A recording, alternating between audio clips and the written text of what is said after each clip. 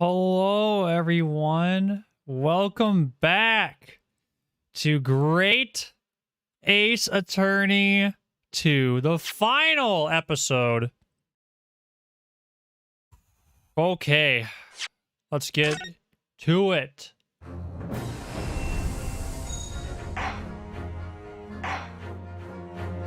A startling revelation was made. Goku seems to have tried to hire Cosmo to kill someone. Tobias Gregson, of all people. In addition to that, it seems like Susato's dad is actually Mr. Holmes' former partner. Insanity! And now to figure out who killed Tobias Gregson. Let's get to it. Before we begin today, I have a brief announcement. As with the closed trial 10 years ago, some astonishing facts have come to light in these proceedings. The revelation that the well-known Reaper is actually an organization illegally executed its own brand of justice. Hi, Allie. How are you doing? Thanks for the love. And the discovery that a respected yard inspector was at its heart until he himself perished in an assassination plot. Well, I say to all members of the judiciary here present on this occasion that we will stop at nothing to uncover the whole truth behind these disturbing findings. Counsels, you will undertake this trial with the resolve to pursue the truth to the bitter end. Resolve. Yes, that's my intention. My lord, if I may inquire, the defendant may speak. On what grounds is Kazuma Sogi permitted to continue in his role as prosecutor? He was admitted to colluding with the victim in a plot to assassinate an innocent man. He shouldn't be enjoying the privilege of freedom, let alone be leading the prosecution. I submitted a written petition to Lord Strongheart, requesting that judgment of my transgressions be delayed by 1 day. You did what? In today's proceedings, I intend to expose everything. My whole life, for the last 10 years, has all been leading up to this one day. Kazuma. Whatever the outcome of this trial, I give my word that I will accept whatever punishment is deemed appropriate, however severe. And I suggest you prepare yourself for the same, Reaper. Kazuma is bristling with hostility today. I get the distinct impression we're heading into very dangerous territory. Is that really even Kazuma-sama standing before us? As an extreme exception to normal practices, I have granted this prosecutor's request. The defense find this acceptable, I presume? Yes, my lord. In that case, in the name of Her Majesty the Queen, I hereby declare this court to be in session again. We resume the closed hearing of Beric Van Zieks. The defense is ready, my lord. The prosecution is more than ready. Very well then. This preamble has taken long enough. Prosecutor Sogi, begin! Nice song, by the way. As you wish, my lord. The prosecution calls the first witness to the stand.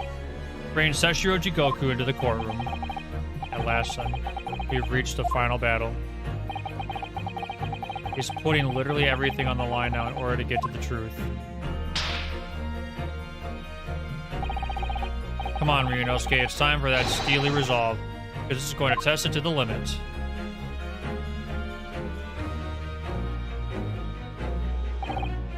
Witness, state your name and occupation for the court. Huh. So it was you who issued this, was it? Ursa Piona, I did what was necessary. Ha ha ha. Well, look at what the young man has become. I didn't think I'd see the day when you'd take that tone with me, I must say. The witness will ensure his responses are pertinent to the questions asked. My name is Seshiro Jigoku, a Supreme Court judge in the Empire of Japan. 16 years ago. What's up, Johan? Let's go. This man came to London as a visiting student. 6 years later, he returned to Japan. As well as presiding over the Supreme Court, he's also currently Japan's Minister of Foreign Affairs. I'm of course fully aware of Mr. Jigoku and his preeminent roles. I invited him personally to the International Forensic Science Symposium as a representative of this country. I hear he also played a key role in the conclusion of the Anglo-Japanese Treaty of Friendship and Navigation. It was a great honor to be involved in the negotiations. I put my all into that treaty. Judge Jigoku, I must ask. Well, I never fancied the murdering student turned up here of all places. You acquitted me yourself. And now, I'm a practicing defense lawyer. Yes, and full of self-importance like your friend across the courtroom, I see. You came here to London by invitation to this International Forensic Science Symposium. But then, without informing anyone of your plans, you took flight to France. Took flight? I'd have to object to that turn of phrase. Explain yourself. What exactly were the circumstances? Well, I was somewhat expecting this. And I'm sorry to say, I decline to comment. What? Leaving the country prematurely when I was invited guest may be questionable etiquette. But my decision is unrelated to this case. I can't be bound to testify. Unrelated, you say? I appreciate that a respected police inspector has been killed, for which I offer my condolences. However, being an alien, I'd obviously never met the man, nor do I know the first thing about him. As such, I'm in no position to testify. It's as simple as that. So you would run from all this? I beg your pardon. This case is more far-reaching than the murder of Inspector Gregson. It has ties to another murder, a case that was tried in Japan almost a year ago now. A year ago in Japan. The murder of Dr. John H. Wilson, you mean? That's right. And you, Judge Jigoku, are in the heart of both cases. The defense has evidence to prove it. Well, Ryunosuke, I see from the look in your eyes that you're resolved to carry this through to the very end, too. Let's see your evidence, then. What proof do you have that Sessho Jigoku is involved in this case?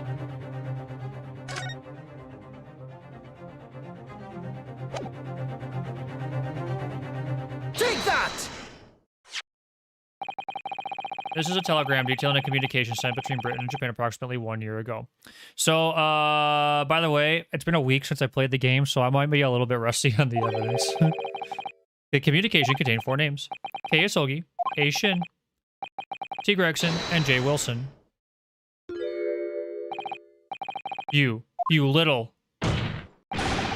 Where did you get that? In Tokyo. From your office, Judge Jigoku. What? How on earth did you... What's this all about? Why is my name on that list? The list of 4 names follows a certain pattern. T. Gregson and J. Wilson are the names of victims. Kei Asogi and A. Shin are the names of assassins. No! A year ago in Tokyo, Dr. John H. Wilson's life was taken in a Western-style restaurant in the capital. The culprit was found to be a visiting student who went by the name of Giselle Brett. But her real name was Asa Shin, a professional killer sent on a mission to kill from Great Britain. A. Shin and her victim J. Wilson. And the murder that just took place here in London was the counterpart to that crime. An assassin sent from Japan, also visiting student, Kazuma Asogi, whose victim was the British police inspector Tobias Gregson. Kei Asogi and T. Gregson, one assassin from each country to kill a target residing in the other. What exactly is the defense suggesting? These 2 cases of murder, one that took place in Britain and one in Japan, were masterminded by a pair of individuals from each country as a form of assassin exchange. The telegram the defense has acquired is proof of this international contract to kill. What? Ooh, he has no idea. The telegram was found in your office, Judge Jigoku. In other words, the mastermind in Japan was you. Judge Jigoku? What's this all about? And you, Kazuma. You lied. During yesterday's proceedings, you acknowledged that you'd accepted the assassination mission. But the mark wasn't Judge Jigoku at all. It was T. Gregson, Detective Inspector of Scotland Yard, as shown by the name on the killing contract. Very impressive, Ryunosuke. But actually, I didn't lie. The name of the target I was ordered to kill never passed my lips yesterday. The idea that Sessho Jigoku's was the mark came entirely from you. Ah. Deliberately avoided saying a name? The defense claims these four names indicate some sort of international assassin exchange. I'm sure I speak for all present when I say that the very idea seems utterly absurd. Well, Mr. Jigoku, what do you have to say for yourself? The silence only goes to prove his guilt. There's another very important point that this new development brings to light. There's now a distinct possibility that the scene of Inspector Gregson's actual murder was in the witness's cabin aboard the SS Grouse. Judge Jigoku, you have to testify now. They refuse to put you in contempt of court. Ha ha ha! There is no need for quite such a vicious stare, young man. Very well then. As a parting gift to you all, I'll tell you everything I know.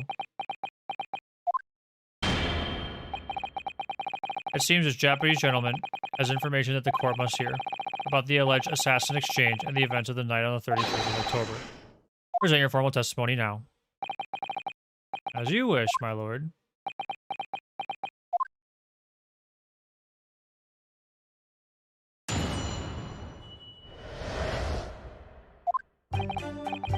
It's true that Kazuma Sogi was assigned the assassination mission 1 year ago. Now, the target was Inspector T. Gregson. That was a condition of the British study tour. However, in the end something happened that meant the young man was unable to carry out his mission.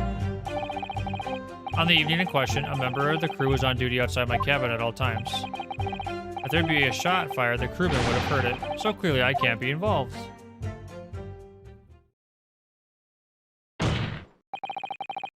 You admit it then, as this communication suggests, there really was an assassin exchange arrangement between Britain and Japan. A political endeavor at the highest levels, not something I can discuss here. To use such a worthy practice as foreign study to coerce somebody to commit murder? Most appalling than I've ever heard. Appalling? Well, it's easy to judge. Pardon? Sogi had a reason for taking a sword to that British inspector, you know. What? Which is why he accepted the mission in the first place.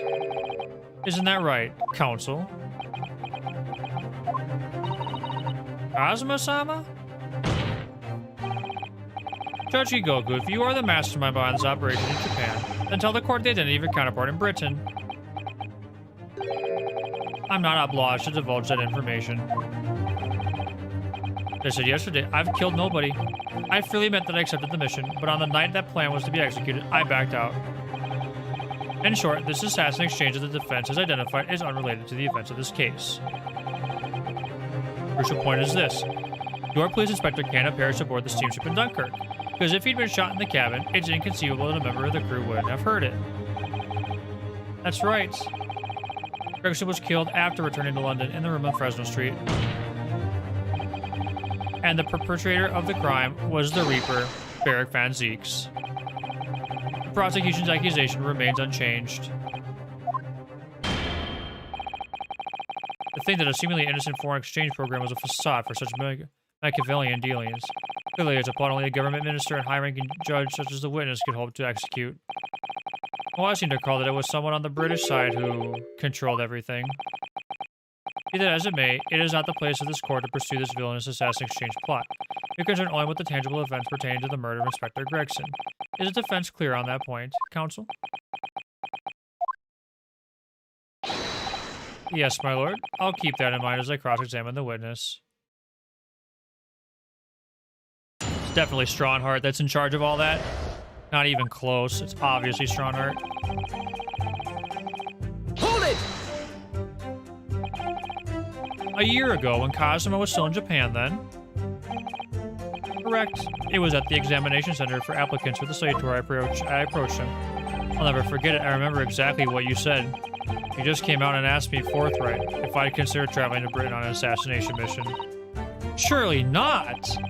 I thought it was a joke at first, of course, but then it was made clear to me that if I didn't accept, I wouldn't be considered for the study tour.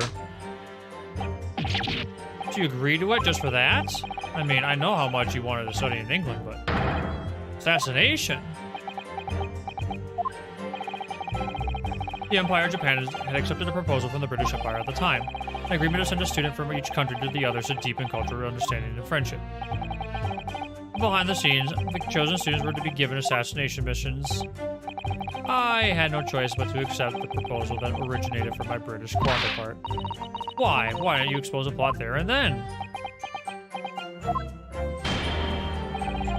Britain acknowledges no part in these alleged misbegotten dealings. I advise you not to make spurious allegations before Minister Jigoku. As a witness, I am bound to tell the truth, my lord. Anyway, I picked Asogi and explained the details of the plan to him.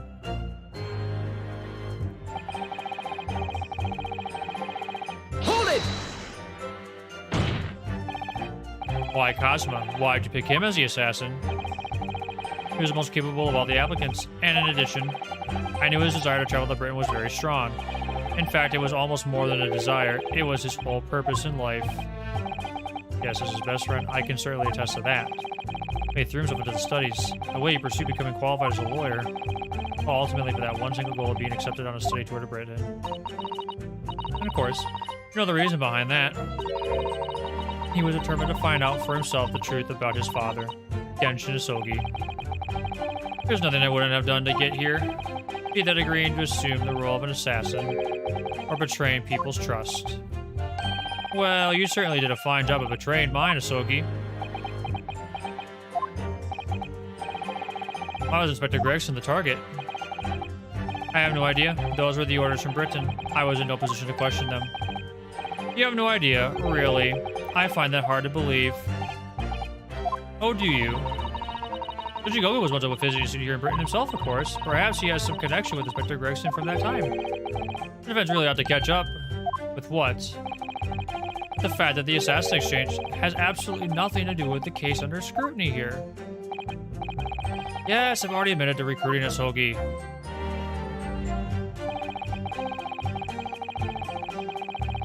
Hold it!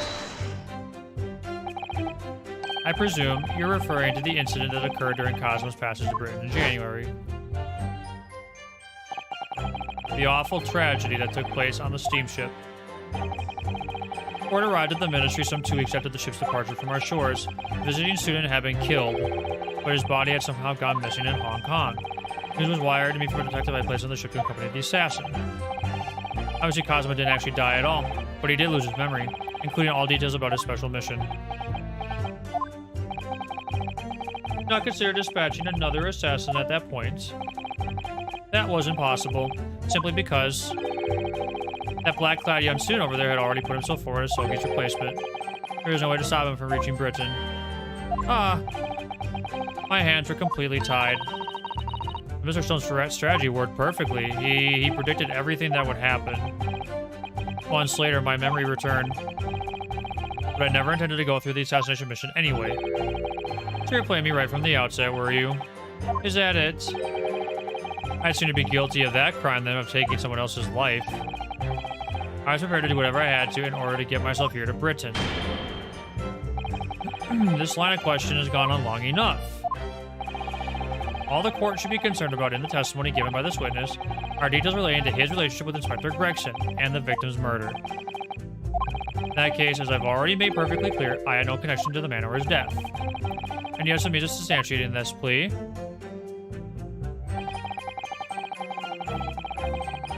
Hold it! Outside your cabin in the first-class area of the SS Grouse, you mean? Hi, Soph. How are you doing? Yes, that's right. So, I don't know if you played Great Ace Attorney or not, but if you ever plan on playing these games, I am in extreme spoiler territory. And if you don't want to get spoiled, leave now. That is my warning to you. In fact, the fact you're already here is already a spoiler. You've already been spoiled by something. But anyway, alright, just making sure.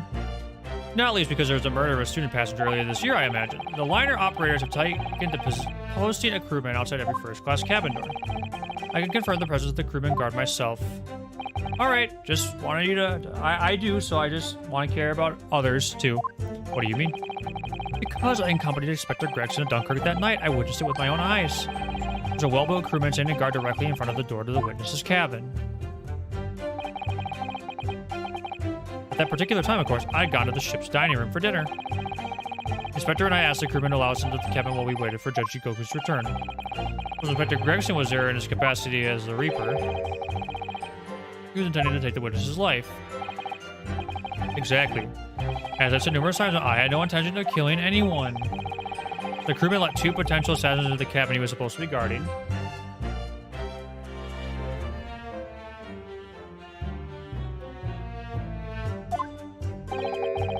Not the most convincing to sentries, really. In truth, those were my thoughts too.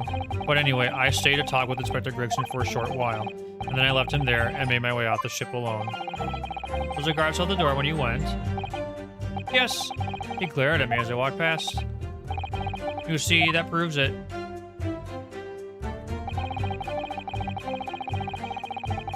Hold it! The crewman who was standing directly outside your cabin door, you mean?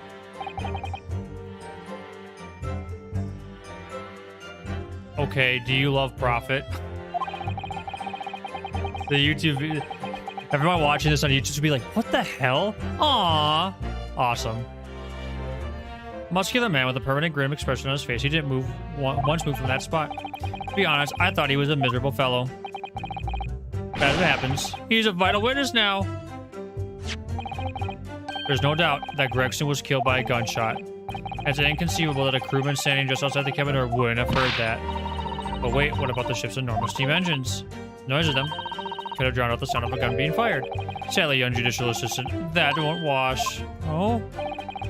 You will recall that my cabin was in the first-class area of the ship, which is also, of course, the quietest. Don't imagine for a moment that's anything like steerage where the judicial assistants go. I didn't mean... But a hole like that made by a bullet was found in your cabin, Judge Goku. That's compelling evidence that a gun was fired in there. What's that? A bullet hole? Oh yes, you're talking about what the detective uncovered in the wall yesterday, I presume. It was obviously a rotten panel eaten out by woodworm. No doubt he didn't find an actual bullet. Ugh, that's a hole in this argument. Sadly, I was unable to arrange with the crewman to be brought back to Britain with me. But obviously, if a gun had been fired in my cabin on the night in question, as the defense implies, I would have been arrested on the spot and would never have made it to Britain in the first place. Very true, the witness's logic is sound. Since no gunshot was heard from the witness's cabin on the night in question, I must assume that the witness is telling the truth. Heh. I'm glad you've seen sense, my lord. I know Cosmo's already admitted to taking down this incredible assassination plot, but even so, hearing it confirmed by somebody else is still a real shock. Unforgivable. Using Cosmo's Sama's feelings to manipulate him into an agreeing to such a despicable plan. But I think Cosmo manipulated Judge Goku too. He completely double-crossed him. Oh dear. It's hard not to see that as a stroke of brilliance on Kazuma-sama's part. One way or another though, Gregson ended up dead. I really think that the murder must have happened aboard the steamship. So you mean, Judge Goku must be lying. I know I shouldn't let my emotions cloud my judgment. You must destroy him, Mr. Naruhodo. Aw, what's up, Prophet?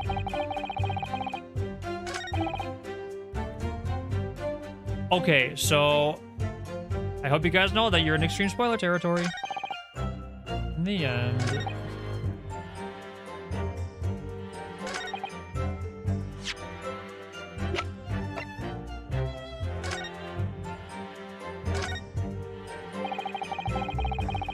things all over the place, don't you? Part on the top of the pocket watch you twist at the time, isn't it? It's called the crown, I believe. Watch be quite useless without one. The crown, like what sits on top of the monarch's head, that's a very grand name for such a tiny part, but actually... Yes, Mr. Naruto, if this is a crown, I have a feeling I might have seen a monarch around here somewhere with a very bare head. The monarch gave me a pocket watch, and I'm quite sure you have.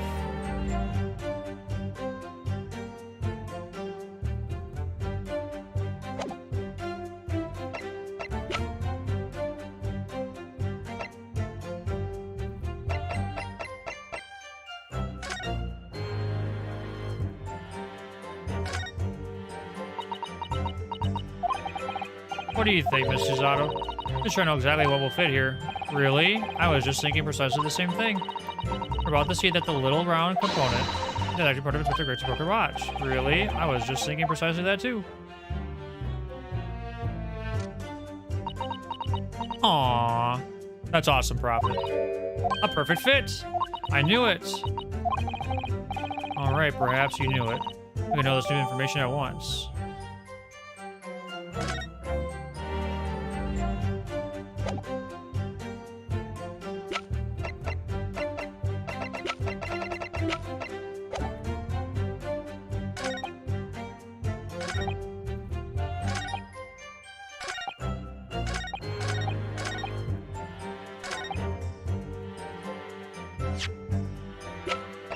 Objection! What? No! This has to be the evidence I need, though. No. I'm mad, dude. What was I wrong? I gave it a shot.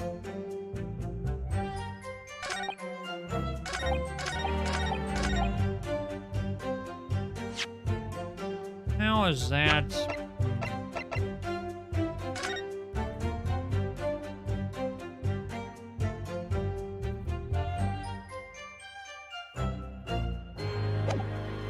Oh, it's the evacuation notice.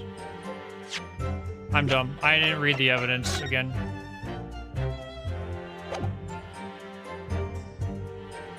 Objection! Crap. My bad. Me. Yes, as the court has heard, there was a crewman posted outside Judge Goku's cabin. However, we can be sure that, contrary to the witness's claim, the guard wasn't there at all times. What? I have here a notice of a particular event that was scheduled to take place aboard the steamship on the 31st. Well, where did you get that? It's evidence gathered by Mr. Herlock Sholmes. You were acquainted yesterday, if you remember. Herlock Sholmes again. According to this itinerary, after leaving the port of Dunkirk at exactly 10 p.m. and for a period of 20 minutes, all crewmen of the SS Grouse were to gather on deck for an evacuation drill. All crewmen were away from their posts, and during that 20-minute interval, of course, any gunshots emanating from your cabin would have been heard by no one. In summary, Judge Jigoku, you had ample opportunity to commit the crime. Arg. Objection! A 20-minute window of opportunity. That's an excellent find, Ryunosuke. It amounts to nothing. Why? Because the witness clearly stated in his testimony that no incident occurred in his cabin, unless he has some decisive evidence that can show his testimony to be false. The accusation is more than conjecture. Very true. Well, counsel. Inspector Gregson was killed in Judge Jigoku's cabin that night. I'm certain of it. Because the defense has the evidence to prove it. You present the evidence for the defense at once, counsel. As usual, I'm just a step too early. I feel like half my blunders are because I just, like, saw the situation too fast and didn't quite make the connection all the way. Judge Jigoku, this was found in your cabin yesterday. What is that? The crown of a pocket watch. A pocket watch. And if you will observe, the victim's pocket watch, which we know that he treasured, is missing precisely that part. It can't be. Moreover, the crown is a perfect fit on the spindle protruding from the victim's watch. Now, the fact that this was retrieved from Judge Jigoku's cabin tells us that the victim's watch almost certainly broke there. In other words, the victim was killed on the 31st during the 20-minute evacuation drill. And the cabin occupied by you, Judge Jigoku. Well, you're razor sharp, aren't you, you young murderer? Objection! Expertly maneuvered, Ryunosuke. And your argument sounds entirely plausible, at first. But rather like this pocket watch, it's full of cracks. What? And I believe Judge Jigoku feels the same way. I was wrong to acquit you earlier in the year. Sorry? If I'd known that it would result in anyone having to listen to this drivel, I would have declared you guilty just to spare the world your ridiculous bombast. I think it's clear. The witness will have to give further testimony. When you hear what actually happened in my cabin that night, you'll notice the pitfall into which you stumbled. Prior to your new testimony, I would like to clarify one point. The fact that this part of the victim's watch was discovered in your cabin means that you acknowledge he was there, I presume? Yes, I do.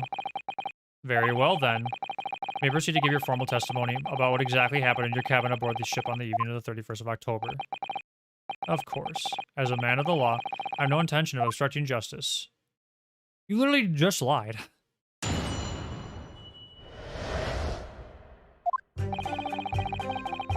I had a guest waiting for me when I returned to my cabin after finishing my evening meal in the dining room. I walked through the door. A mustachioed Englishman was there, foolishly waving a gun at me. I soon took care of him with an Ippon sweet throw, though. He couldn't wait to run away after that. Imagine his watch broke when I threw him over my shoulder. It has nothing to do with his murder. The inspector was clearly killed having returned to Britain, because his body was found in London.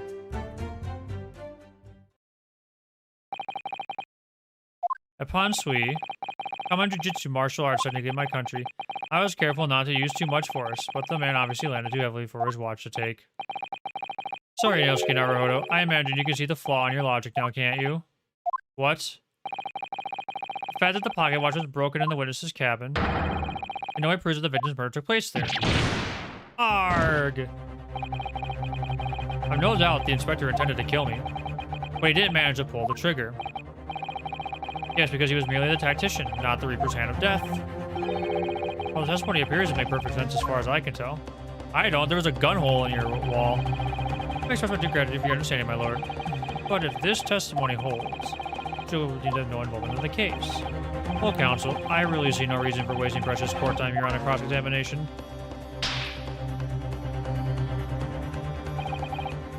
Sorry, my lord, the defense has a right to cross-examine, and I don't intend to squander that. You're an embarrassment to your countrymen, not knowing when you're beaten. In that case, proceed, Mr. Naruhodo.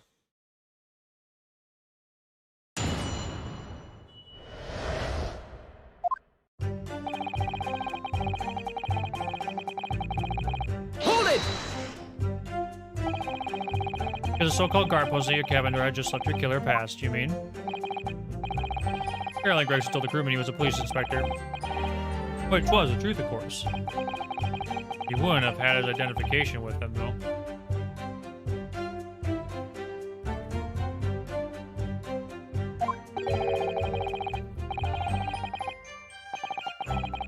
He had a trench coat, mustache, not to mention the bag of chips. I imagine the crewman was convinced.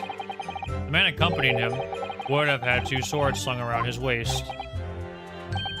You mean me? Who else? Yes, that's true. He would have hoped the sight of a few swords might have set off the alarm bells in the guard's head. Point is, I left the cabin before its occupant returned and I immediately disembarked the ship. Certainly all I can tell you is that only the inspector was waiting for me when I arrived back at my cabin. And you entered without any inkling of suspicion. That's right, none whatsoever.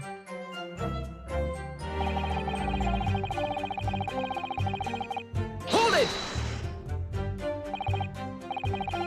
Seriously, talking about Inspector Gregson? Yeah, so at the time, I didn't know the man's name. And there was no time for introductions. I value my life over manners. By what you mean? That the inspector was there to assassinate you, I suppose. That was certainly the impression given by the gun pointed in my direction. I've never seen the muzzle of a revolver shake about so much in all my life. Anyone would think the man had never shot somebody before. Believe it or not, most of us haven't.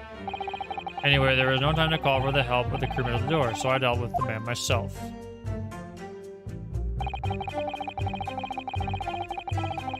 Hold it!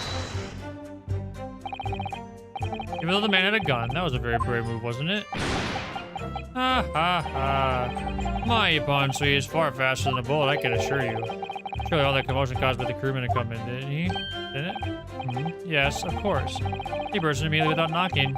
Victor hurled himself at the stocky fellow and just managed to slip past him to make his escape. The outstanding guard does it again. Luckily, there aren't many situations I can't get out with a quick Ippon sui throw.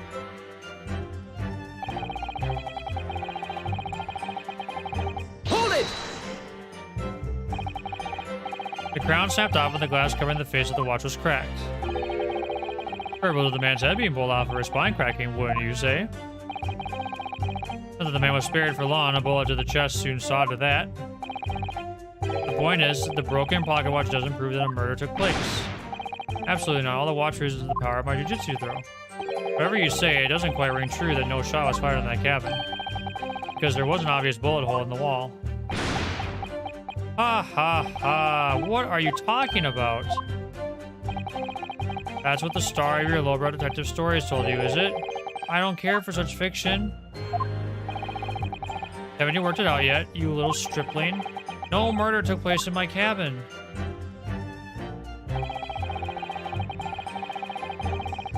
Hold it! There's no evidence to prove the victim ever returned to London alive. Just take a moment to think that idea of yours through now, stripling. What? Inspector was killed on the steamship in France. How on earth could he have gotten back to Britain?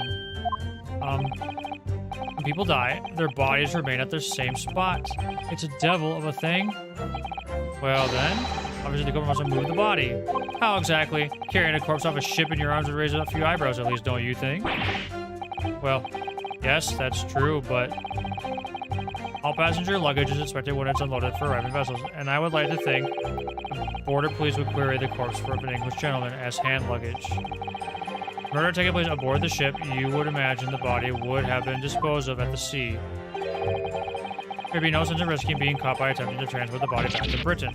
Ugh, let's kill that idea then. But perhaps not. Miss Susato? We've heard that the first-class passengers were under constant scrutiny by the crewmen posted to guard them, which would mean that the culprit had no opportunity to dispose of the body in the sea. Yes, that's true, so transporting the body to Britain may have been the only viable alternative. Dear me, you really are new to this, aren't you? That'd been perfectly clear. I'm going to have to explain it in words you can understand. I think I ought to alter my testimony. With your consent, of course, my lord. I have no objection. State your amended testimony now.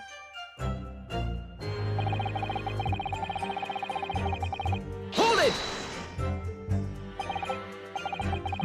There's an idea. Think about it, stripling. All passengers and crew disembark at the same time and pass through the same checks at the border. Supposing guests were then driven straight to the hotel in carriages organized by the ministry. Met you as soon as you arrived at the hotel. So you did? Well, then remind me, did I have a corpse over my shoulder at the time? What? No. We're in agreement then. I couldn't possibly have brought the inspector's body back to Britain. As according to develop some clever device, he's able to instantly move things from A to B. Funny, you should say Mr. Herbert's invention didn't actually work if you remember, Mr. Naruhodo. Yes, of course. It's become unusually quiet, I notice. Yes, because there's really nothing more to say. That's a story. Well, I suppose if you think about it, whenever you drop a teacup in the office and it breaks, you don't say Mr. Naruhodo must have been murdered there, do we? Is that a veiled threat about what might happen to me if I break another one? And the fact is that Inspector Grace's body was found in the little room on Fresno Street. He really was killed in Judge Shugoku's cabin. Body would have to have been moved somehow, obviously. Transporting a dead body over a country border, that would be impossible for the majority of people. There must have been some special circumstances that made it possible for the culprit then. Be a vital realization, I think, Mr. Naruhodo.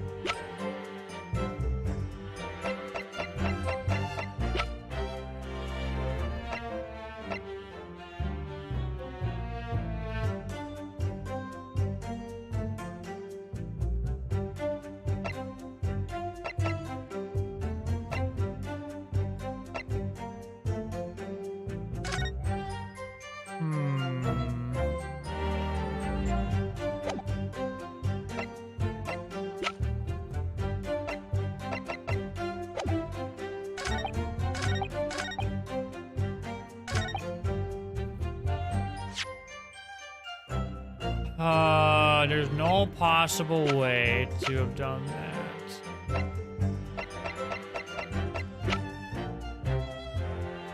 Let's see. Well, let's take a look at this. We've already used this evidence and this evidence and this evidence. I don't think Karuma is anything to do with this particular part. How big? This can't fit a body in it.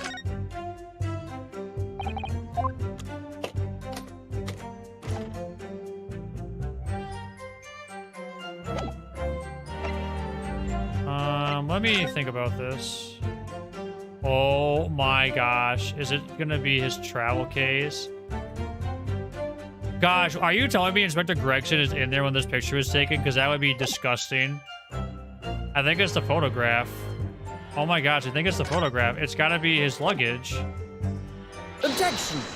Oh my gosh, no way. No possible you could have moved Inspector Gregson's body, you say. I would say the opposite is true. And what's that supposed to mean?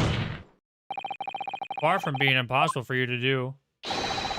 Transporting Inspector Gregson's body back to Britain was the only thing you could do. What are you talking about, Ryunosuke? As well as being a judge, Mr. Jigoku is also Japan's Minister of Foreign Affairs, which means he's exempt from having his luggage searched when he enters the country. We learned that when we first met you upon your arrival in London.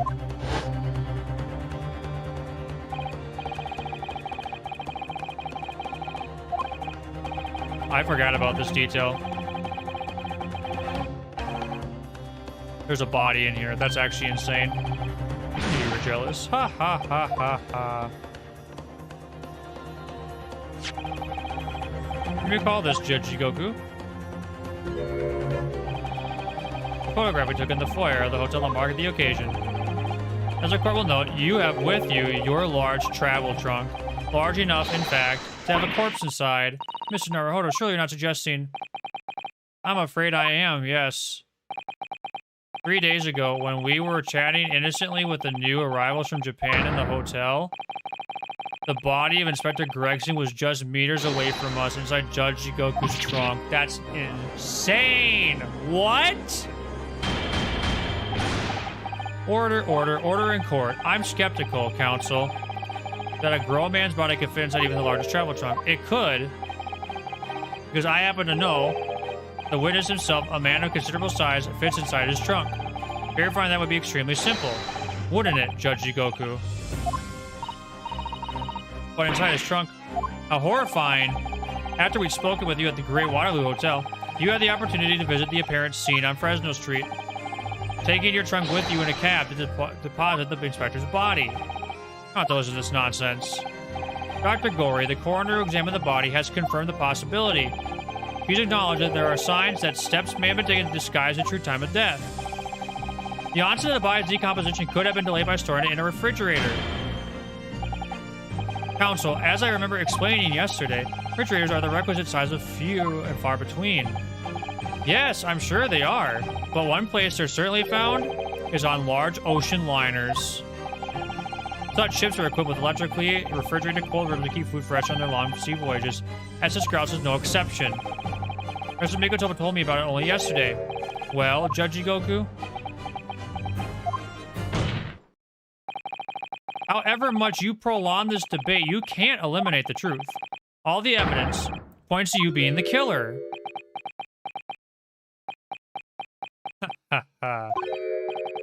Well, this is all very heartening. I could see that it was a wise move, letting Asogi and you embark on this study tour. What are you talking about now? Logical reasoning, of course. All court proceedings will be built on logical reasoning in the new century. And I can see that you both laid firm foundations for that already. So Jigoku, please stop diverting attention with the issue at hand. Defense has made an accusation against you. How do you respond? Respond? There's really no need for me to respond, is there? Why ever not? Because before you can even begin to answer the question of when the victim was killed, you must first establish one key fact. Where was the victim killed? Quite logical. The actual scene of the crime, prosecution stands as unaltered. Killing took place on Fresno Street when the gunshot was heard. As the accused Barrick Van Zee shot the victim at point-blank range. No tangible evidence exists to disprove the prosecution's claim at this time. The defense's deductions amount to little more than an elaborate fairy tale. afraid that's how the logical reasoning for the British are known for really works, young stripling. The victim was shot in that little room on Fresno Street and died instantly. I'm afraid it's the prosecution's claim. That's the only fairy tale here. How can you say that? Quite simply, because the claim correctly contradicts a certain piece of evidence in our possession. Very tantalizing, counsel. I think you had better explain yourself to the court, don't you? The prosecution claims that Inspector Gregson died instantly when he was shot on the scene on Fresno Street. This evidence clearly contradicts that claim.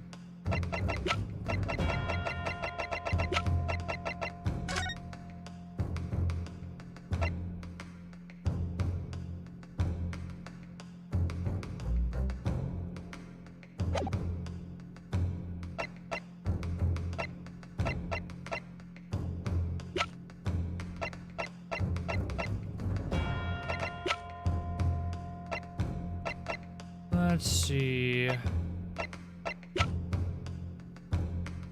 The evidence that contradicts that he was killed instantly.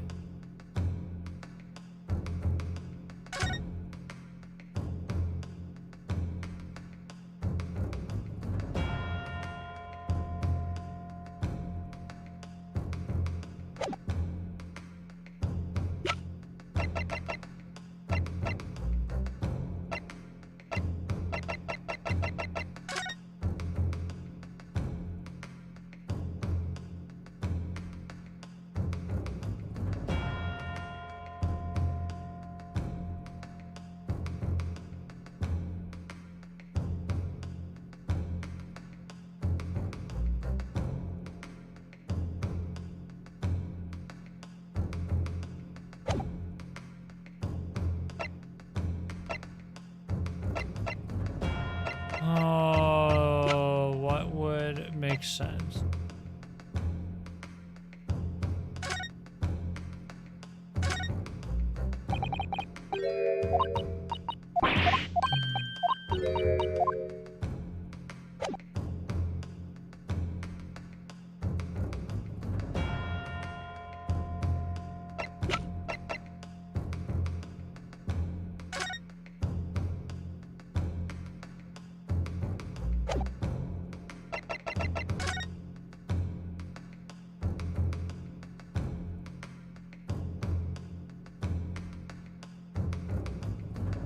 I don't think it's this. Okay, let's examine the evidence again real quick. What? The evidence that contradicts the claim.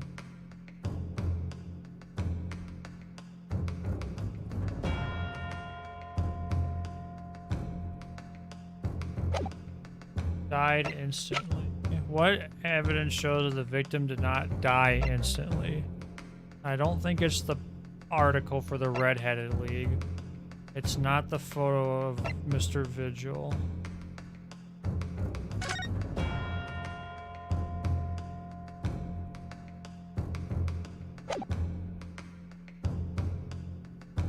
Would be weird for this to be the letter of introduction. What's up, Jams? How you doing tonight? This, no, wouldn't be that. We haven't done much with the red hair piece. Revolver.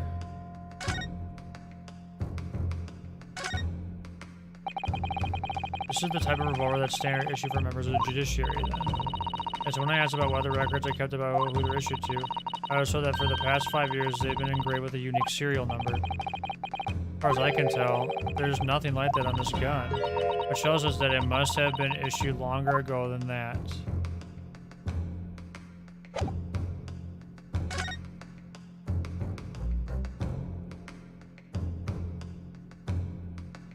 Just to double check, 5 years. You saw a new Spider-Man? I hope it was good. You were into the casino. Wow, what a day. Past 5 years.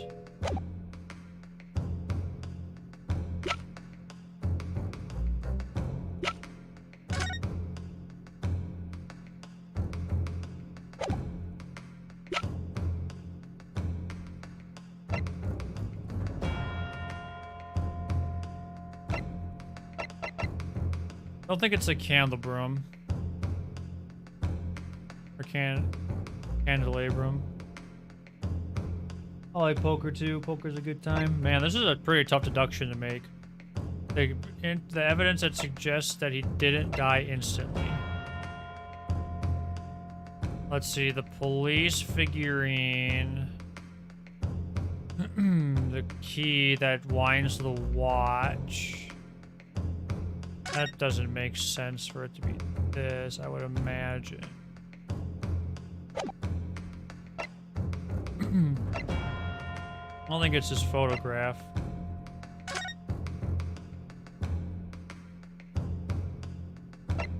I'm a dev indeterminate. Victim was shot in the chest at close range. Scorch marks pointing at the entry. Bullet exited the body from behind.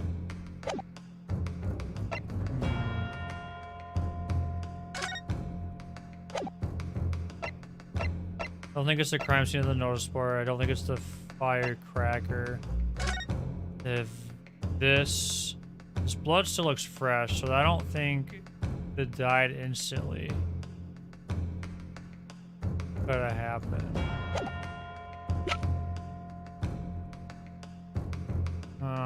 The pocket watch.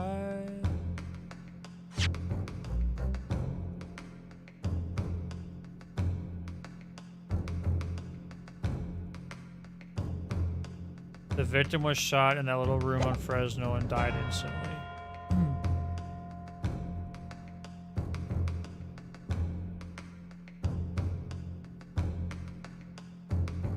It stopped at 5 o'clock.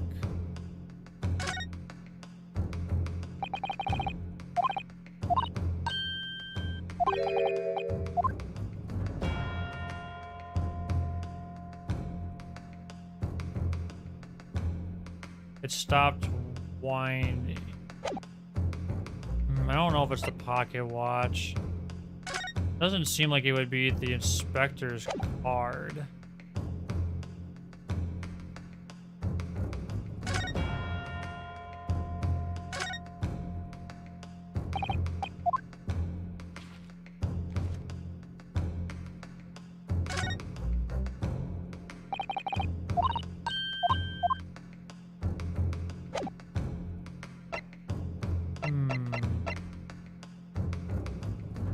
I think it's the commemorative photograph because we just use it. It wouldn't be the papers. Gregson's trunk, maybe?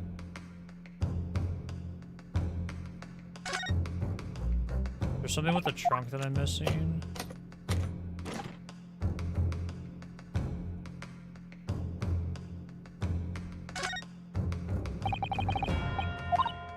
Yes, blood. Wasn't at the scene. Is this fresh blood?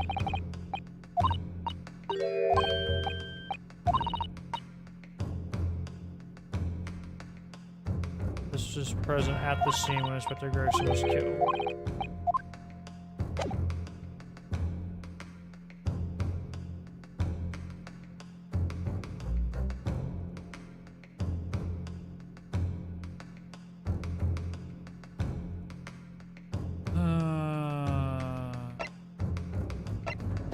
Maybe it's the bloodstain.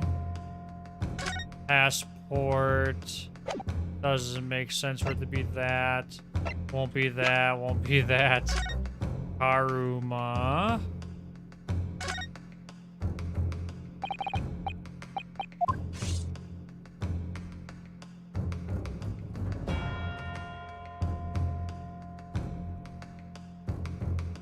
The tip is broken off and found into the thing. It's not going to be that or the component. Unless I'm really missing something. I don't think it's a telegram. So what's the evidence that seems most likely that... what we're trying to answer is what evidence contradicts the claim that Gregson was shot in the room and died instantly. We have... I think from what I can tell, and what does this say just to be sure? Let's see.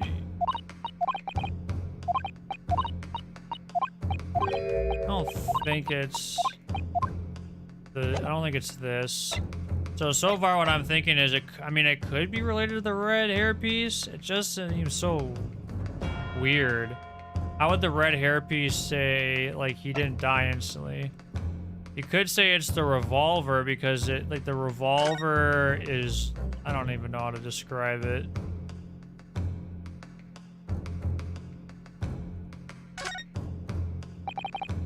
Like, I don't know. Seems unlikely, maybe the revolver. I feel like the hairpiece is like really doesn't seem logical. Maybe the revolver, maybe the pocket watch. I feel like it could be the pocket watch. Like, what I'm thinking right now is, like, the only things that to me make sense with what contradicts that Gregson died instantly. Like, the only thing I can think of is it's either got to be the trunk, which is what I most likely think it is. The pocket watch, maybe. Or maybe the picture or the red hairpiece or the revolver. Those are the 5 pieces of evidence I'm kind of leaning towards. But, like,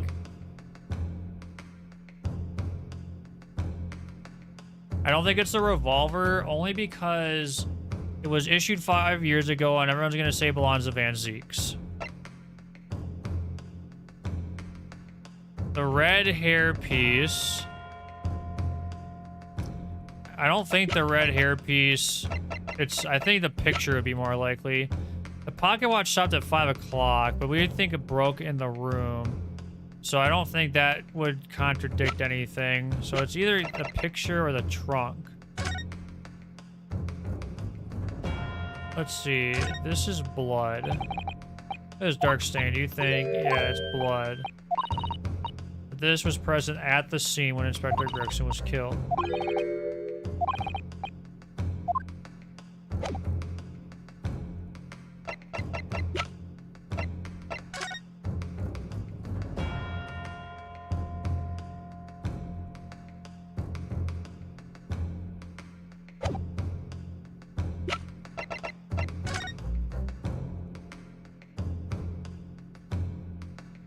Does the blood make sense?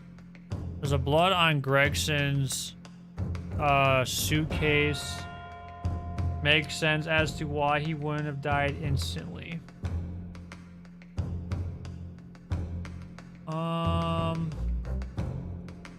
Not really. And the slash mark is still weird to me too.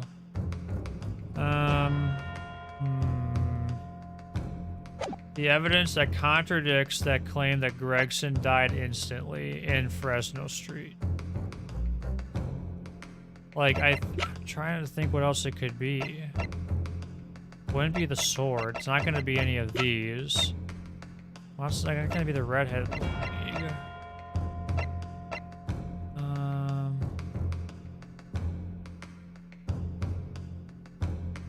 I feel like the revolver being there doesn't really contradict that he died instantly because there's a gunshot. Is it the red hairpiece? Like, this is what I'm thinking. You either have the red... No, well, we could just put the red hairpiece on him. Alright, I feel like at this point, I'm just gonna have to, like, go with my gut. I think I'm gonna try the chest first. Then the pocket watch is in the picture. Take that! Shoot.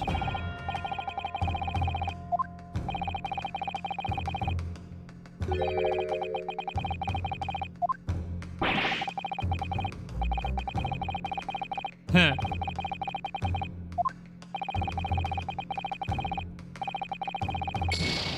Shoot. I'm having a really hard time with this one. I might hit 50 blunders tonight and have to get the sub. Was the victim killed in the room on Fresno Street, or was he moved there after his death?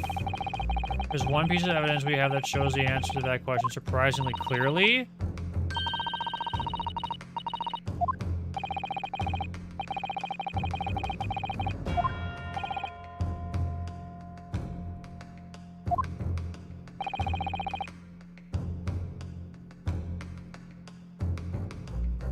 Wait, clearly?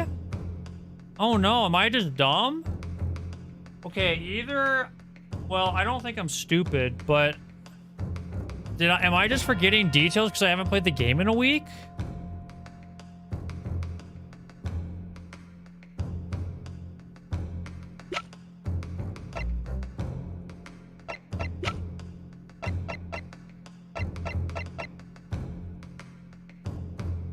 At the time that is... We've already presented this, though.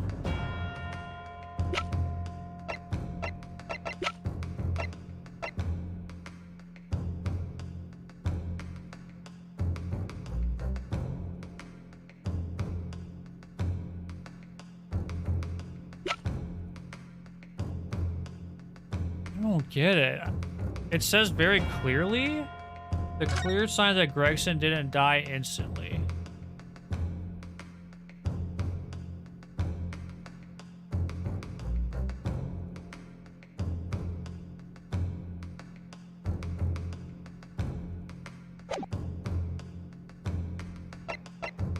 Oh, I'm so confused. We have that shows the answer surprisingly clearly.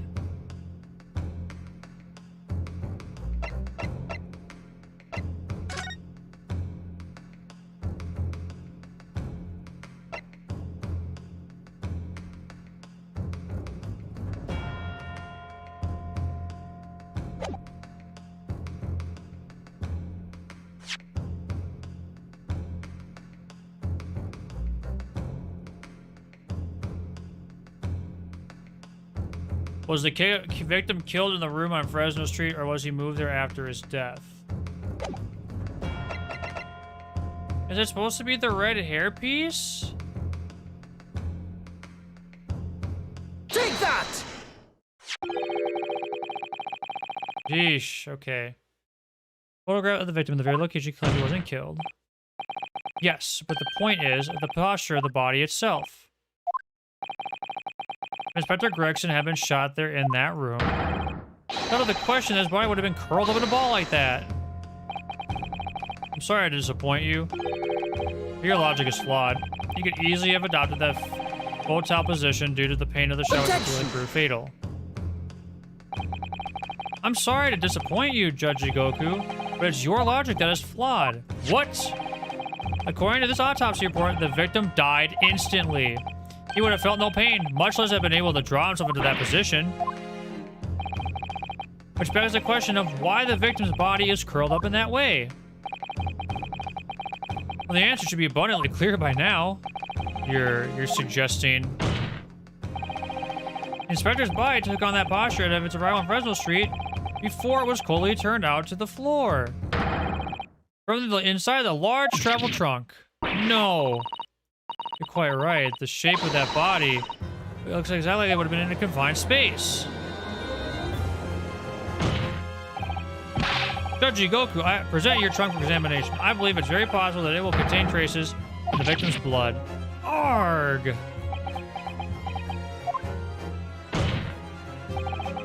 Present my trunk? I refuse! What? On what grounds? The Minister of Foreign Affairs in the Empire of Japan. I shouldn't have to put up with this treatment because of strictly baseless accusations. In other words, Judge Jigoku, there is blood in your trunk. I decline to answer that. As the Minister of Foreign Affairs, I have privileges that allow me to.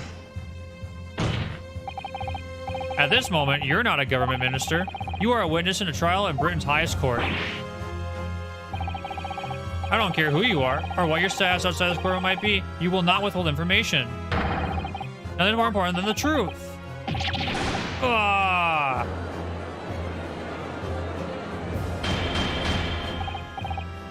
Order in court. Well, Mr. Jigoku, what's it to be?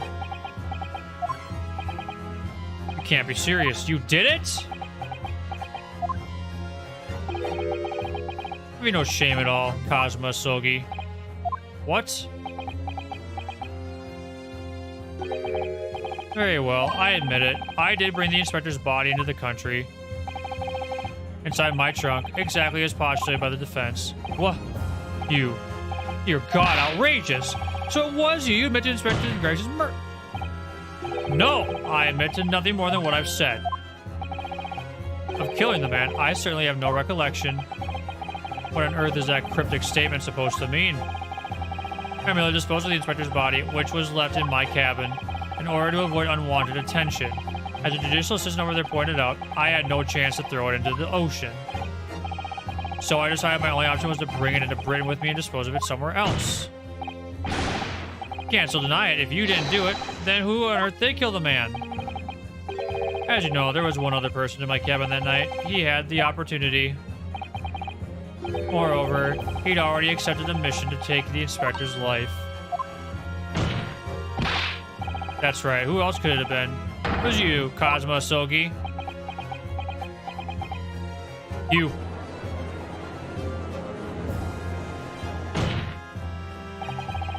I never thought you'd stoop to this, Cheshiro Jigoku. You've taken the words straight out of my mouth. Prosecutor Kazuma Sogi. You thought by leaving the body in my cabin you could pin the crime on me, did you? Well, the prosecution counsel has already admitted to visiting the witness's cabin on the night in question. Yes, on an assassination mission, no less. You wouldn't. So, what do you make of that, you young stripling?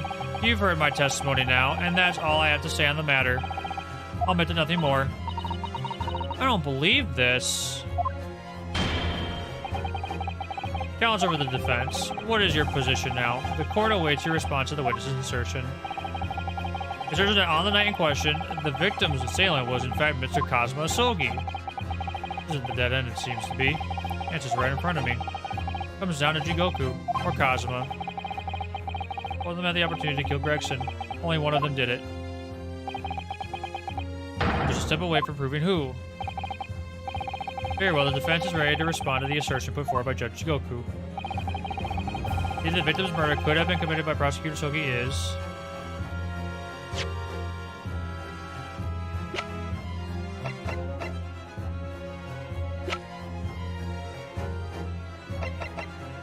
I think it's impossible because there is no gun.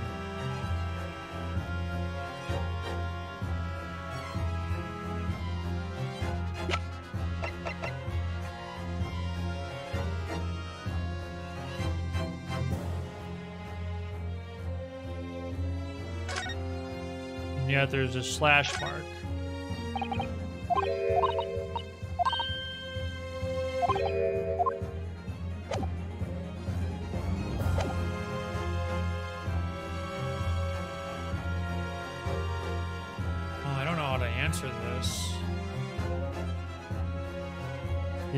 The idea that the victim's murder could have been committed by Prosecutor Sogi is, I think it is possible. He could have done it.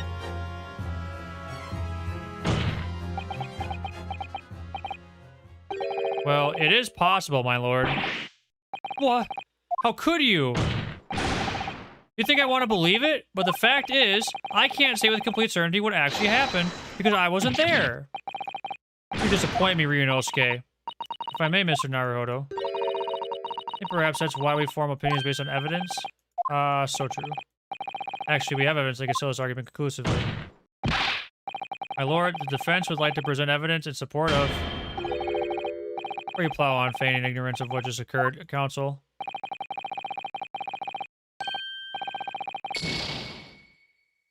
Wait, what? Oh. Okay.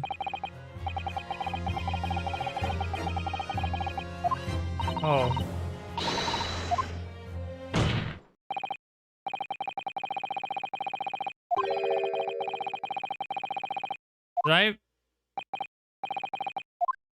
Did I make, I'm sorry, everybody. I am not thinking well. I've been on new medication, and sometimes I just noticed that my brain doesn't always, it's been weird. I apologize if that seemed really dumb. I mean, I guess I'm not perfect, so I have nothing to apologize for, but sorry. What? Or will only accept an argument that is supported by compelling evidence. Present what you have, counsel. What proof is there that allegedly demonstrates the impossibility of Prosecutor Sogi's involvement?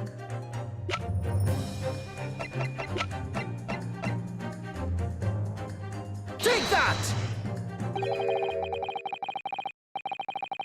Oh. I'm...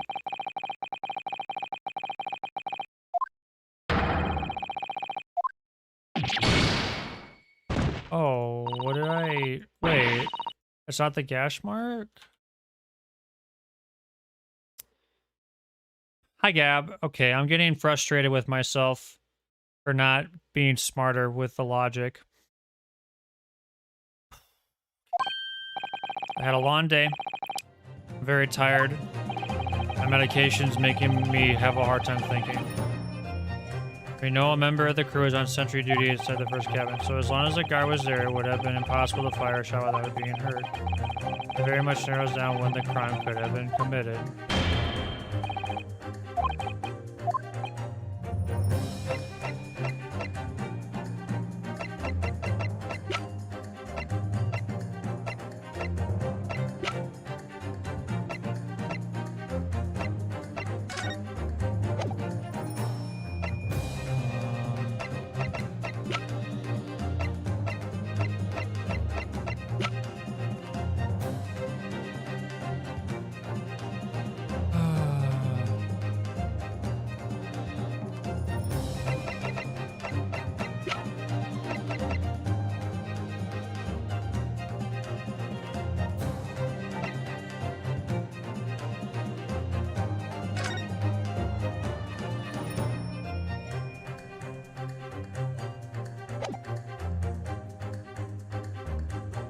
I think it's the evacuation drill.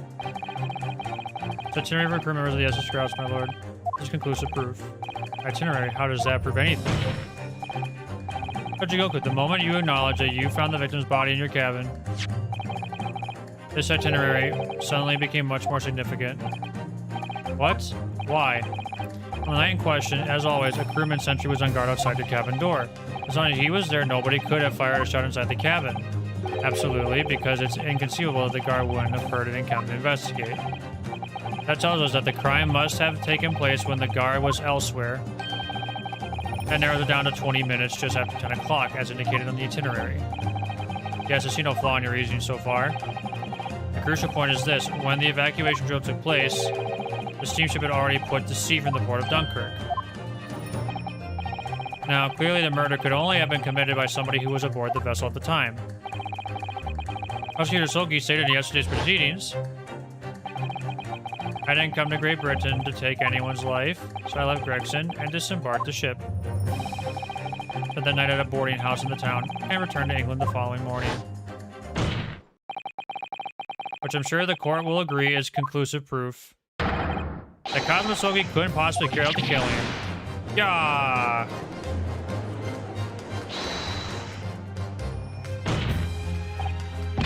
No, absolutely not. I don't accept that at all. What do you mean? Boy, he's just saying that to exonerate himself. He had just really disembarked the vessel. Obviously, after he left my cabin, he hid himself somewhere nearby on the ship. Just waiting for his chance to come back and finish the... No, that's out of the question. Isn't it, Kazuma? As the defense rightly recalls, I disembarked the vessel and spent the night in a boarding house in Dunkirk. And as I said yesterday, I signed my name in the accommodations register book. All extremely easy to verify and undeniable proof. No, There's no escape this time. You can forget that you're a judge or a government minister. This time you gave the court an honest answer as a common man. You killed Inspector Tobias Gregson and transported his corpse back to Britain. And you dumped the body in the room on President Street and made it look as if the murder had happened there. That's what really happened, isn't it? Seshiro Jigoku. The damn trial 10 years ago. That's when all this began. Looking back now, my fate was decided that day. I was doomed already. He's gonna rip their witness stand, isn't he? Ah!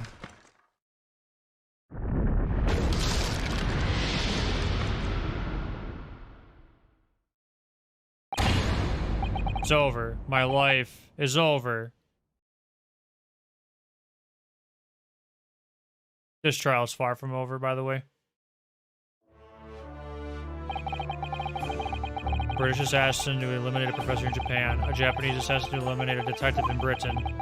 Both assassins will use diplomatic immunity to evade conviction and return safely to their homelands. The assassin exchange request arrived from Britain about 1 year ago, though it was hardly a request. It was a demand. And for that, you decided to recruit Mr. Isogi. Things didn't go according to plan. Your chosen assassin never made it to Britain, and you found yourself unable to dispatch a replacement. Because I was already on my way to Britain at that time in Kazuma's place. And that left me with only one option for carrying out my obligation.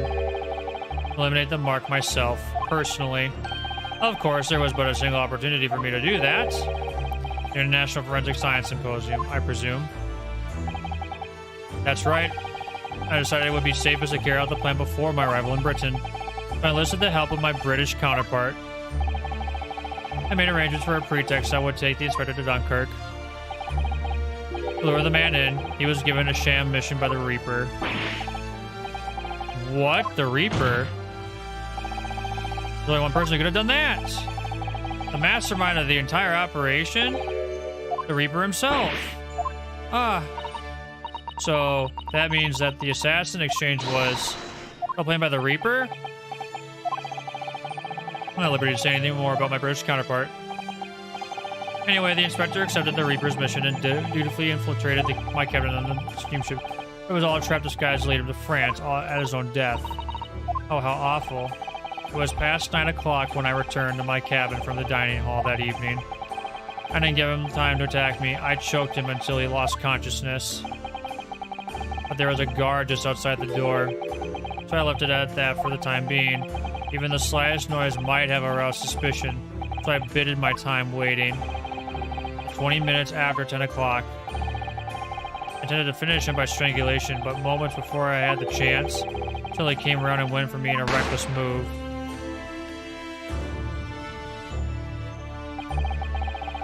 See, the British issued guns 16 years earlier, being a member of the judiciary as a visiting student. I never imagined I'd have to use it for something like that. The revolver belongs to you, does it? And the victim was killed inside your cabin on the SS Grouse, which begs the question of why you arranged for his body to be discovered in the room on Fresno Street. The judicial assistant over there has already answered that question.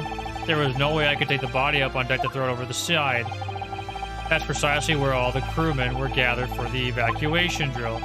So before the first-class cabin sentries returned, I took the corpse to the refrigeration room. And on arriving in Dover, you concealed the body in your trunk in order to smuggle it past the border police. I know I needed to take steps if the police were to be convinced when the body was found in London. In that case, you must have known. You must have intimate details of Inspector Gregson's intended schedule.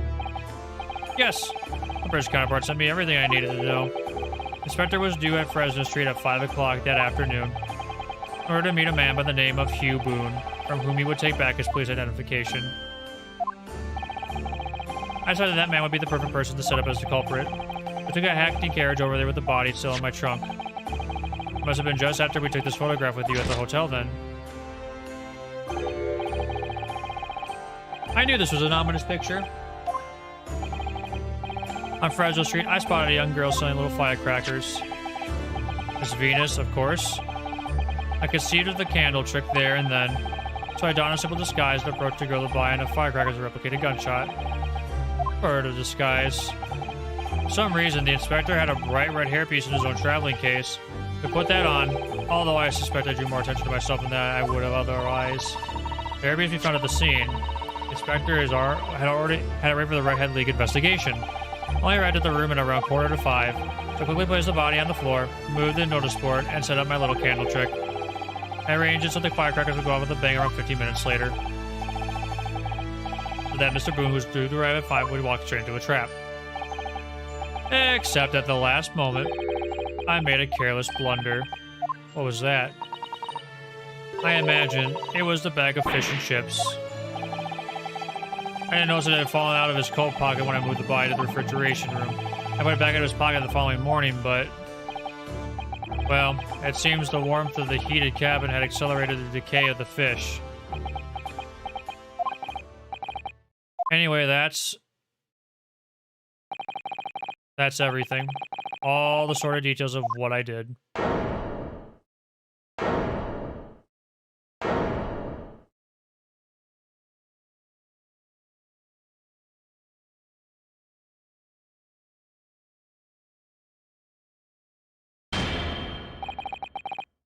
I've heard enough. You've arrived at the truth about the murder of one of the country's most capable and respected police inspectors. The witness will be tried in the coming days. For a crime of such a vile nature, you can expect the most severe penalty.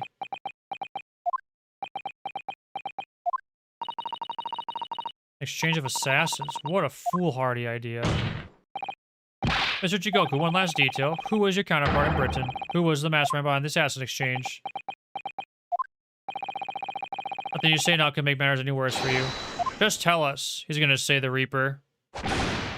Enough! Oh my.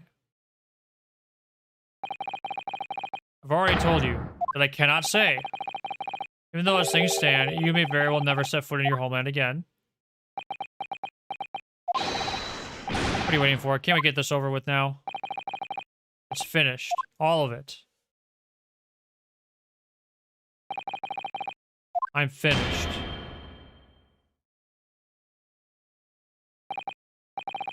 Then, in the name of Her Majesty the Queen, I now pronounce the findings of this court. This man before us has admitted the willful murder of Tobias Gregson.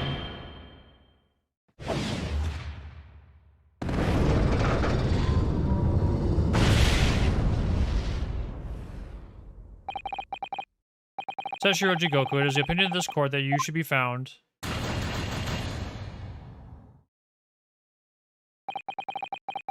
May I remind all those present to confidentiality demanded by this closed court.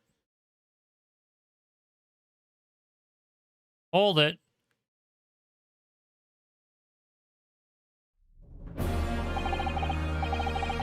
Moments ago, Mr. Jigoku wrote a written confession admitting to the murder of Inspector Gregson. This is not over. This is not even close to over. In short, the defendant's innocence has therefore been established beyond doubt. Oh, wonderful. Well done, Mr. Naruhodo. Yes, thank you. Something wrong. I'm just a little troubled by his silence. The tragedy of the Reaper of the Bailey and this extraordinary assassin exchange. We do remain in the dark about these mysteries. However, insofar as the indictment brought against the defendant in this trial, we have reached a conclusion. I have every intention of pursuing both mysteries. As a prosecutor, as you wish. Now for the formal adjudication. I declare the defendant, Beric Van Zieks. Objection!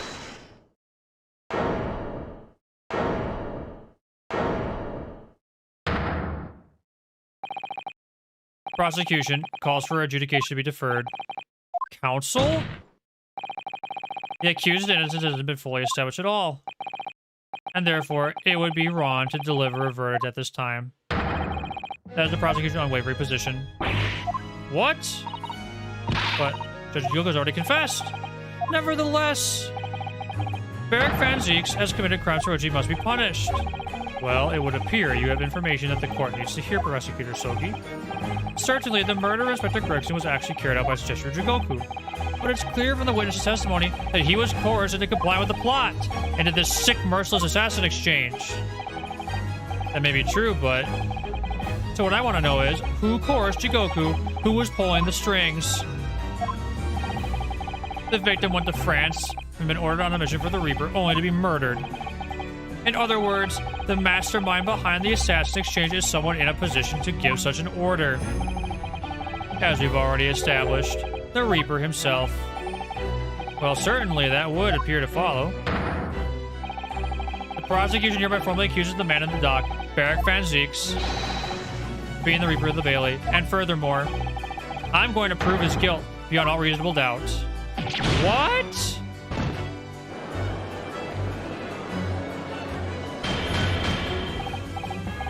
Order, order, order!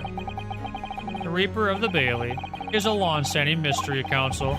Are you suggesting you have some new information with which to build a case? Galliard has already investigated Lord Van Zieks very thoroughly in that regard, and they found no evidence whatsoever to substantiate the claim that he is the Reaper. Perhaps, but circumstances have now changed. What do you mean? It's already been established that the assassin exchange was negotiated with Jigoku by the Reaper himself, which means we now have a new line of questioning by which to identify definitively the man's identity. That is the prosecution's intention here. I must say I'm surprised at quite how tenaciously you appear to want to besmirch my name. You're guilty of an unforgivable crime, Lord Van Zieks. And I will bring you to justice for it. Whatever it takes. Thanks, Miss Kazuma's silence before. Let's have nothing to finish with Lord Van Zieks and Woodley started 10 years ago. Very well, whilst it's extremely irregular, I will, on this occasion, grant the prosecution further opportunity for witness testimony. The defendant will disclose any and all involvement as he has with the Reaper in the assassin exchange. I thank you, my lord. And the court so wisely. I will declare this court to be in session for a supplementary hearing.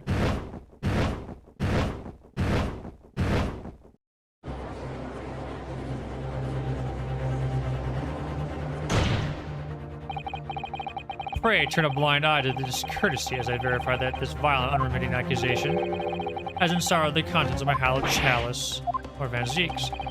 I first had to suffer the pseudonym of the Reaper 10 years ago now, and ever since that time, I've endured the weight of implied guilt that's gone with it. So, I welcome the chance to testify now and crush those allegations once and for all. Good. Then let justice decide, Lord Van Zieks. The prosecution seeks to begin building its case by calling the accuser to the stand as the primary witness in order that he may answer the accusation brought by the prosecution that it is the Reaper of the Bailey. What say the defense? Putting a defendant in the witness stand can be extremely dangerous. Kazuma-sama is so emotional at the moment. He's not thinking logically.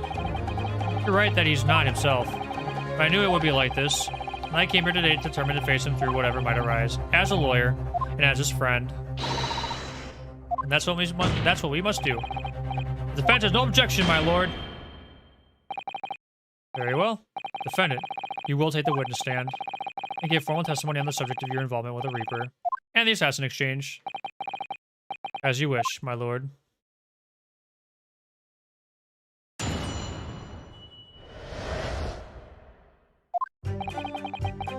I've never taken the life of another, nor have I instructed another to kill.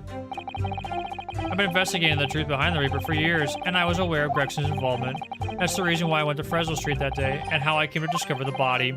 The point is, no common thread exists between myself, Gregson, and Dr. Wilson. Clearly, therefore, there's no reason to suspect me of being behind the assassin exchange. You know, accusation by the prosecution, both that you are the Reaper of the Bailey, and that you masterminded the assassin exchange. I acknowledge that the public at large believe me to be the Reaper. However, that's a fallacy, which I alone am in position to forswear. Actually, the prosecution believes the testimony just given by the accused to be untrue. Ryunosuke Naruhodo. Yes? Let me ask you, why are you here? What really brings you to this courtroom? To find the truth. I desire to uncover the truth. Yes! Even if the truth proves your client to be guilty. From all my experiences in this courtroom, I've come to realize something. The truth can't be hidden. Sooner or later, it will come out. So it's always my intention to work with my client in pursuit of the truth. I want you to remember what you just said. Enough dilatory chatter. Counsel for the defense, proceed to the cross-examine the witness. Yes, my lord. I know exactly what you're thinking, Kazuma. I know you're just waiting to point it out. The contradiction you're convinced lies somewhere within the man's testimony. Oh, and there is one, for sure.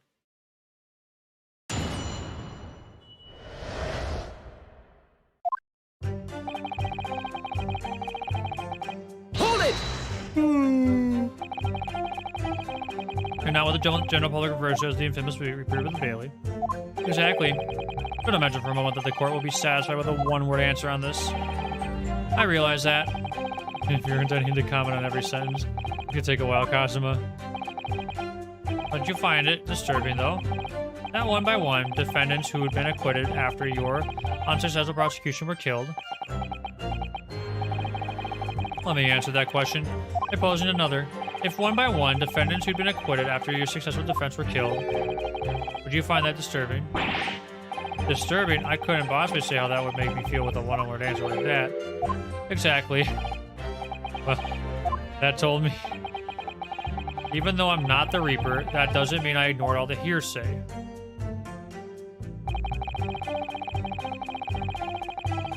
Hold it! You say for years. How long exactly?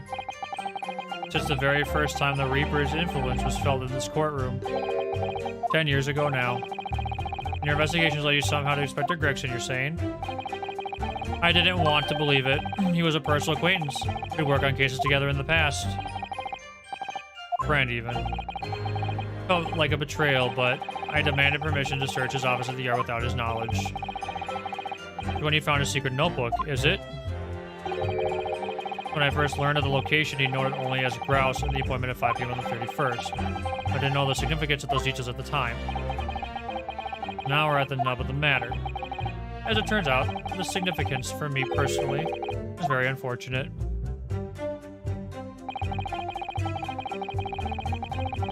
Hold it! Yeah. Excuse me. Why did you go to that specific location? I thought that if it was the Reaper's headquarters, and by turning up there at 5 o'clock, I would catch whoever was involved red-handed. Sadly, all that was awaiting me was the inspector's corpse. Yes, even though it wasn't designed for you, you walked straight into the trap set by Jigoku. Exactly. Jigoku had intended to implicate Hugh Boone. But unhappily for me, I arrived at the scene first. Huh. Ridiculously careless blunder. Moved on to just throwing insults around. I see it then, Kazuma. Think what you will, it doesn't change the truth. Hold it! There's a link between you and Gregson, though. Of course, we were close acquaintances. We work on numerous cases together. I consider the man to be a mentor of sorts. He taught me a number of important lessons. He did? Such as what? Where to buy good fish and chips and such like. That was convincing. Dr. Wilson was a coroner, of course, but that was some time in the past. In any case, I understand it was several years ago now that he was invited to work at the Japanese University. That's right. He was a visiting professor at the Imperial Yumi University in Tokyo. To be unambiguously clear, then, that no link exists between myself and him. In other words, I had no motive for sending some assassin across the ocean to kill the man. It's plausible enough, and I want to believe it. But something about this just doesn't quite sit right with me. I agree, Ryunosuke. I agree. Hold it! Certainly, as it stands, there's no evidence to suggest that you concorded the scheme. But as it stands, we have only the accuser's insistence of his innocence. Sorry? Perhaps there's some reason that would explain why he masterminded the assassin exchange. If a reason can be established later in these proceedings. In the lines, then the accuser claimed that in his testimony that he wasn't involved would amount to perjury. Well, yes, that's true, but... Clearly, Kazuma-sama intends to identify a reason to use it to make his case. If you don't identify something first, you'll gain the advantage. This could be dangerous.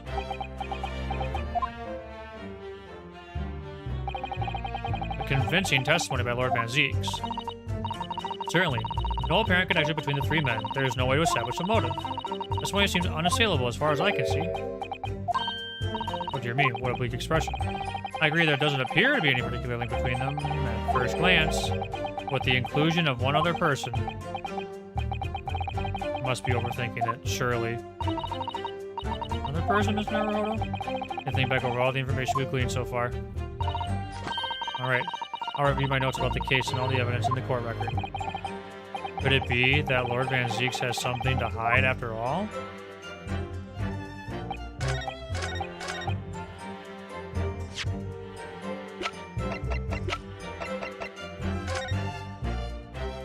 Coroner John H. Wilson, Clint Van Zieks, death. Let's see. Gregson. Objection! What is this? An autopsy report? Wait, this is 10 years old. The autopsy of Clint Van Zieks. What? My brother's autopsy report?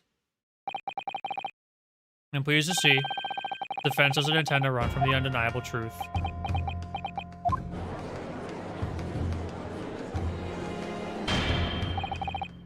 Order in court. What reason do you have for presenting a 10-year-old autopsy report here, counsel? The autopsy report of the professor's final victim, is an indelible link between Inspector Gregson, Dr. Wilson, and the defendant. Not that accursed name again, the professor. I personally researched all the court records relating to that case. I know at the time, autopsy was considered sacrilege to the victim's souls. Remember the aristocracy like Lord Clint Van Zieks, it was unthinkable. Someone implored the powers that be to allow the autopsy to go ahead. Inspector Gregson. He declared that he was certain he would obtain conclusive proof from the procedure. It was Dr. Wilson who conducted the autopsy. His signature is clearly visible on the document. As promised by Gregson, the autopsy did indeed produce evidence. Evidence that conclusively proved Genshin Asogi was guilty of the murders. In my brother's dying moments, he mustered all his remaining strength to leave that vital clue behind. Indeed, that was the key to indicting the professor for his crimes and the conclusive evidence that convicted him. Enable Lord Van Zieks to avenge his brother's senseless death with a marvelous victory in court. Marvelous victory, was it? I wonder if that's really true. What? Could the same be said if it turned out that the key piece of evidence in question was in fact fabricated? The inspector, the coroner, and the prosecutor all colluded together to cast an innocent Japanese man as a mass murderer and send him to his death. That's outrageous. And now, 10 years later, for some reason the secret has been threatened and needs protecting, which is why the inspector and the coroner had to be silenced, isn't it? By someone in power in Japan and in Britain, using the two killers recruited by the assassin exchange.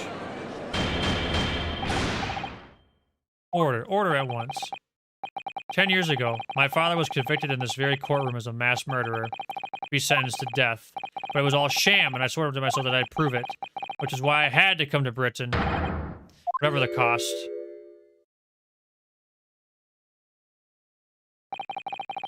You'll have to forgive me if I feel compelled to toast his vengeful Nipponese's tenacity of purpose here. However, he who fails to quash his emotions in the courtroom has failed as a lawyer.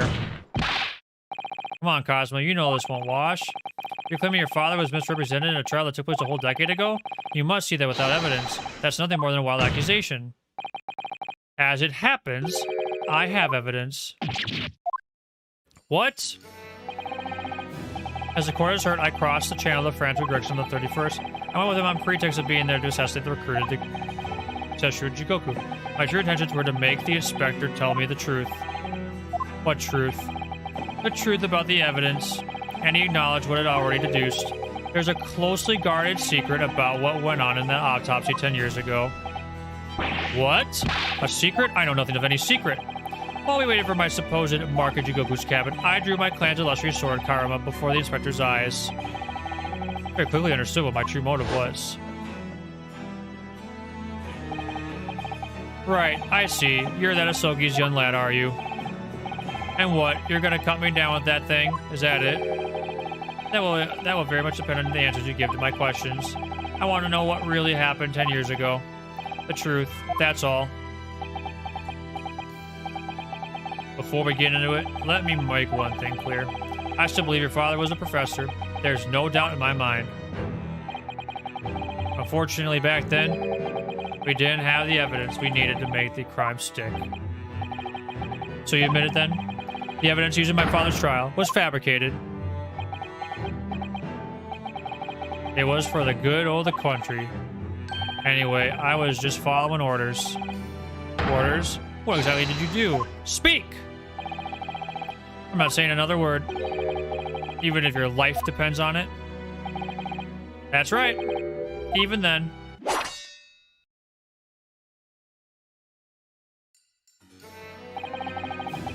So that's when the tip of the sword broke. Kazuma-sama. The results of Clint Van Zeke's autopsy were fabricated, and the investigating officer Gregson and the lead coroner Wilson must have known about it.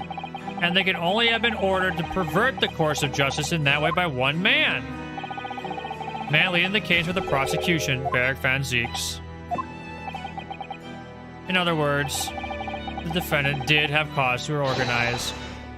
Except we forget that Strongheart was originally a part of the prosecution. And as established earlier, it has to have been the Reaper himself who liaised with Jigoku to Japan arranged the exchange. It follows that the Reaper's true identity can only be that of the man who stands accused of this courtroom today, Beric Van Zeeks.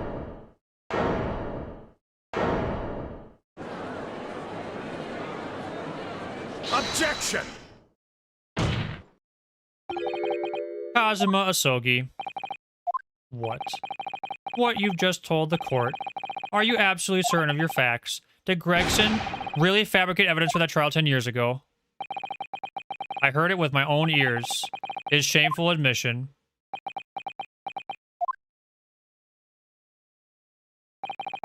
In that case, I know the name of the Reaper. Let's go get Strongheart out of here. Lord Van Zeeks? I gave no such orders. I know that for certain. Which narrows down the remaining possibilities to one. If Lord Van Zeeks isn't the one behind all this, then yes, there is only one other person who could have done something like that. I believe I know who it is too. You? I just had a feeling this name was going to come up. The true identity of the infamous Reaper of the Bailey is... Take that! Finally, I can do this. The only person who could have arranged the assassin exchange and manipulated the autopsy results is the Lord Chief Justice himself, Lord Mail Strongheart. What? Lord Strongheart? Yes, it's true that 10 years ago, the defendant handled the prosecution of the professor in court, but he only took over the case after his brother, Lord Clint Van Zeeks, had been killed. I can only assume that this is the most inappropriate joke in British judicial history. Well, Lord Van Zeeks, 10 years ago, I was very new to my profession, but I had a burning desire to avenge my brother's death, so I pleaded for control of the case. The investigation to that point, the supplication of the lords to allow my brother's corpse to be examined, all the evidence I was given, the autopsy reports, it all came from you.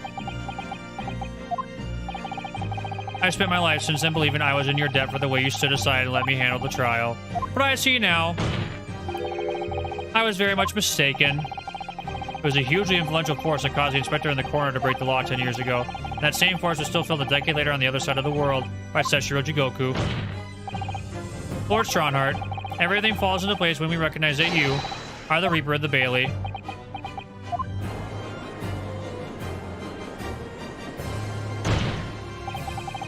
The court awaits your response, my lord. This may very well go down in British judicial history, but I assure you, it is no joke. Consider this a formal accusal by the defense. Doesn't warrant a response. A formal accusal? Don't be absurd. Defense's claims are utter nonsense, a wild fantasy at best. You're not going to defend yourself. You claim there was some wrongdoing with Lord Clint Van Zeek's autopsy. That's utterly untrue. I heard it from Gregson's own lips. He admitted to it. And where is your evidence? What? Gregson's dead now, unless you were thinking of summoning a ghost to the stand. You mean to say... I forget how the system works in your little backwater country, but in the courts of the British Empire, without evidence, there is no case. I have no intention of entertaining some wild fantasy that can't possibly be substantiated by anyone or anything. Arrgh.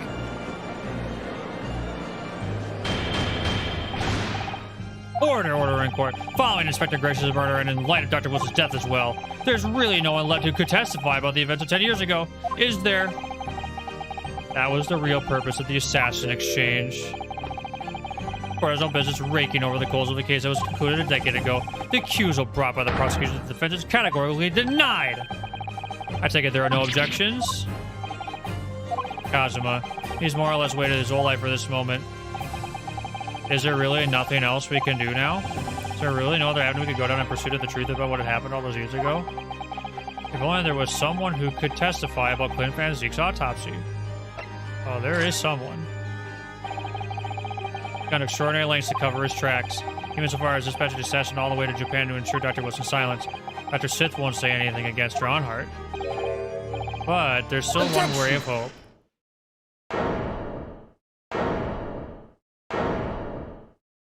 Professor Mikotoba. Actually, there is one person who could still testify about that autopsy. Don't be ridiculous. There's no one left. Who, Ryunosuke? Who? Tell me. Kazuma, Please, this trial can't end. Not yet.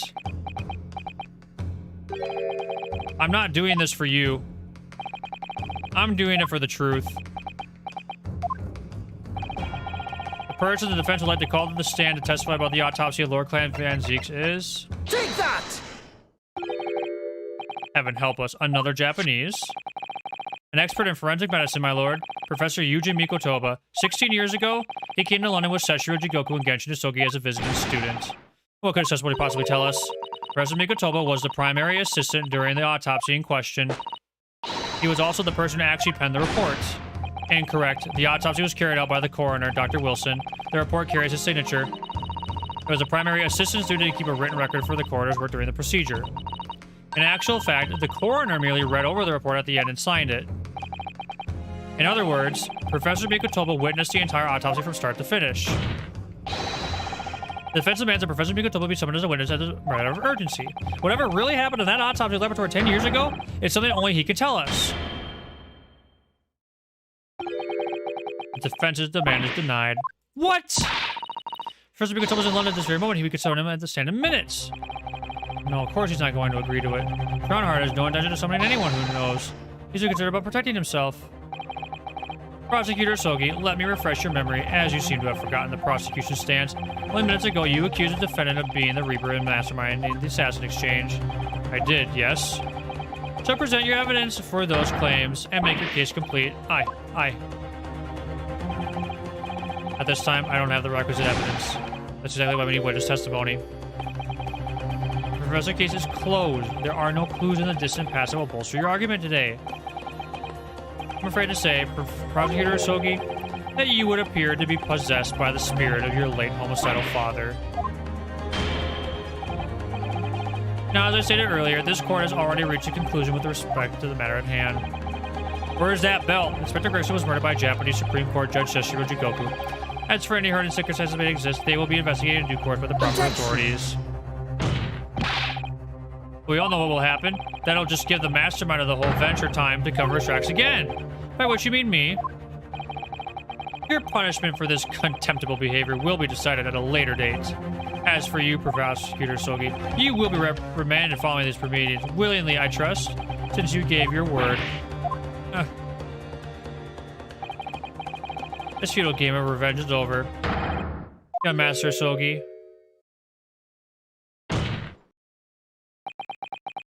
Urgh.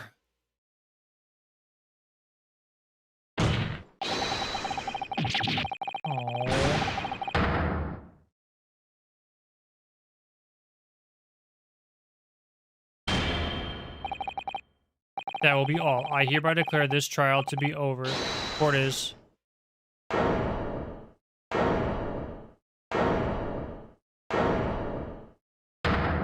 Yes! Let's go! Mr. Sholmes! This is no place for amateur detection, Mr. Sholmes. A reminder that these proceedings are closed to the general public. You will leave the courtroom at once. Mr. Sholmes was instrumental in the apprehension of Seshiro Jigoku before he fled from Europe. The court should hear what he has to say. Lord Maelstrom Drawnheart, it's imperative that you refrain from bringing this trial to an end at this stage. Is it really? And why would that be? You need only recall your own words in the opening of the trial to answer that question, if I may. We will stop at nothing to uncover the whole truth behind these disturbing findings. Surely it can't be. The shock of being accused of being the Reaper yourself has erased that from your memory, can it? This song slaps. The whole truth, sir, has already been uncovered. It would seem that we have a great many important members of the judiciary present here today. I put it to you, my dear fellows, should the trial end at this juncture? After all, why have you been invited to attend? To nod along to the prevarications of your superiors? Mr. Sholmes kicks ass. Order in court. Seems to me that we stand before a door that leads to a new era of legal practices, a door that is ajar. Let's emerge from the shadows of the Reaper's decade-long ascendancy. For you and you alone, my dear fellows, have the power to push this door open now. The auditors in the gallery have no right to express an opinion on court proceedings. Silence. He's right. The judge has absolute authority here. Yes, if he calls the trial of an end, it must end. Will that really do? I sense dark things occurring behind the scenes. Dark things indeed. A single person here present cannot see the same. What? The trial should go on. Summon the witness. That's right. We need to clear this up before that young Japanese fellow is remanded in custody.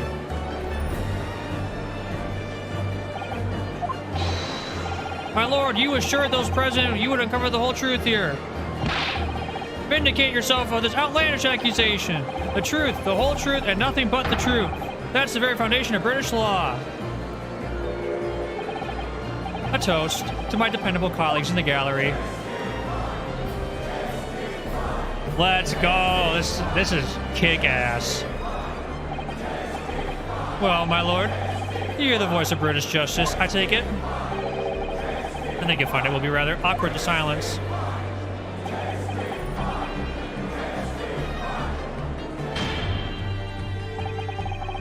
The court will recess briefly. I have no intention of shrinking from these allegations. Bailiff, arrange for the subpoena of the witness at once. As soon as the gentleman arrives at the courthouse, we shall reconvene. A recess won't be necessary, my lord. Pardon? Mikotoba's a close friend of mine. He accompanied me here today and is waiting in the antechamber as we speak. I do believe he's been enjoying a little trip down memory lane, in fact. What? Professor Mikotoba's here in the courthouse? Mr. Sholmes, you didn't know this would happen, did you? My dear fellow, no one is in a better position to answer that question than you, surely. I wasn't just asking for the fun of it, you know? Well, I must thank you for your assistance in this matter, Mr. Sholmes. However, you are of no further use here. Kindly leave the courtroom at once. But, of course, in truth, I find myself rather busy now as a result of these developments. Mr. Naruhodo? Yes? I trust you have Iris's little lucky charm with you? Absolutely. Still in my pocket. She sends her regards and a reminder. You find yourself at a dead end. The ears are at your disposal. Just one tug, if you please. Of course. This is so badass. The trial will continue without delay. Bailiff, show the witness to the stand. It's Lord Stronhart? He's the Reaper of the Bailey. Where exactly is this trial going to take me, I wonder? How deep am I about to be plunged into the blackness of the abyss? Well, I'm ready. Ready to head into the heart of this maelstrom and confront whatever horrors it ties down the meander. Ah, yeah!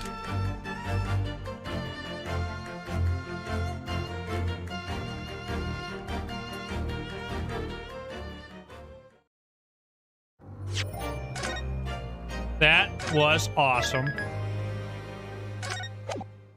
And let's keep going. Oh.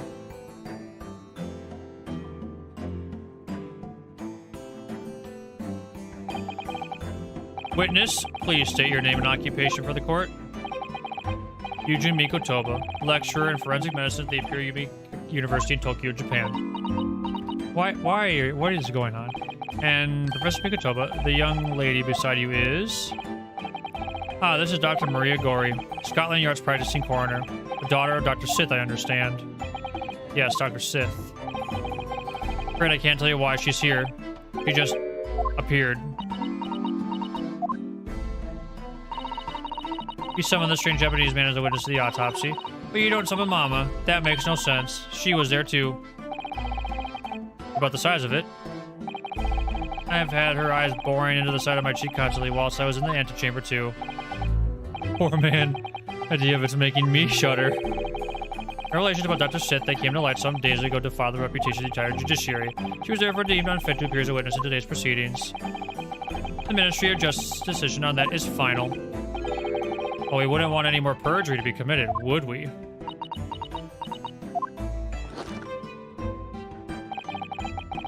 Ministry of Justice? Some questionable strings are being pulled, I think.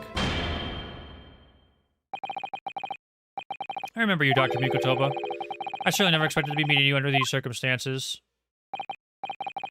Yes, it's been a long while, Lord Strongheart. Prosecutor understands that you were a visiting student of forensic science in London until 10 years ago. That's right. I studied under Dr. Wilson at St. Sinners. So you were present at the autopsy of my brother, Lord Clint Van Zeeks? I was, yes. I assisted Dr. Wilson with the entire procedure.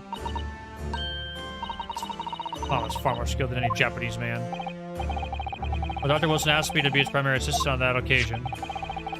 The autopsy report was actually penned by you, I believe. Yes, I noted all the doctor's findings, and when we were done, he read through the document and signed it. Poor Mama. Secretary assistant. She wouldn't have had such a good view of all the innards. So, Professor, do you remember Inspector Gregson? Oh, yes, of course. If it wasn't for his insistence, Lord Van Zeek's autopsy would have never happened. He was absolutely convinced that it would reveal decisive evidence against Genshin, you see. Lord Strongheart had to entreat the nobility to allow it to take place. You correct me if I'm wrong, my lord. It was as a result of that autopsy that a mass murder was apprehended and justice was done. Gregson admitted before he was killed. He admitted that the results of the autopsy were fabricated. You were there at the time. You must testify. You have an obligation to tell the truth about what really went on. Absolutely. That's precisely why I'm here. And that's why I'm here too. Very well, then you will give your formal testimony now, witness. Before you begin, a word of warning. Oh? You will state truthfully and accurately what you saw and what you heard at the time. I wouldn't dream of doing otherwise, my lord. When your testimony verges on supposition, I will expel you from my courtroom. Remember that.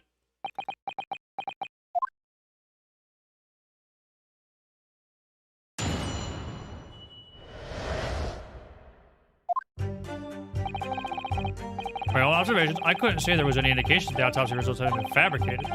Death resulted from a wound made by a Western-style sword transfixing the heart. That I found a little strange. There are no other signs of internal injury. Nothing questionable at all. It was just a beautiful but dangerous piece of evidence removed from the man's stomach. Presumed to have been swallowed by the victim as a way of posthumously identifying his assailant.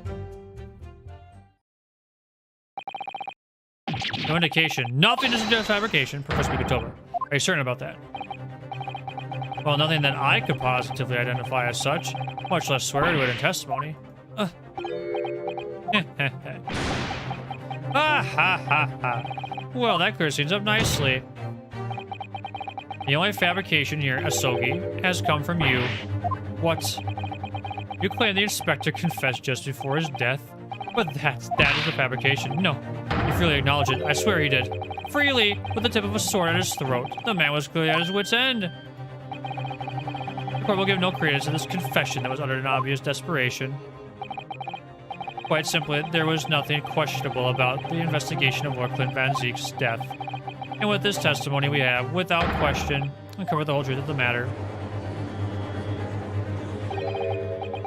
I mean, my lord, there was most certainly something questionable about it, and the whole truth does rather elude us, I feel. I beg your pardon. Well, you're obviously aware of the facts of the case. All four of the professor's previous victims died when an enormous beast was set upon them that ripped out their throats. Oh, such horrifying crimes. Curiously, the killer's last victim, Lord Clint Van Zeeks, suffered a different fate. Yes, you're right. He was stabbed through the heart with a sword. That's enough. I believe I warned you about this, witness. I promise to curtail your testimony as soon as it enters the realms of supposition or speculation. Very well, my lord. In that case, the defense will pursue a conclusion to this during the cross-examination. What? I have the right to cross-examine every witness after testimony. And I fully intend to exercise that right. Ryunosuke. Or that even the presiding judge has no authority to contravene the letter of the law, as I'm sure every member of the judiciary present in the gallery would agree.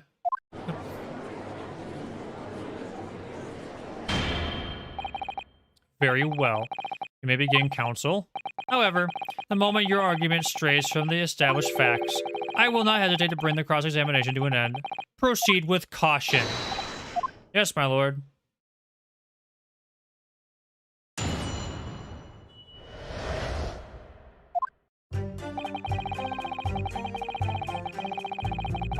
Hold it!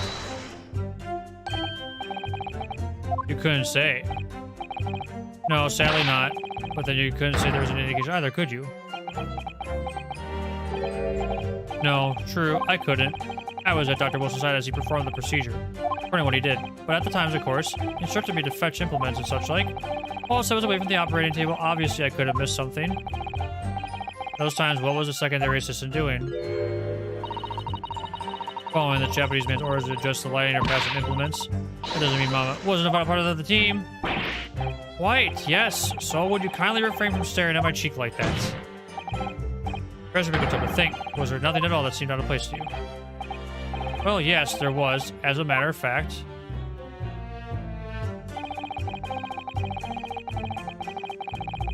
Hold it! And all the previous 4 killings attributed to the professor. Victims were killed by an enormous dog, I believe. Their throats were, well, mauled. Correct. And yet Lord Van Zieks was stabbed. Ah, do you mean to say Lord Van Zieks may not have been one of the professor's victims?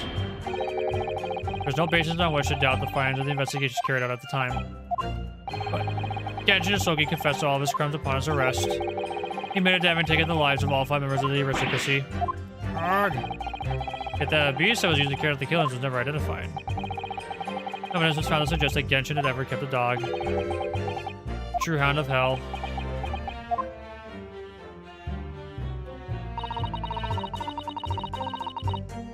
Gosh, what if Clint Van Zieks was the professor? What if Genshin had to defend himself and killed Van Zieks? That bell, what was that? That we did have that huge collar though.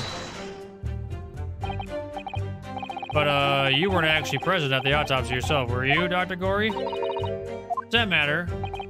Well, I just wonder how useful your testimony could be in that case, really. I mean, it would be different if your mother, Dr. Sith, were in the stand, but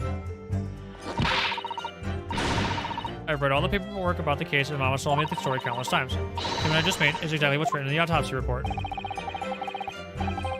And they confirmed that myself at the time. It's true. Besides the stab wound, there was no other sense of internal trauma. I see.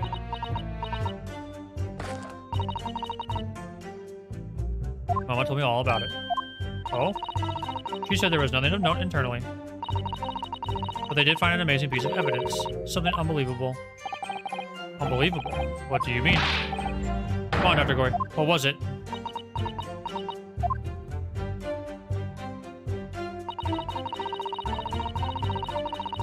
Hold it! Tell me the evidence! What exactly was it, though? What does beautiful but dangerous mean? Well, it was sparkly and round with a hole, as if it might slip over a finger, perhaps. It was a ring belonging to Genshin Isogi. My father's ring? Was inside the victim's stomach? At the time, Genshin wore a large ring around the digitus quadris on his left hand, the fourth or ring finger. I understood it was some sort of keepsake. My father left Japan for London 16 years ago. I was 8 years old. I remember that ring. You do? My father's possessions were sent to our family home in Japan after his death, but the ring wasn't among them. Obviously not. It was a key piece of evidence. It remains under lock and key in the stores of Scotland Yard to this day. After the autopsy, Ketchum was summoned by the police to check for the presence of his ring. It wasn't on his hand, of course. Moreover, there were deep abrasions on his finger where it had been pulled off. They arrested the man then and there, right before my eyes. How could they? I brought the ring along with me today. Well, what? Here it is, a bit dusty from years in the stores. Good gracious, that's it. I haven't seen that in 10 long years. And that was found inside the victim's stomach? Yes, I'm afraid so. You hesitated there, Professor Mikotoba. Should we read something into that? Well, it's just that thinking back now. I didn't actually witness the moment it was extracted from the victim's body. Oh my, really? At the precise moment, Dr. Wilson had asked me to fetch him a new scalpel, you see. Dr. Gory, the removal of historic evidence from the stores requires my consent, does it not?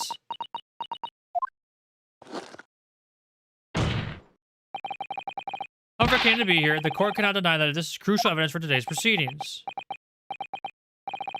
Very well, you may submit it.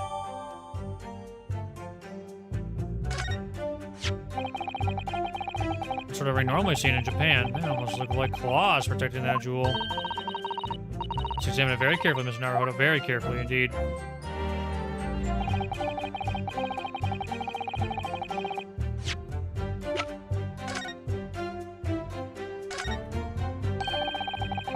These fat claws do a good job protecting the weakly fat gems from the middle of the ring, yes. If you're clumsy, you could give yourself a rather nasty cut on them, I would think. Ow. Oh, my finger's bleeding. The claw's really hard sharp. Oh my. That was very quick clumsiness, Mr. Naruhodo. Even for you. What makes it a dangerous ring? You couldn't swallow without doing yourself some fairly serious damage, surely. A sticky monkey bun about that size would go down much better with some red bean paste in the middle. Someone as clumsy as me would probably manage to choke on it somehow. Hey, ass grunt.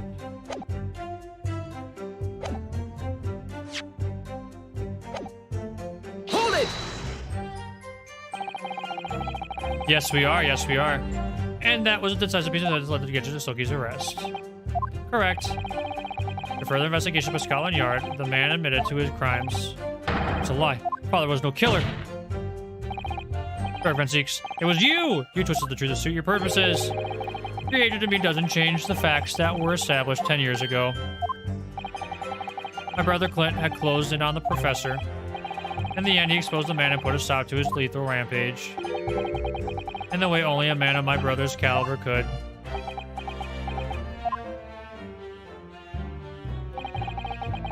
That's everything, is it? Poor father. He looks so troubled. Perhaps because 10 years ago, something happened that's been weighing on his mind. Oh? Couldn't say, were his words. That phrasing was very deliberate, I'm sure. Wonder if he's had his suspicions all these years. If that's the case, we need to use this cross-examination to prove what really happened. Remove any trace of doubt. If we could establish that Kazuma Sama's claim of fabricated evidence was true, we can't shy away from this now, even if what we might uncover could lead to total calamity. Don't worry, Mr. Naruhodo. I'll be right beside you. Whatever may happen. Aww.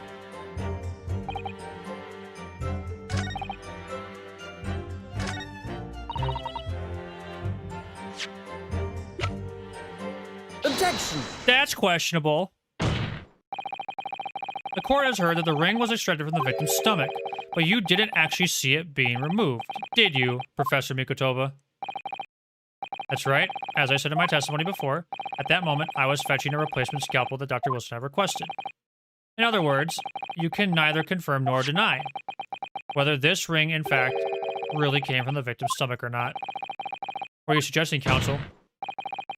That the ring was never in the victim's stomach to begin with. It's entirely feasible the doctor Wilson fabricated that detail about the autopsy here. What are you saying? Dr. Wilson was in possession of the ring in advance, after it was somehow stolen from Mr. Asogi. And he produced it during the procedure, pretending to have found it in there and then in the victim's stomach. Supposition at best. What possible evidence do you have to support such a rash claim? There's evidence right here. That's the autopsy report. Explicit in that report, counsel, other than the ring, nothing unusual was noted internally. I'm not sure how you intend to prove your principal point. You've already done it for me, my lord. The lack of internal injury says it all. What? To swallow a ring of this size would require considerable effort and determination. In addition to its size, there are the sharp claws around the gemstone to contend with. My brother was a determined man, on the brink of death even more so, I'm sure. He would have stopped at nothing to ensure that evil killer was brought to justice. But if he really had swallowed that enormous ring, It's inconceivable that no traces of its passage down its throat would have been remained as internal trauma. No!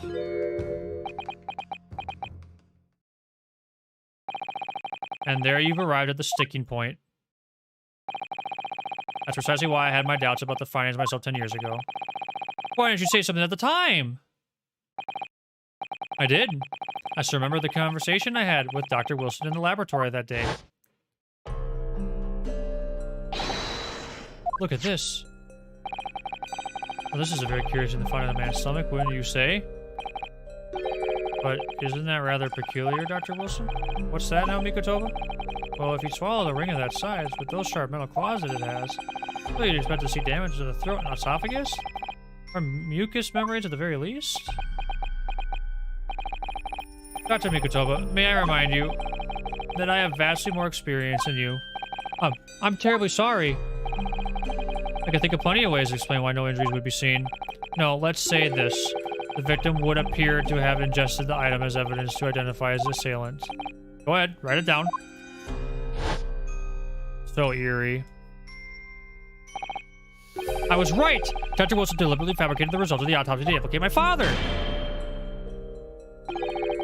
I'm disappointed, counsel. Your argument is nothing more than speculation. What? Dr. Wilson was Britain's leading authority on forensic science and autopsy work. There is no scientific basis on which to doubt the man's expert opinion. Pardon the interruption, my lord, but damage to the mucous membranes of the throat is easily identified even in living subjects. Using a device called an endoscopy, recently demonstrated in practical use in France.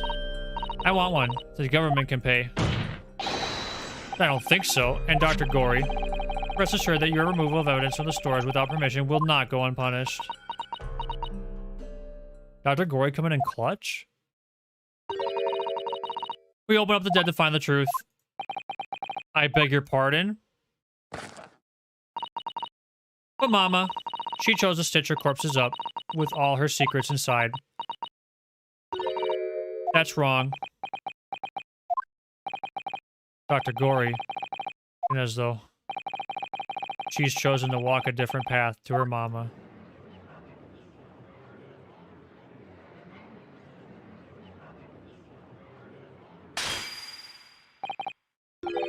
Yes, the ring. What about the ring? I've just remembered something. An earlier incident. What incident? The one I recounted to you before. About a memory I have of Genshin Isogi saving my life. What? My father saved your life? It was 10 years ago now, on a foggy night. Genshin and I were walking down some back street. I forgot about this. I think the ring's on his finger too in the picture we saw. Yeah, there it is, the ring. All of our assailants are armed with pistols or secured by scarves. Next thing I knew, there were silence all around. Genshin lay on the cobbled street. Blood was seeping from his left hand. He shielded me. It's on the ring finger of his left hand that he used to wear that ring. Are you saying... I've always believed those thugs were after me. But now, I'm starting to question if perhaps I wasn't the intended target after all. Wait, but... Genshin was arrested 2 days after that attack. And in that short interval, the decisive evidence needed to indict him was miraculously found. You mean, the ring was stolen from him? You think that's what those thugs were after that night? Objection!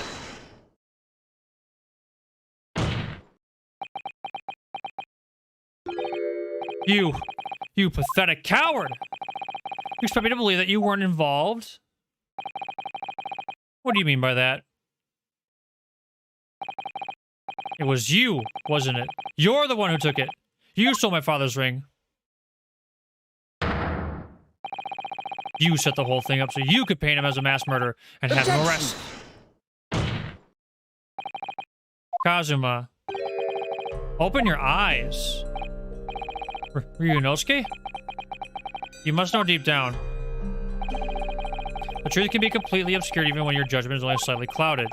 At the moment, you seem to be floundering through a dense fog. Is that why you were so insistent I should be present in this trial? To see you like this?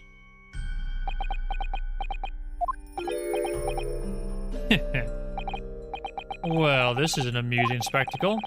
What a grandiose expression of your face, as if you were Lady Justice herself. Seems you thoroughly convinced yourself of this alleged fabrication of the autopsy results, so much that you're apparently blind to the blatant contradiction that would be born out of it. Well, it was extremely hard to believe, let us imagine, that there was some misconduct during the autopsy. If that were the case, why would Asogi not have disputed the findings in his trial? In the closed court hearing 10 years ago, the defendant never once denied the claims against him. Isn't that right, Lord Van Zieks?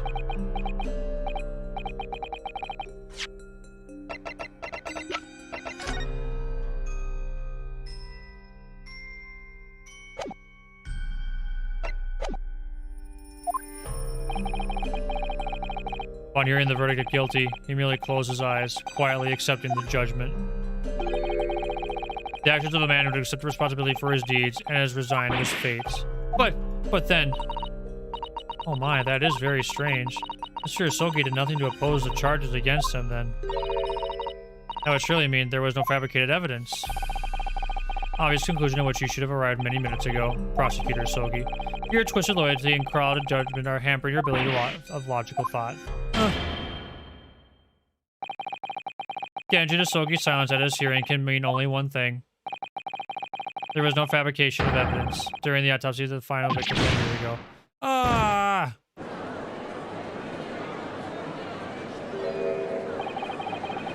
That autopsy was all above board. There'll be nothing to stop Lord Strahner bringing this trial to an immediate conclusion.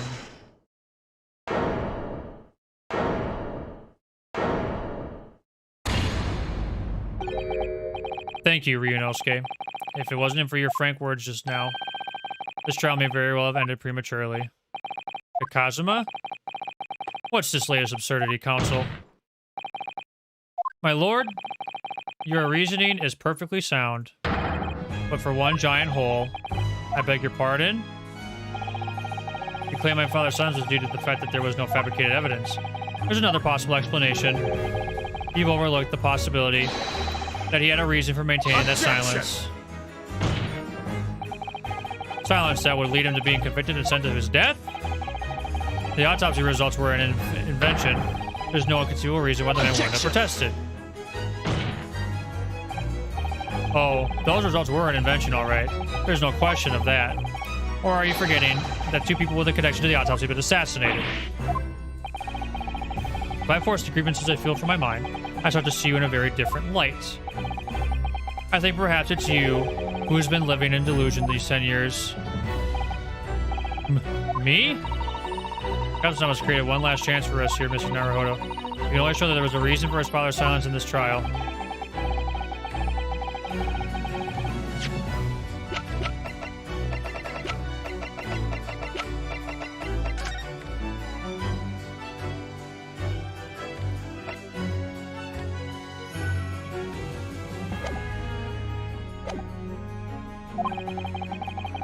Part of some negotiation, perhaps? Enough rhetoric, the court must be shown evidence. What proof do you have that they could possibly explain Asogi's silence in court?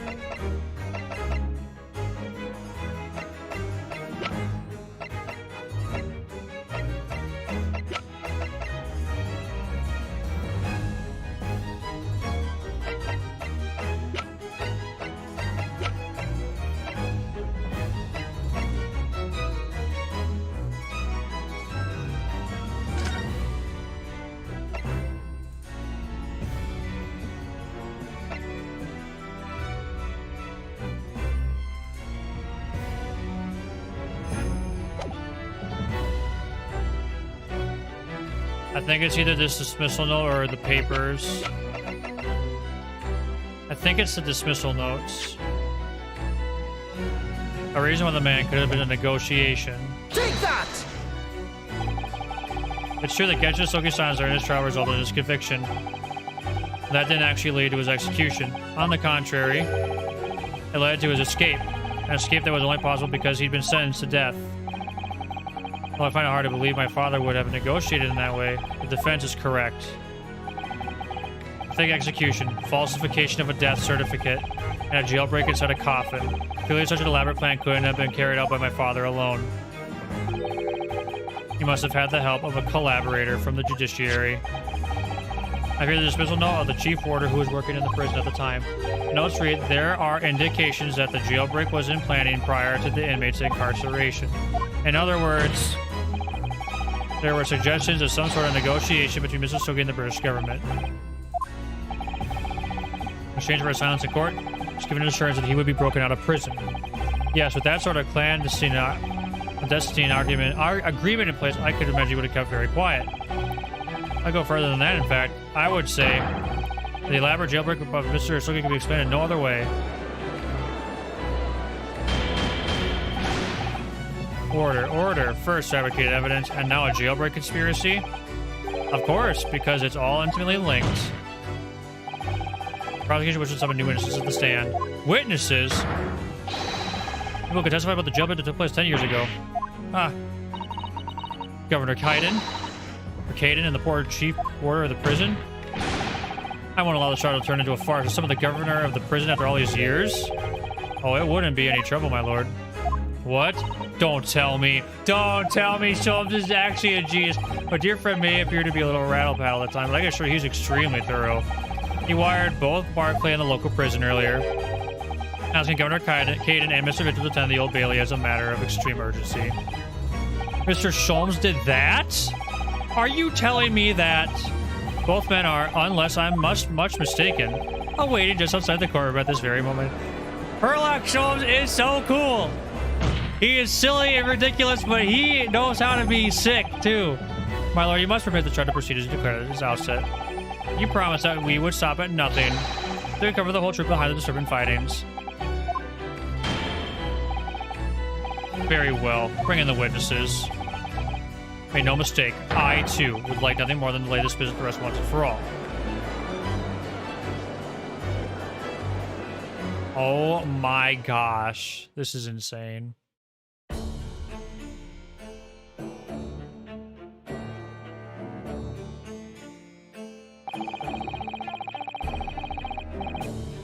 Ooh, good, tired.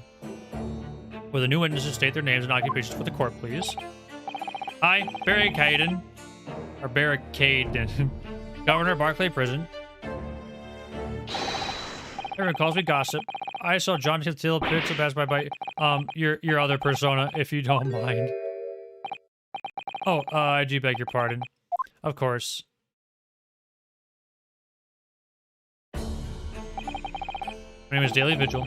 I used to be the chief warder at the Barclay Prison. The reason you've been summoned here to court today is to testify about the jailbreak of the so-called professor 10 years ago. Look, Professor, we've already been through all this before, a decade ago. And the conclusion was that there wasn't anything untoward happened. A convict escaped from your prison, Governor. Probably what you call nothing untoward. Well...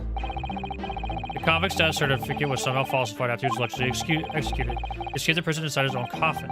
A plan of that complexity could never have been carried out without the help of somebody of influence inside the prison. Governor Kaiden. Kaiden. Don't imagine that the passage of time will afford you any protection.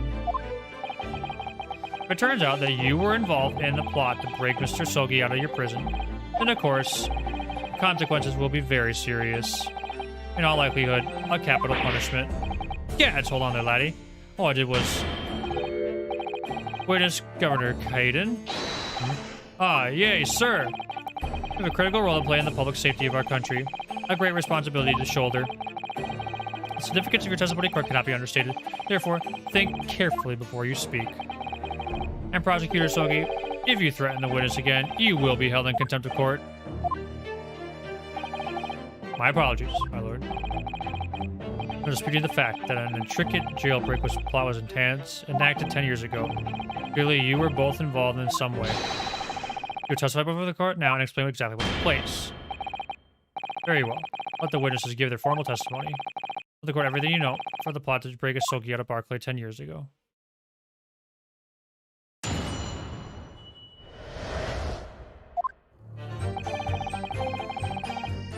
Yeah, the Japanese dog was found guilty. To keep in the prosecutor's office. I sent the comment to the chief warder vigil here with the plan of action behind the scenes. Possible for Soki right up until the night of his execution, but I knew nothing of any plot. I didn't ken if there was some negotiation between the company and the prosecutor's office. I was carrying out my duty for Her Majesty's Great British Empire. A director from the prosecutor's office. Saying that was a jailbreak plot. Aye, that's right. Who sent it? Who authorized that plan? I didn't ken that. You're saying you don't know? Listen, there wasn't a thing about the professor case that was unusual in some way. I didn't ask any questions. I just did what I was told to do. More than that, I couldn't tell you. I see, but if the jailbreak plan originated from the prosecutor's office, then one thing is very clear. As suspected, there were clandestine dealings going on between Mr. Sogi and that office. Jailbreak was promised in exchange for Mr. Sogi's admitted to the crime he didn't commit.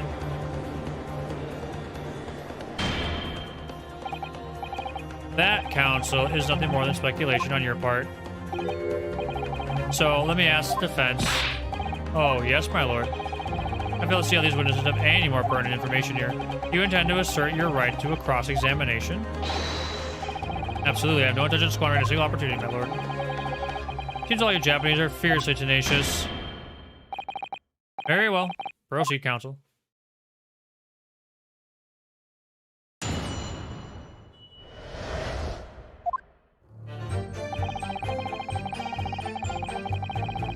Hold it!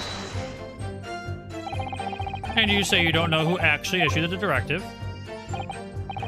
Aye, that's right. All I can be sure of is that it was official. It was from the prosecutor's office. That narrows down who could have issued it straight away. It wasn't me. I can't even say with certain that it did originate from the prosecutor's office. What? There's no telling where it started. There's a fair chance it came from higher up the ladder. Basically, I cannot give you any indication of who was behind it. Can't be serious. All we can say for sure is that the orders must have come from somebody in authority, I suppose. I was on the ground, as it were. Do not bother with idle speculation. We just get the job done. I saw the comment. Oh, sorry, I'm not gonna reread this. Hold it! You gotta rest my voice, you know. Mr. Vigil, you didn't know anything about it at all. That's right.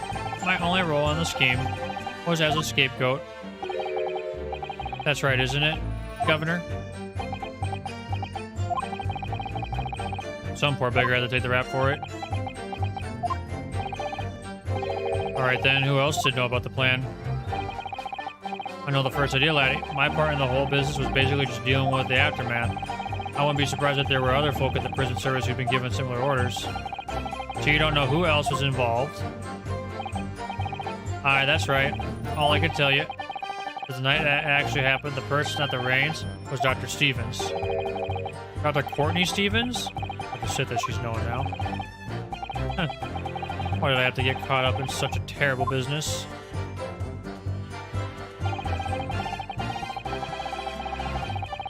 Hold it!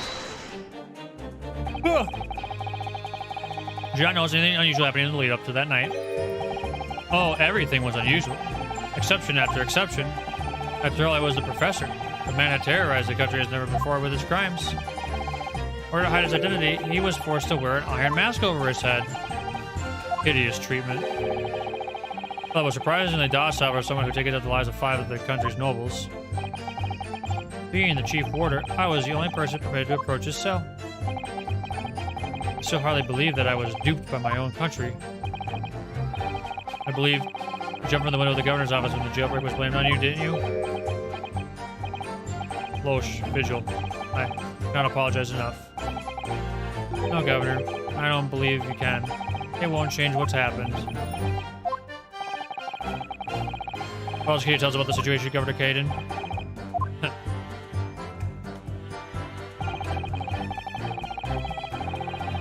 Hold it! Final acknowledged that orders came from the prosecutor's office to arrange for the man's escape. Must have been some negotiation and some sort of explanation. Aye, well, be that as it may, I didn't care nothing about it. What it stands no place for telling what you don't know for sure. I can that much, I do. I presume you also know this. Not telling you what you do know is a criminal offense. You're just following orders, is that it? I'm afraid that won't absolve you of guilt here. They must still kill illegally, even if he was a condemned criminal. You're very well be found complicit in murder, Governor. That's what it's to be, is it? Even with the threat of conviction, you won't break your silence.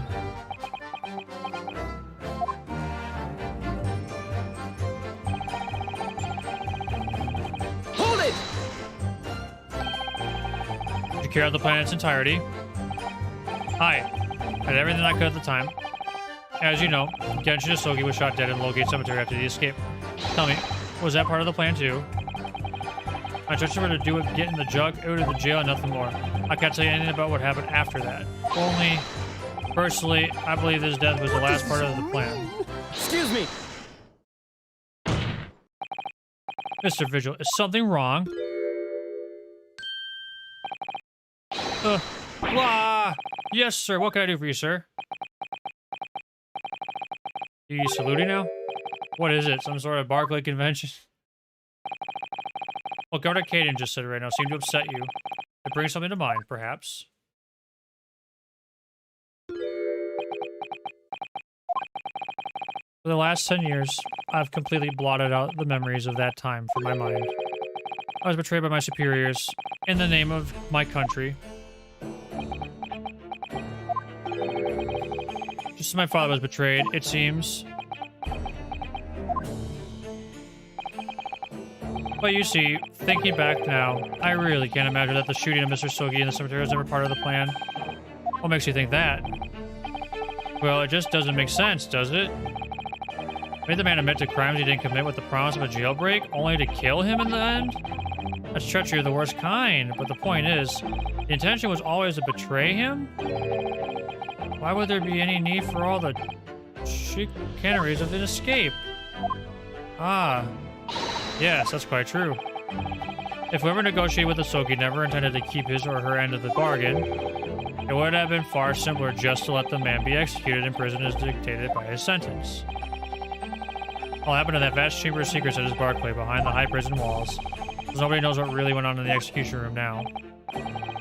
Yes, it's an unsettling mystery, certainly. Truth be told, there is a wee matter that's never quite made sense to me. I believe there was some kind of negotiation behind the jailbreak between Sogi and the body at the top. It doesn't quite add up, does it? Governor Caden, I must insist that you explain these doubts that you have. Many in your formal testimony. Gads! Aye, go on then.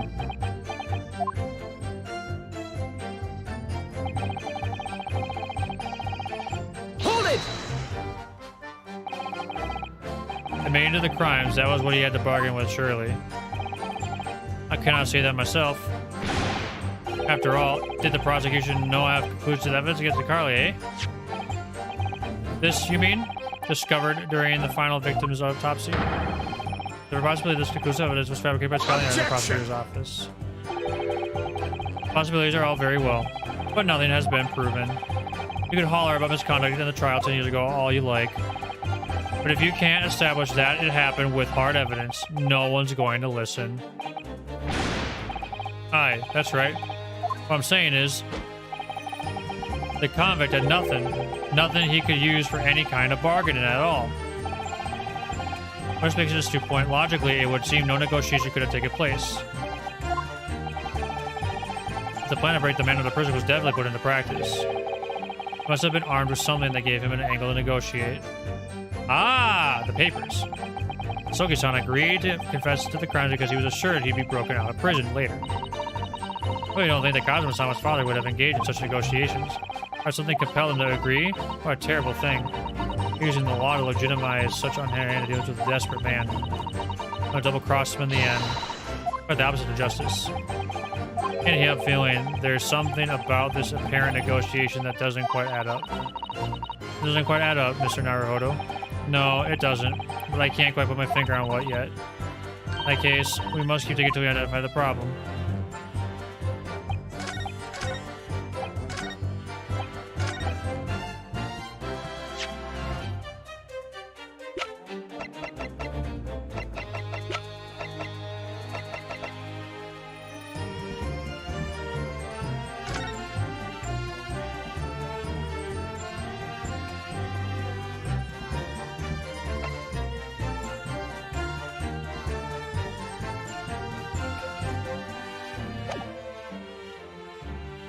think it's the papers.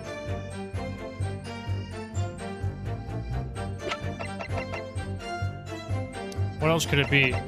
I mean, it basically has to be the papers. The hairpiece. No, no, no. Okay. It's basically got to be the...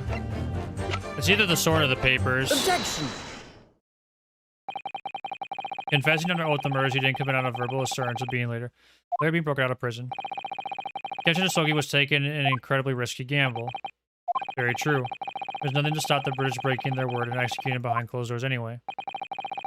Under normal circumstances, no man would stake his life on a gentleman's agreement like that. Which means that Mr. Sogi must have had a trump card. Something that guaranteed he wouldn't be betrayed. Some kind of weapon. Havers, the fellow couldn't possibly have anything like that. But you know that he did, Governor. The Hisogi Papers. The name given to the last will and testament of Genshin Hisogi. Ah. Treasure that Mr. Hisogi was hiding his will in his cell at Barclay. Chief Warder Vigil caught him with it one day. You squealed, did you wee rat? Did you not tell him to keep that a secret? You can't touch me now. Guard! Mr. Vigil caught sight of that will through the bars of the convict cell. Mr. Sogi pleaded with the warder. Alright then, but what's on that paper? The last will and testament. This will is the only weapon I have left now. A weapon? And after the convict had been killed, following the elaborate pretense of the jailbreak, that document mysteriously disappeared, didn't it? Well, yes, all the prison wardens searched through the belongings in his cell, but that will was just nowhere to be found. As I understand it, an exhaustive search was made for the document, which became known as the Hisogi Papers. Governor Caden, I believe you ordered your prison staff to find it at all costs, didn't you? Eh? Would I be right in saying that you knew that the so-called Hisogi Papers had the potential to make great waves somehow? Dings! What the place are you blathering about? The will was found, right and proper, in the fell cell where I said it would be. How could that be? We're in a cell. We all searched the place, from top to bottom. Well, you didn't do a proper job, eh? You peely-wally galoot. You can't criticize me now. I showed you before, did I know? I know you're a lawyer? Yes, you did. I have the document here. It's written in Japanese and reads, The Last Will and Testament of Genshin Hisogi. Which means everything is as it should be. Not quite, my lord. You see, there's an undeniable inconsistency here. What? What inconsistency? Mr. Sogi described this document as the only weapon he had left. And yet, this will contains nothing of significance at all. Nothing that would have given the convict any leverage. Are you suggesting, my learned friend, that the last will and testament stored at Barclay Prison all these years is actually a fake? As has clearly been demonstrated already, what went on at Barclay Prison was far from above board.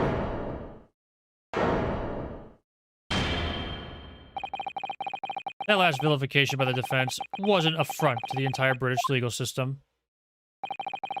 This absurd notion of it as a weapon is something of which we have only the former Chief Warder's word.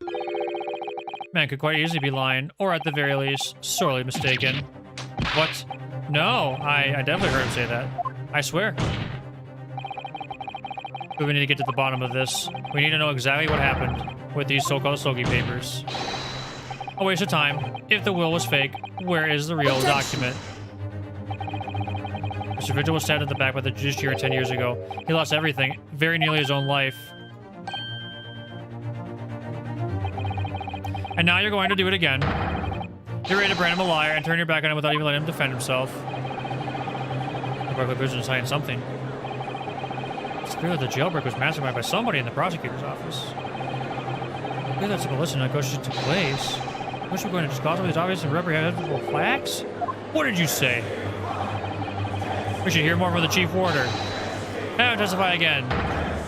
Trial must go on. Man's voice must be heard. It would seem that a vocal few here are utterly blind to the truth. Very well then, let the witness testify again. Tell the court precisely what you think you saw of the convict's last will and testament. Yes, sir, my lord. Finding these papers is going to be the investigation, and it will take place shortly. As a warder responsible for condemned convicts, I attended that Mr. Sogi could watch over his cell. The night after he was found guilty in court, he was doing something with that will in his cell. Turned the cell inside out looking for it after the execution, but to no avail. When I found out about the Sogi bears when the director came telling me to impound them. The document was in the folds of the fellow's robes that was left in his cell. A kimono, I think it's called. His kimono, that's a lie. We searched every inch of the man's cell. We looked through all his clothes. It can't be true. We don't satisfy with calling me lie once, you whiff figure.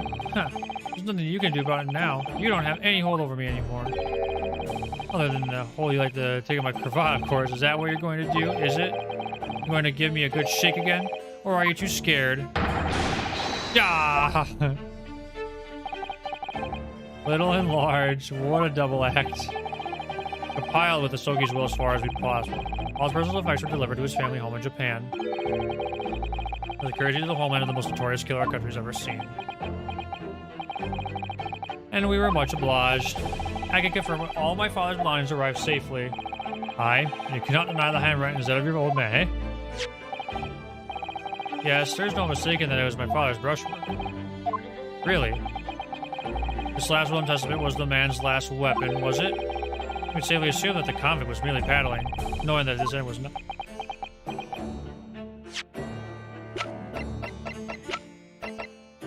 Let's see, is there something with every certain letters? There must be something that I can't see. So, counsel for the defense, your cross-examination, please. Yes, my lord.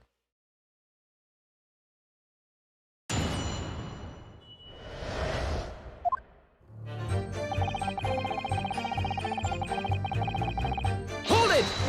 Excuse me. I has the hiccups.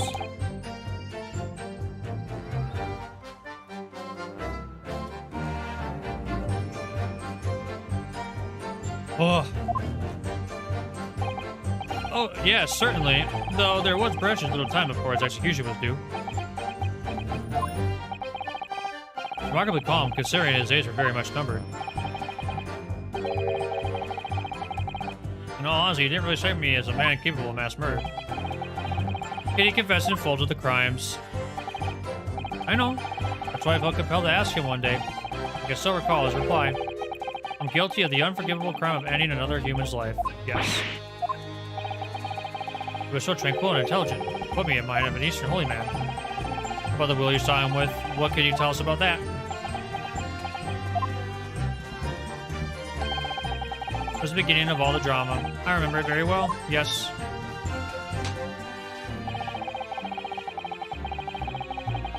Hold it! He pleaded with you not to report him, didn't he? Yes, that's right. And like the bumbot, Yar, you didn't tell me. Blatant breach of trust that was. You can see that the man had a noble spirit. I found myself wanting to treat him accordingly. According to what you told us 2 days ago, the convict had been strictly forbidden from having any writing materials whatsoever. Yes, you're quite right. Ah, so when exactly when was the will penned? That was before the man was remanded in Barclay, obviously. Is at the prosecutor's office under supervision of the relevant authorities. I personally instructed Asogi to make a will for the benefit of his family and his homeland. In that case, why was it found in his cell? What do you mean by that? Well, it was penned at the prosecutor's office. You would have expected that it would remain there for safekeeping, surely. Curious. There doesn't need to be any obvious explanation for why it was subsequently found in the convict cell. Well, that makes an astute point. Well, Governor. Prisoner Governor cannot be expected to key in the inner workings of the prosecutor's office. In that case, Lord Stronart, perhaps you could shed some light on the matter. I'm able to offer an explanation here and now. I have to consult with the notary responsible for the will at the time. The fact that my father's will was discovered in his cell is clearly inconsistent with what was expected. I want to know why. It's like a little mystery then. Well, the thing is about that will.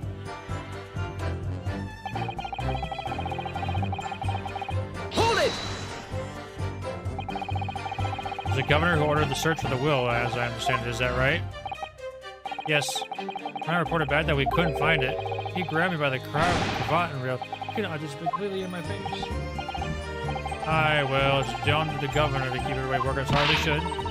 The governor needs a wee taste of his own medicine, Mr. Naruhodo. The point is, it was clearly considered a very important document, wasn't it? It proved impossible to find. That's right! And before I knew it, it was in the morning paper. Blood-curdling article. Executed mass murderer. Risen from the dead. Oh. You mean... Article based on Mr. Trevor's experience at Locate Cemetery. Yes, that was it. The day after I read that news, I was summoned to the governor's office, and that's when the awful accusation was made. You dated Genshin Asogi to escape from the prison, resulting in your immediate dismissal. I'm afraid I really don't remember anything after that. The governor of the prison, I had no choice. I couldn't have done anything else.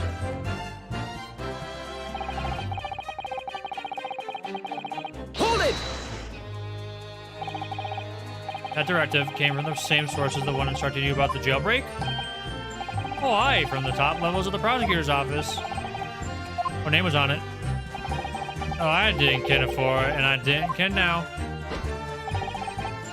All I can tell you is that my orders were to do everything in my power to find that document. Those are the ken, it's supposed to be new. Whatever, I've been saying it wrong. Whatever. Document. Is that the wording? Document, not will? Aye.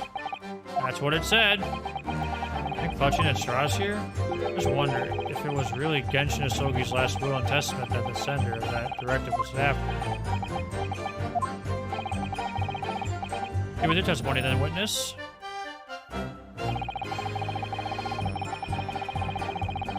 Hold it! Genshin Asogi's Camino. What he brought with him when he was locked up. Yes, he was permitted to have his personal effects with him during his incarceration, I understand. That's right, he was granted as much freedom as possible during the few days before his execution. Indeed, he had a number of items of personal significance, I remember. He was very reluctant to part with them. The books, the kimono, the sword. The sword? Karuma. The famous member of the Asogi clan, it bears the soul of my family. I don't doubt it, but I wasn't really getting at that. Forget being the soul of the clan, could the man have had a more obvious weapon? As a respect for Yuno Skate, respectfully silence. Warriors carry firearms at all times, and the inmates have shackles around their ankles. He couldn't have hurt anybody with that thing. Still, he was allowed a sword, but no writing materials. I wrote that will before he came to say what else to Barclays. Mikotoba was asked to bring the necessary Japanese writing implements to the prosecutor's office. That's Azuri inkstone, black Sumi ink, and some Hanshi rice paper, no doubt. That's meant when he wrote it, but I'm sorry to say, the letters just look like squirt. Right? Excuse me. Are you feeling faint, Mr. Vigil? Mr. Vigil? Sir, it was Scarlet, sir. What? Oh, I'm terribly sorry. I didn't mean to blurt it out like that.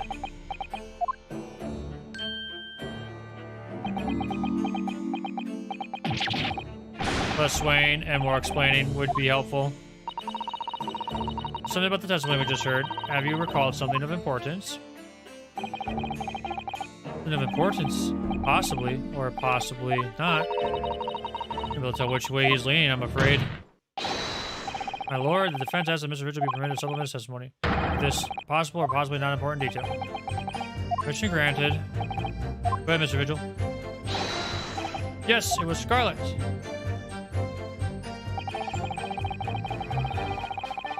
Hold it! Scarlet, you say? Well, yes. I mean, I only caught sight of it for a brief moment, of course.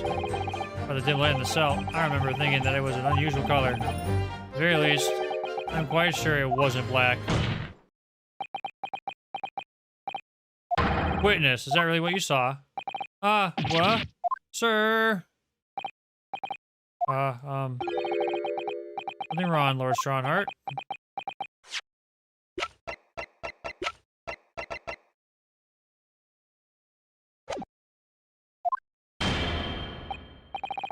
I apologize. Continue. What do you make of that, Mr. Naruto? Lord Strongheart to be so visibly shaken in that way. Talk to Naheva.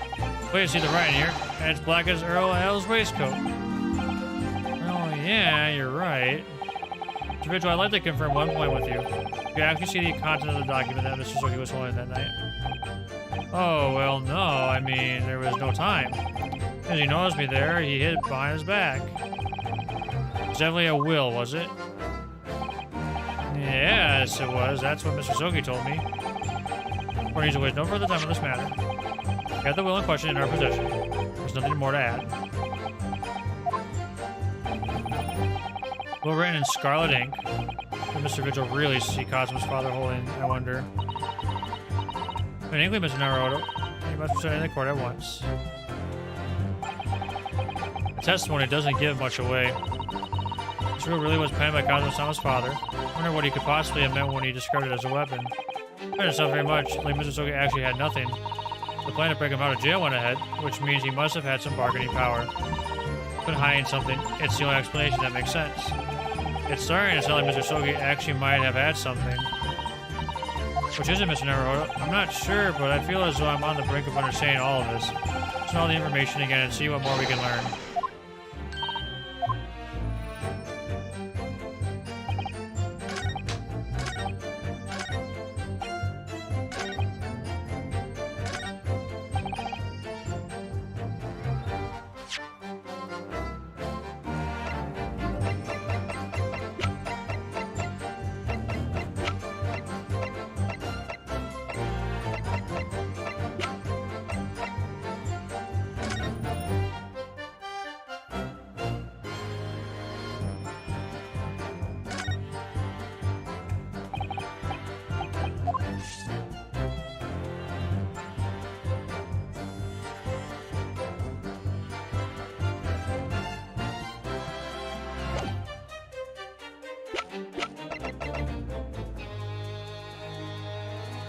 Objection! Oh. Sorry, I thought he saw the ring or something crazy. Sorry, I got too caught up on the Scarlet.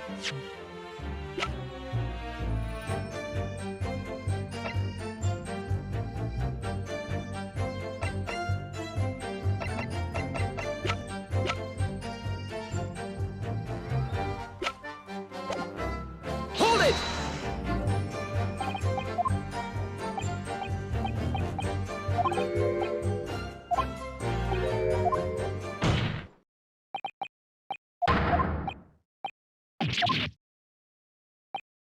It's blood. It's blood. I think it's blood. I think it's the sword, and it's blood.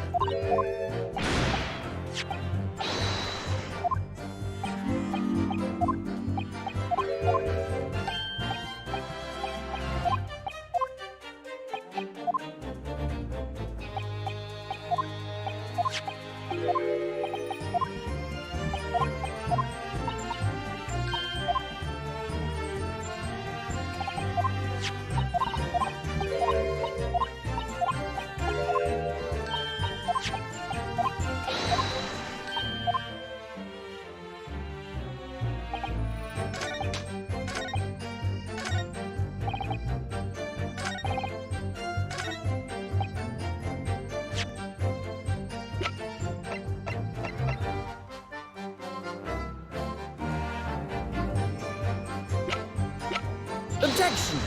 No! No, no, no, no, no! Oh, I was gonna say he wrote it with the blood of his hand and used the sword to cut it. Oh, geez, Allie. Well, that's nice of you to say. I'm glad I exist too. No, where am I going wrong?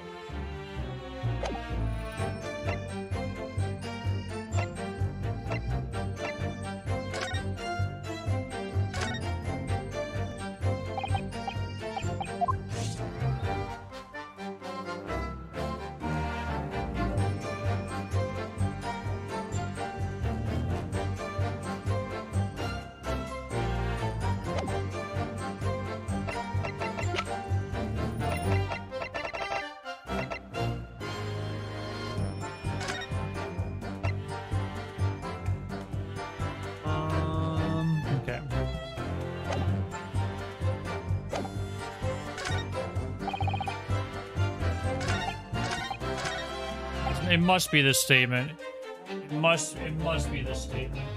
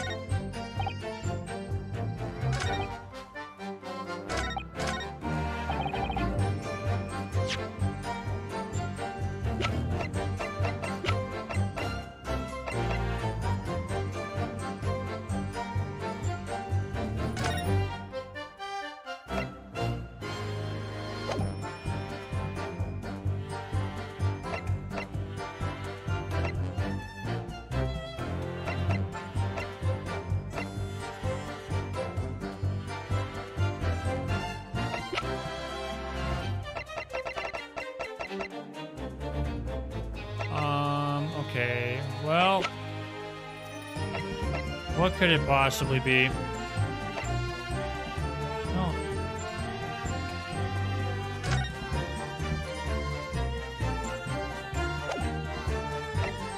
I thought it was written in blood.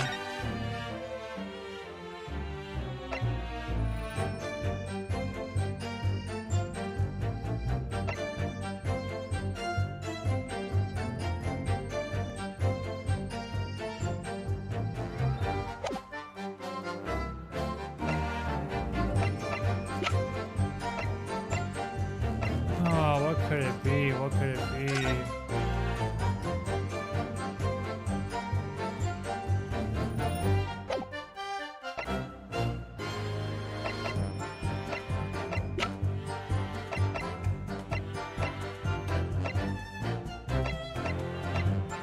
I mean, I don't see how it would be the autopsy report.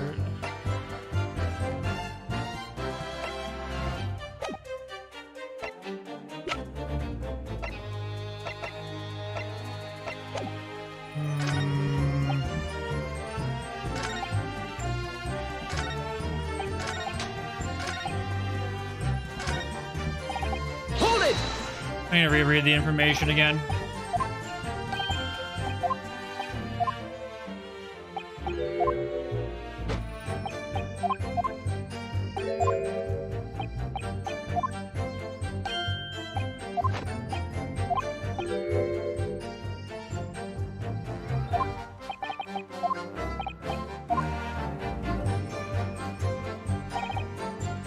Hold it!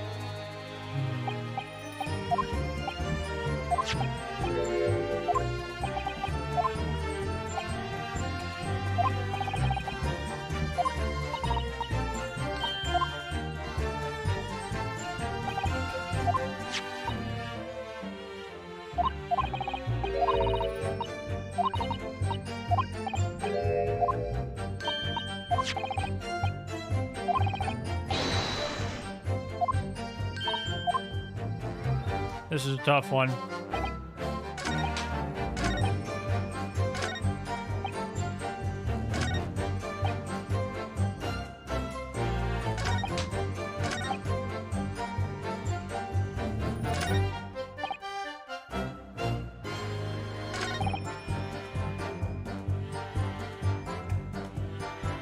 Hold it!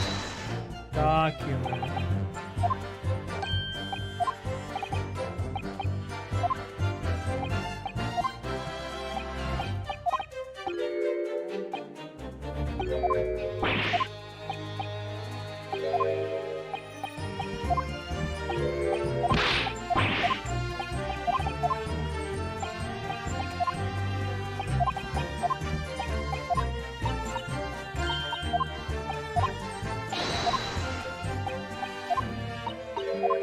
Okay, I'm having a little bit of a hard time with this one. But I am determined to get to the bottom of it.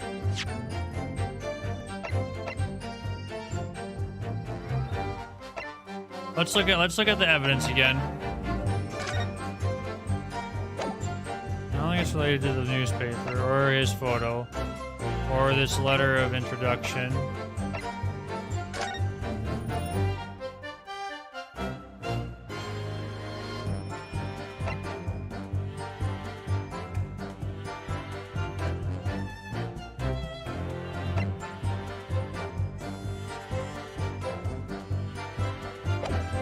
I don't think it's that. Nope. Nope. Nope. Nope. Nope. Nope.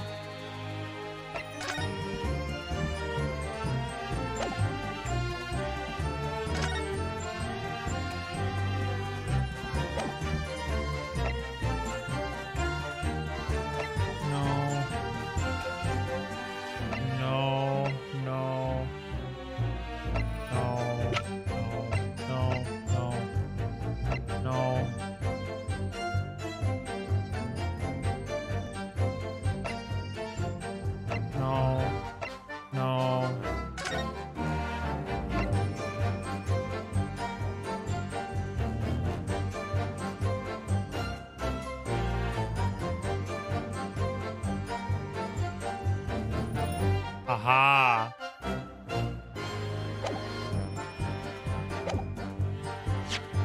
Oh my gosh, I'm glad I looked through things again. Objection! Holy cow. Scarlet colored writing is what you said you thought you saw, Mr. Vigil. I believe that's exactly what you did see. What? Haters again, you've no evidence to say that. Have a look at this report. That's my brother's autopsy report? Yes, and there's something in here that's bothered me since I first read it. It states that scarlet-colored ink stains were noted on the fingers of the victim's right hand. Yes, so it does. Scarlet ink?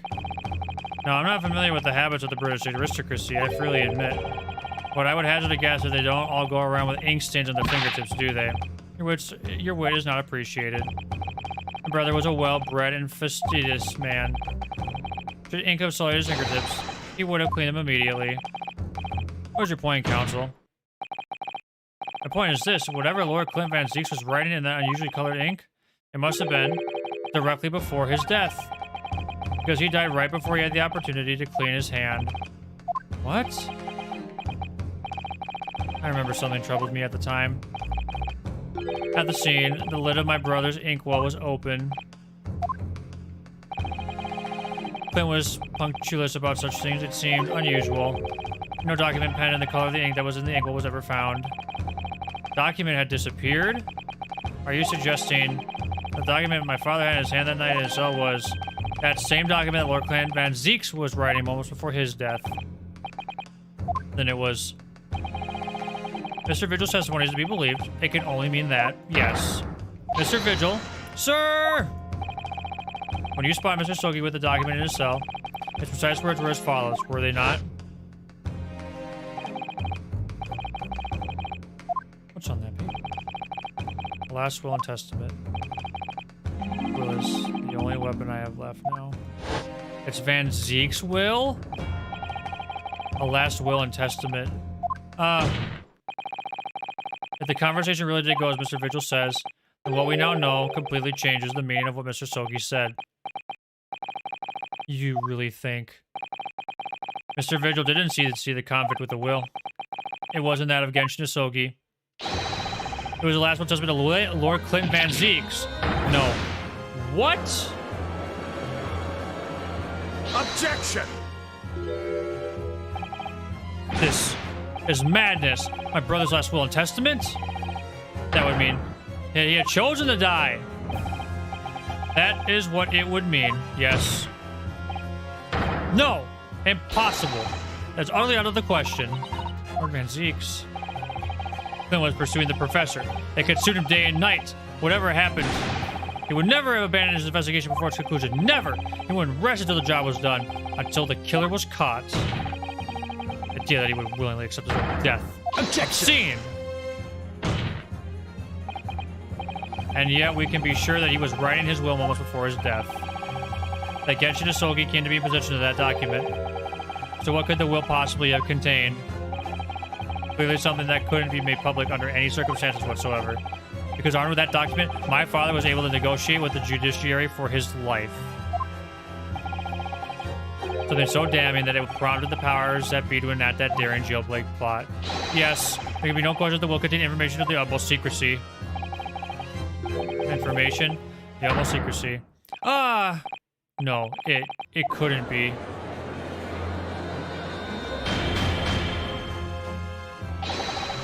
I've heard more than enough. Pursuing this notion of a phantom will nobody can attest to having seen serves absolutely no purpose. No, my lord, that's unacceptable. What did you say, counsel? The last will and testament that Genshin Isogi had in his possession was that of Lord Clint Van Zeeks. All the testimony and evidence presented to the court has logically led to it as a possibility. We have a duty to pursue the line of reasoning to its conclusion. No possible means of knowing the contents of the document. There's a line of reasoning to pursue.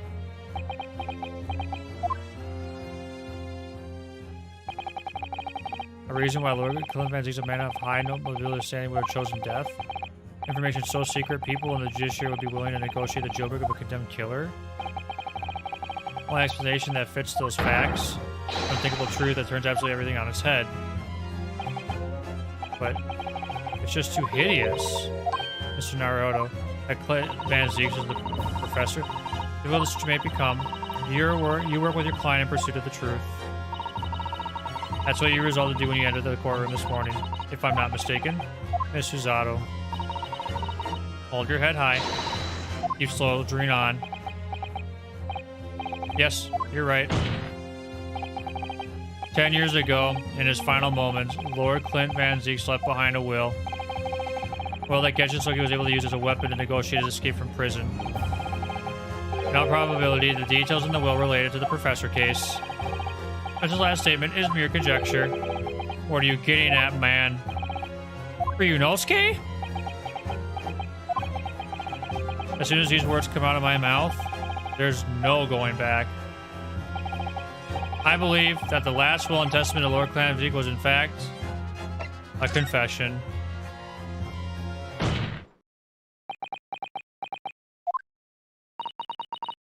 You can do this, Mr. Naruhodo. I believe that what Lord Clint Van Zeeks actually penned that day was a confession. A confession?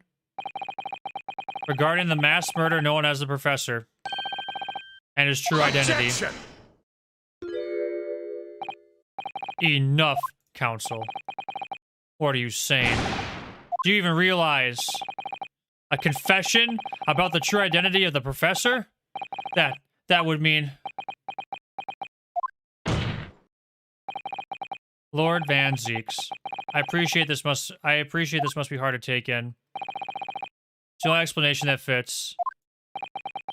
The killer that terrorized London a decade ago and became known as the Professor, the man believed to have murdered 5 members of the aristocracy, wasn't Genshin Isogi at all. No, you can't be suggesting it was in fact the man believed to have been the 5th victim. Lord Clint Van Zeeks himself.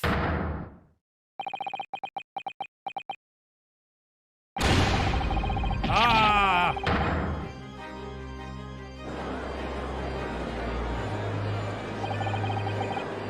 It's finally open, is it? Pandora's box. The Great Van Zieks family, they've been thoroughbreds of the British judiciary for years. Lord Clint Van Zieks was a paragon of justice in the capital. He was actually a mass murderer?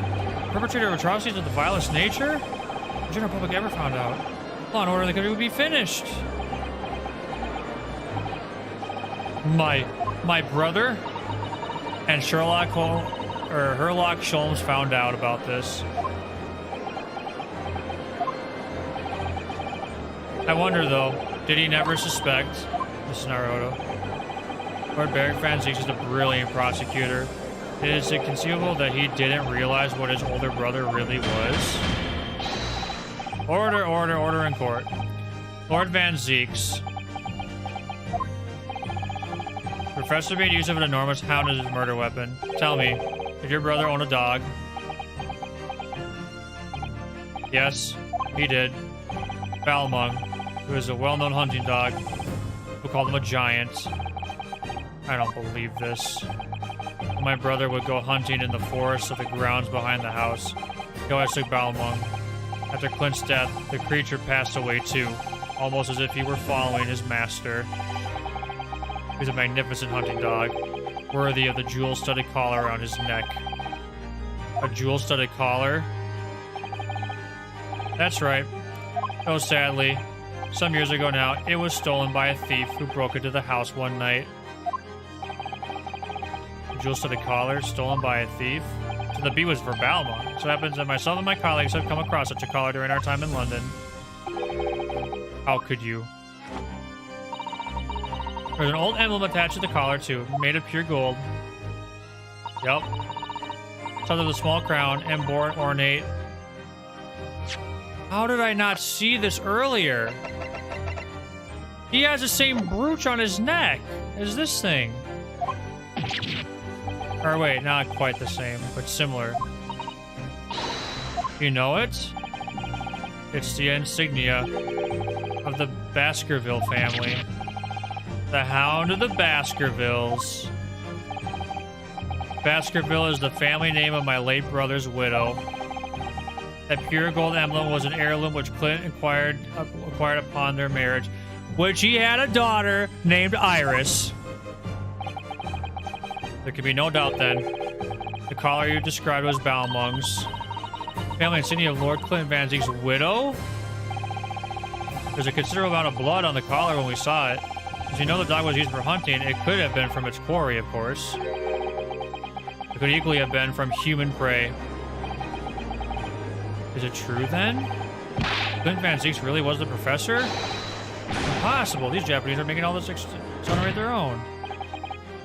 In fact, the person responsible for these murders of nobles and royals was a noble himself. What's up, Surons? Welcome to the stream. So that threatened to be an enormous scandal that would irrevocably destabilize British society. My father knew that and was using it to negotiate his way out of the unjust charges brought against him. But at the very last hour, those he'd bargained with betrayed him, slaying him mercilessly on foreign soil. Well, can you deny it, Lord Strongheart? 10 years have passed. And still now, the 6 million inhabitants of our great capital rest easy believing that justice was done. That, though his anonymity remains, his diabolical murder was caught and executed.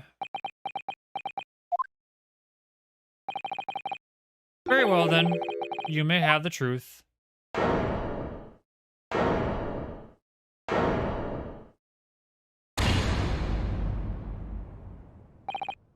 Tell me, then. Tell me what Clint really was. Lord Clint Van Zieks was too pure of heart. When he became a prosecutor, went in pursuit of the black roots of crime, he drove himself into a corner. He came to the uncomfortable realization that to fight the most fiendish of criminals requires one to become even more fiendish oneself. Clint.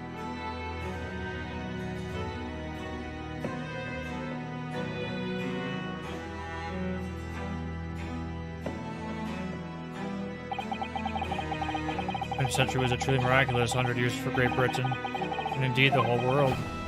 New industry, new technology, and the birth of the Metropolitan Police Service, new law and order. These dazzling new developments meant even deeper shadows were cast on society. Water sullied by factories, air thick with noxious fumes, and crime growing daily to fill the darkness. Lord Clint Van Zieks made it his mission to combat that darkness, but as the time went on, slowly ate at his soul until eventually he was consumed. It's ironic, really, and somewhat surprising. The truth has once again been unearthed by a Japanese. Once again, what do you mean? 10 years ago, your father, Genshin Isogi, turned up at my office one night. The professor? Yes, beyond all shadow of a doubt, you must issue a warrant to search his home at once. Don't be absurd. The man comes from one of our own country's most illustrious families. He's a paragon of justice here in the capital. Yes, that's the point. That's why none of your British can see it. He's using his noble status as a diversion while he commits these destructive crimes behind the scenes. You have evidence. Nothing definitive as yet. He keeps an enormous savage hound on the estate. We need the full support of the judiciary for this. We get to the member of the aristocracy. Large family estate is a fierce guard dog. You should know that's commonplace here in Britain. Sorry, but I can't possibly put Scotland Yard under this based on the tenuous accusation of a visiting student.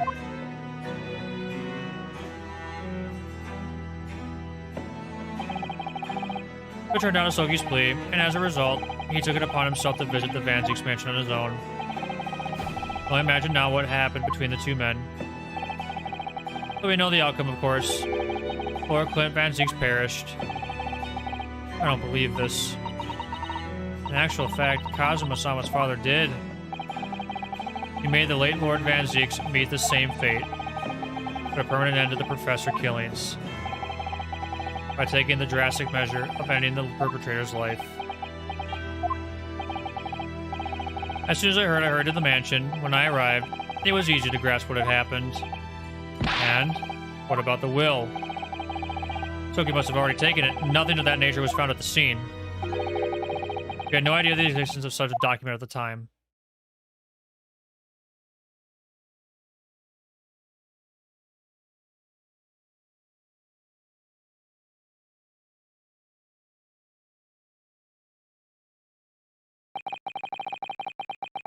I was the only person who knew of the true identity of the professor, so I resolved to keep it a secret, and to guard the secret to the bitter end.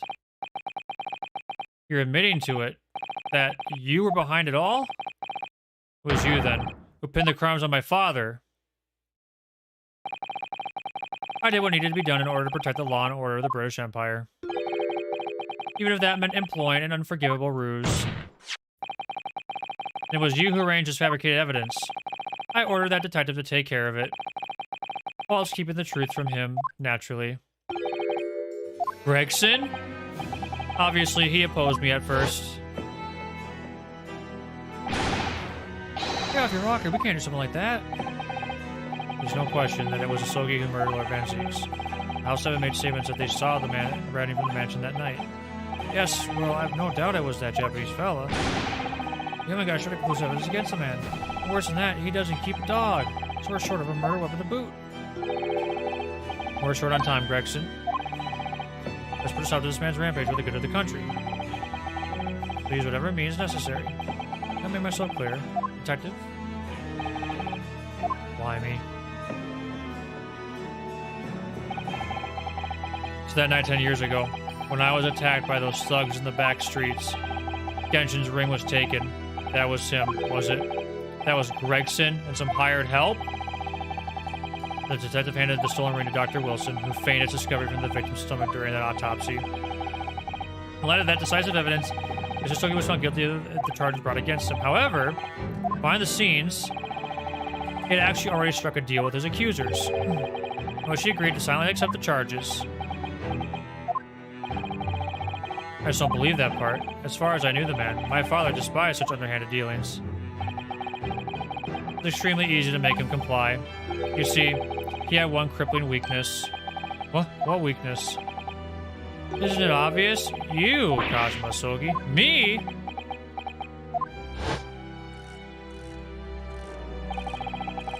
Perhaps you no desire to return to your homeland, Isogi.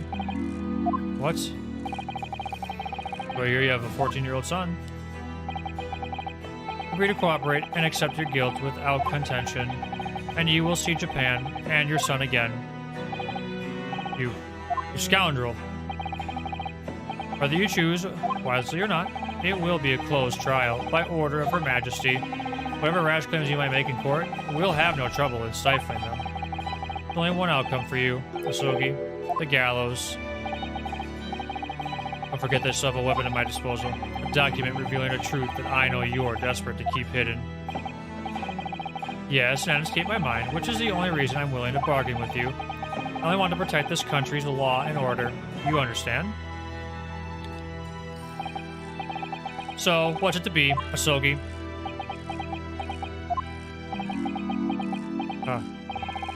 Kazuma.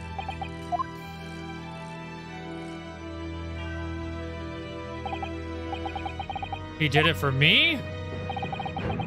As I told him at the time, my motive was simply to protect Britain from the damage the truth would do. Protect this country's law and order, at any cost. Objection! I've never dared let myself even consider this possibility until now. But in the light of all this treachery, I have to ask. The mastermind behind the Reaper of the Bailey. Was it you, Lord Maelstronheart?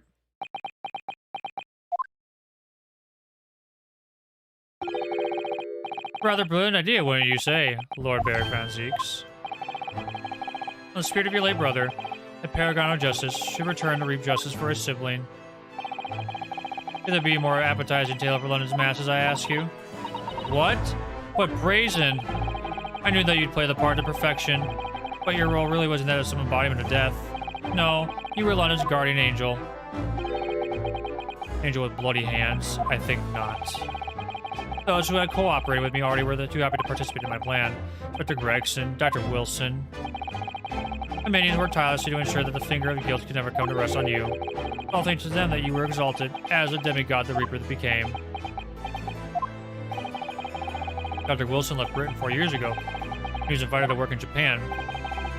That's right. So I had to employ the services of his young protege after that. Dr. Courtney Sith. Dr. Sith. So what with the execution of the Professor and the subsequent reign of the Reaper of the Bailey, I've successfully safeguarded law and order in our mighty capital for the past decade. That is everything. No, it's not.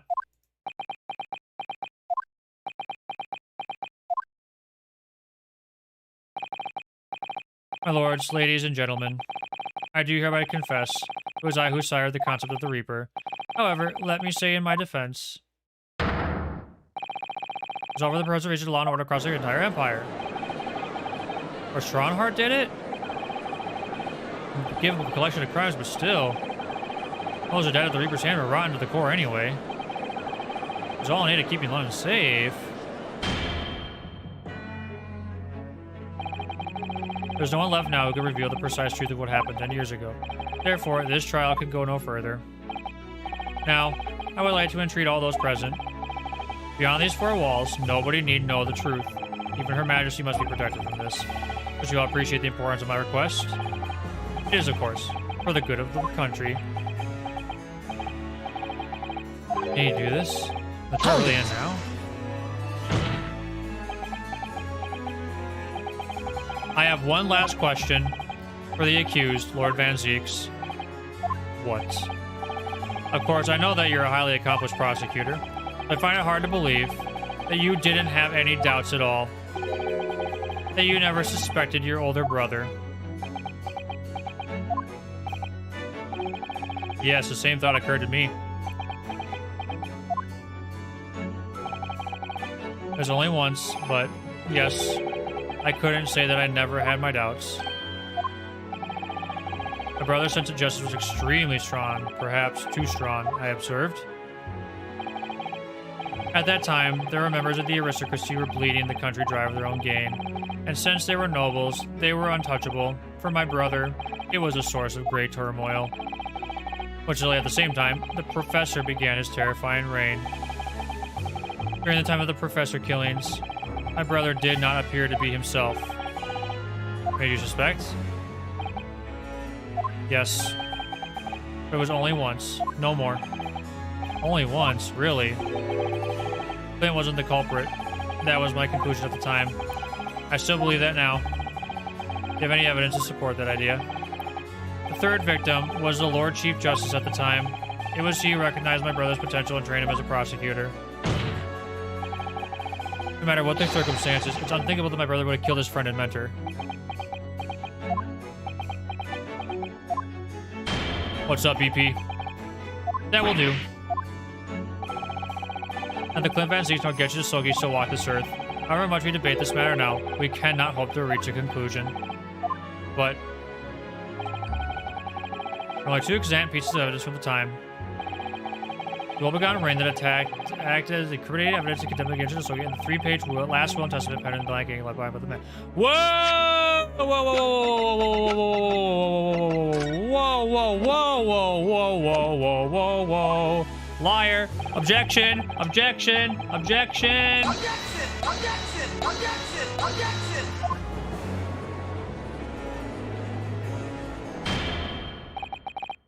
Later today, I will present myself at the Ministry of Justice for whatever sanction is deemed appropriate.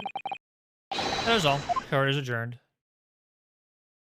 Objection! Objection! Yes! Yes!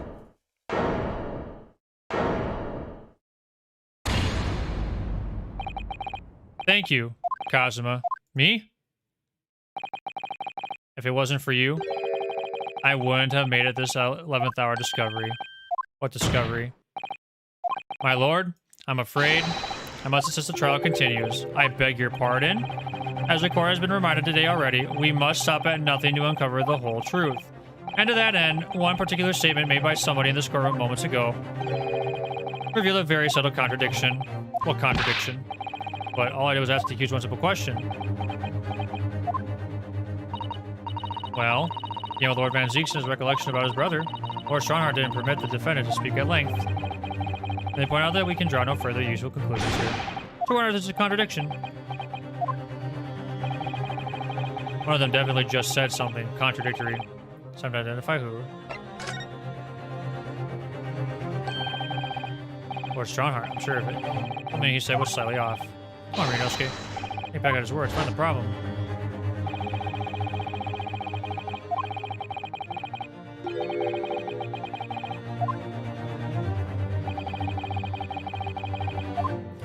Three-page black will. Objection.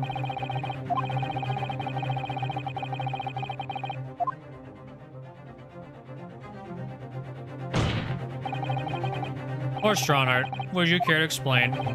Explain what, counsel? Among the statements you made just a few moments ago, something you said was inconsistent with a certain piece of evidence we have. Inconsistent? And while its inconsistency remains, the defense has the right to pursue an explanation. Ryunosuke, what?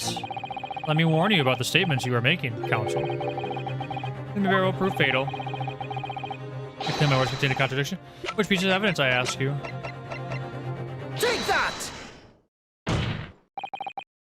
This here is the will left behind by Mr. Sogi. A 2-paged will. What? Yet moments ago, your precise words were the 3-paged last will and testament. Could it be that originally there was a 3rd page? For a moment, I thought perhaps you identified something worthwhile, but it's a mere trifle, I see. Trifle? Governor Kaden.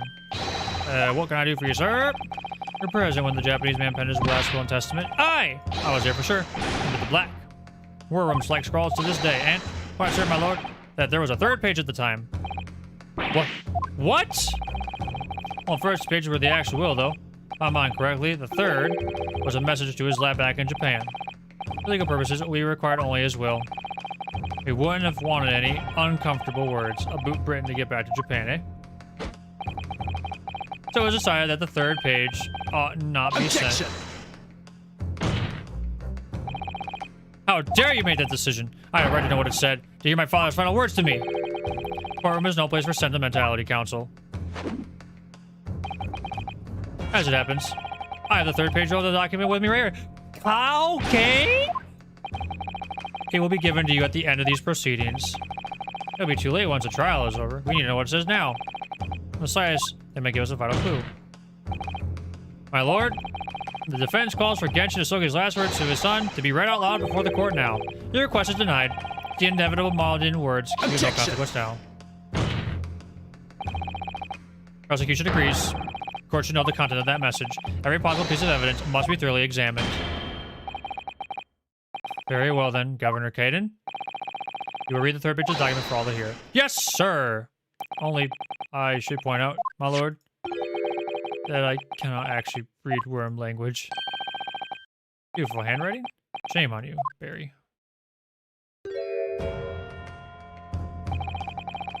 I could be of assistance here? I would be happy to translate the words into English for the court. Father? You're still here, are you, Dr. Mikotoba? Naturally. I consider myself a member of the judiciary, albeit a lowly one. Perhaps I should quietly withdraw after I've translated Genshin's message. Your cooperation is much appreciated.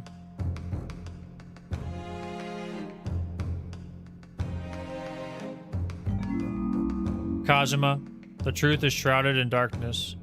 A darkness only our clan's great sword can pierce.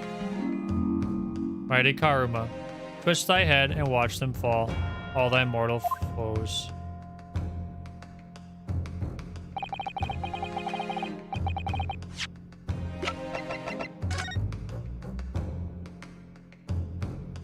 I have to like twist it.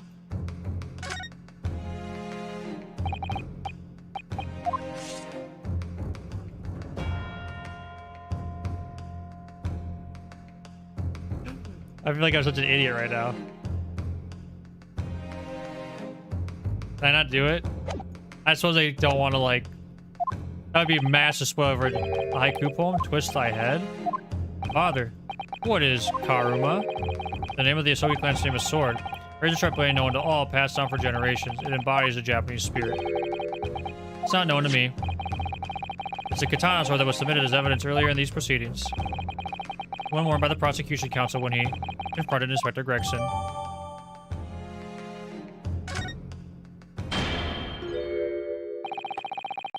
As procrastination beginning to try my patience, adjournment of this court is long overdue. As a presiding judge, I have been as accommodating as possible to the will of the courtroom. However, despite all that, no new information has come to light. To Justice, Lord Clint Van Zeeks tragically lost all sense of morality. When he murdered his former mentor, clearly he was already devoid of his normal faculties. How dare you? I refuse to believe that of my brother. Too much time has passed. We cannot ever hope to know more than we do now. Especially since that alleged will that he penned in his fate and moments appears to have been lost forever. Arg. Lord Stronhart, you appear to be in something of a hurry to wrap things up. I wonder why. I've heard you state time and time again during these proceedings that everything you did was in the interest of protecting British law and order. I stand by that. Without the Reaper, we could never have achieved the reduction in the crime at the capital scene. What about Inspector Gregson, then? And Dr. Wilson? They were no criminals. You used them to achieve your ends, and then you had them both killed. However you dress it up, there was nothing fair or just about that. Lord Stronhart, what exactly is it that you're hiding? Dr. Mikotoba, were you not to quietly withdraw after the translation of your former associate's will? In this courtroom, no argument carries weight unless it is supported by evidence. And it would seem that the defense has no more evidence to present. In which case, hereby order all discourse of these proceedings be struck from the record. This is my last chance. Mr. Naruhodo, I have to present some decisive evidence now, or it's all over. But can I? Yes. Wait, my lord. As it happens, the defense doesn't have evidence to present. What? Don't be absurd. There's nothing relevant to read from the time. It's high time that you realize something, my lord. This gentleman has an uncanny habit of producing evidence at the final hour that had escaped everyone else's attention. Nonsense! What is it, Ryunosuke? What do you have? I dare say, the final, decisive piece of evidence that will reveal the whole truth about this whole rotten tale. How can you? Decisive? Well, it would appear there's no escaping it now, my lord. Let it be so, then. Present whatever you think. I think it's the sword.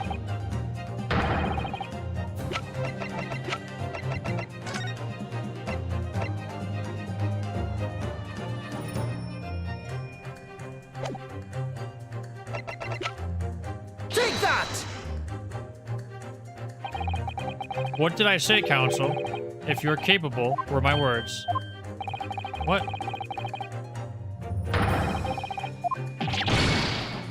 What? Oh my gosh.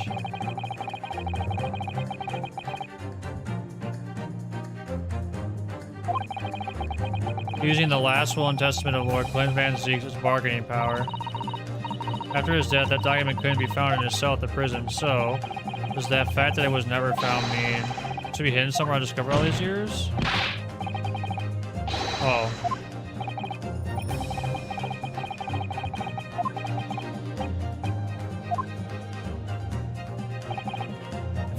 Oh gosh, this is scary. Oh, this is so scary. Take that!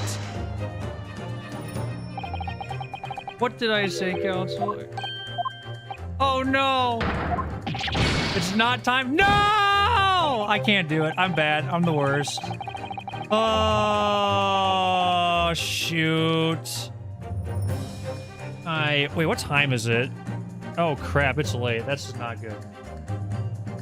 Ah. I couldn't do it.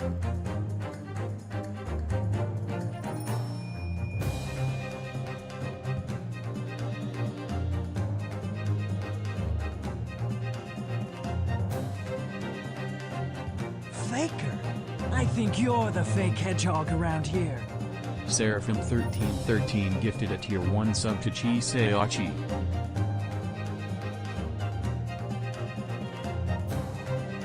I'm sad. Pishiaki, welcome to the Seraph Squad. I hope you enjoyed the sub badge and the emotes. Welcome to the community.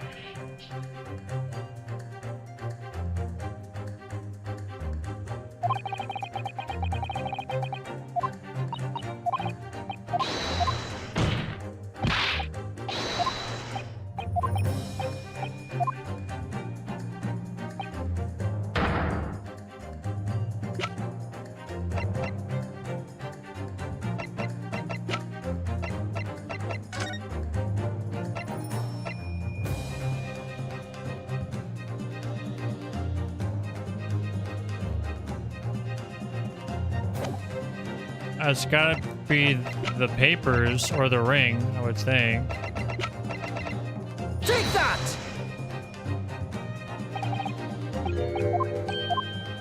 What? I'm so confused. I'm really confused now. That's so dumb.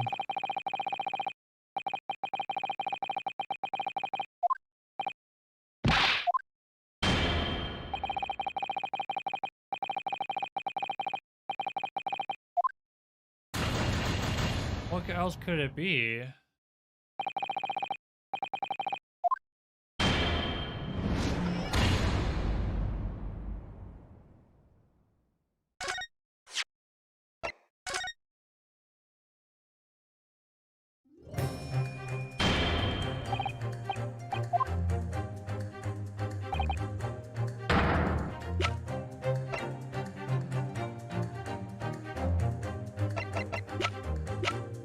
Not the sword, not the papers.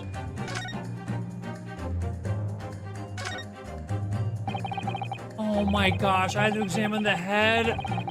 Oh my.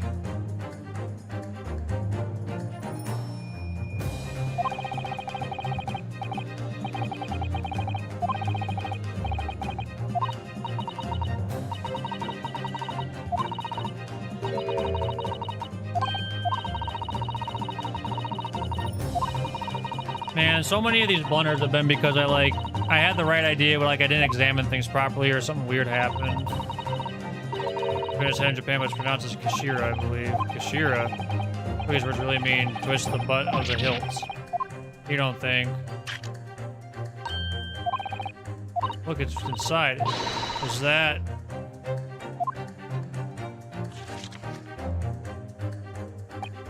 Oh my gosh. Append this, my last will and testament, in the final moments before my inevitable and willing death. This is it, isn't it? It's Naruto. Look at the signature. Clint Van Zeeks. The date. 10 years ago. On that fateful night. 10 years. It's been silently concealed aside in karma. Nobody knew. Oh my gosh. Wait. Oh my goodness. Look at this. This is unbelievable.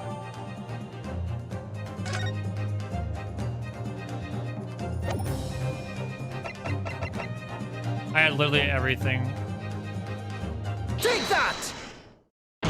That sucks. Wow. Oh well, is what it is. I blundered. Last will and testament of Lord Clint Van Zeeks. Ah, a wonderfully astute observation, I'm sure. In case you escaped your notice, that document was lost long ago. That's right, it was. Only... I have it right here. Discovered just moments ago.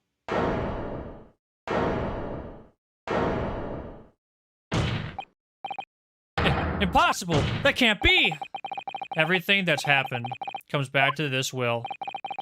This document is a key that will unlock the entire mystery.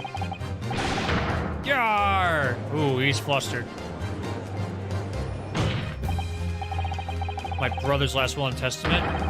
Where did you find that? It was rolled up inside this. Inside Karuma? That ultimate weapon Genshin Isoki obtained has lain undisturbed in the hill of the sword for all these years, just waiting for the right time to emerge, reveal the truth. Signature and seal certainly look official. My god, it's true. My brother's handwriting, there could be no mistake.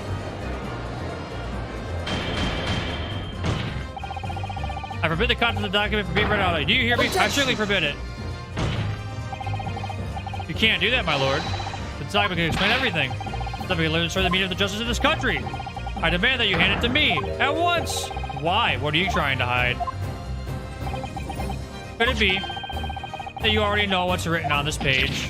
What are you implying? Court adjourned with immediate effect. Clear the courtroom. Do that, my lord, and you'll suffer a fatal blow as Lord Chief Justice. I beg your pardon. Forcibly ended a trial without good reason, and not any trial, a closed trial by order of Her Majesty the Queen. Defy the monarch's will as treason.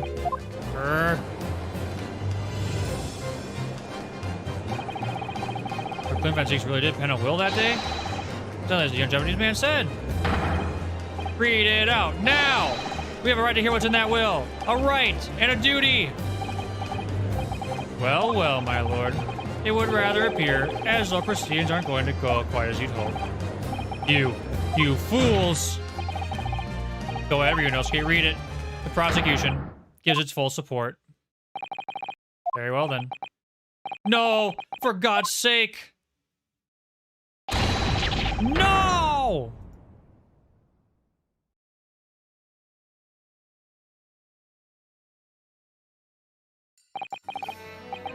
I pen this, my last will and testament, in the final moments before my inevitable and willing death. The hour is 11 p.m., and I sit at my writing desk in my office. My good friend Isoki stands at my shoulder. He has expressed his intent to invoke the dying ritual of the duel, that I may depart this world with honor. He committed seppuku, an honor which I am utterly undeserving. The Japanese are truly a merciful people. I, Clint Van Zeeks, Lord of the Manor of the Van Zeeks Estate, hereby confess to the following. I am the killer who has come to be known in society as the Professor, guilty of 4 counts of murder. I will not here discourse the corruption rife among the aristocracy, which is to me as one of them, so apparent. However, 6 months ago, I took the life of a member of the House of Lords at the heart of the depravity, a demon who habitually sacrificed the common man to further his own interests, abusing his position of power. The law is important against such vile avarice. Only a fellow demon can rid society of this menace. That demon was my quarry, upon whom I willingly set my great hound. But though I am a hunter of some experience, I am a poor felon, it seems. My guilt was at once recognized by another, and I became subject to his extortion. He held over me the threat of exposing my wicked crime to my beloved wife and brother. Under that threat, I have done this man's bidding for months now, killing those he demanded I kill. As I watched my former mentor perish before my eyes at the jaws of the hound I commanded, I realized that I had lost the last shred of decency within me, and sunk to the level of a wild beast. There is no path back to the light, be it I or my dear friend Asogi who dies this night. I am eternally damned. My extortioner, male Strongheart, may you feel the jaws of the beast at your throat every time you swallow.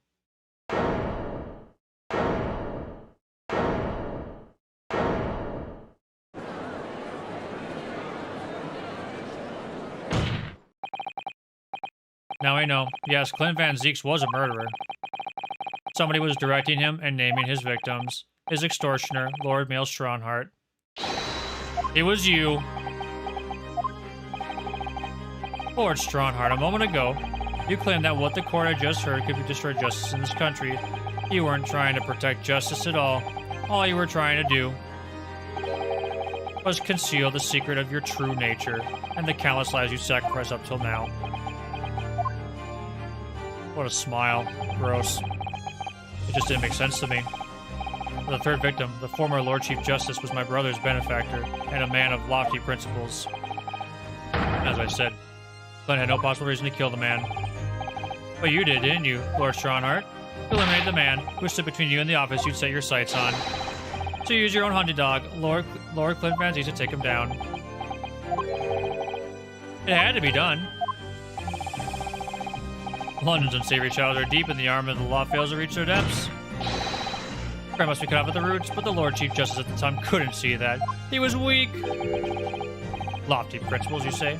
Tantamount to cowardice, if you ask me. Which is why I took his place, in order to fight the crime he was allowing to spread like wildfire. By murdering the man. The Reaper, the Professor. The name makes no difference. As I've explained countless times already, it was all done for the furtherance of law and order in London. You're going to legitimize the murder of my father now, too? Ah, Genshin Asogi. Well, that was unfortunate. I had fully intended to send him back to Japan, as we'd agreed. I don't believe you. It was you, wasn't it? You killed him.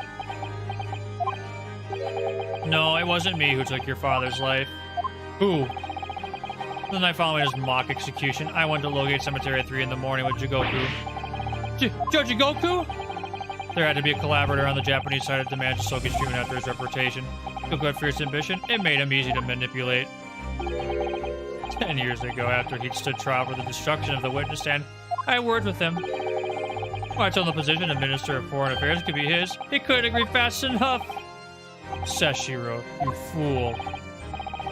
As you know, Asogi escaped his prison in a closed casket and subsequently interred. We intended to dug him out of his grave before he ran out of air. But sadly, all did not go to plan. An unexpected visitor to the cemetery with his own ideas about digging up graves. A man who witnessed what nobody was supposed to see. Enoch Trevor. Of course, I knew grave robbers frequented London cemeteries. That grave on that particular night. Blast. People find out the convict was really executed. Again, we'll rock the very foundations of the Empire. Then what do we do? Shoot him, Mr. Jigoku. Shoot Asogi at once. Can't let this happen. He has to go. What are you talking about? Yeah, an agreement. You probably can return to Japan. Everything has changed now. The truth got out because of this. Both of us would be finished forever. Come on, Jigoku, do it. Pull the trigger. Shoot!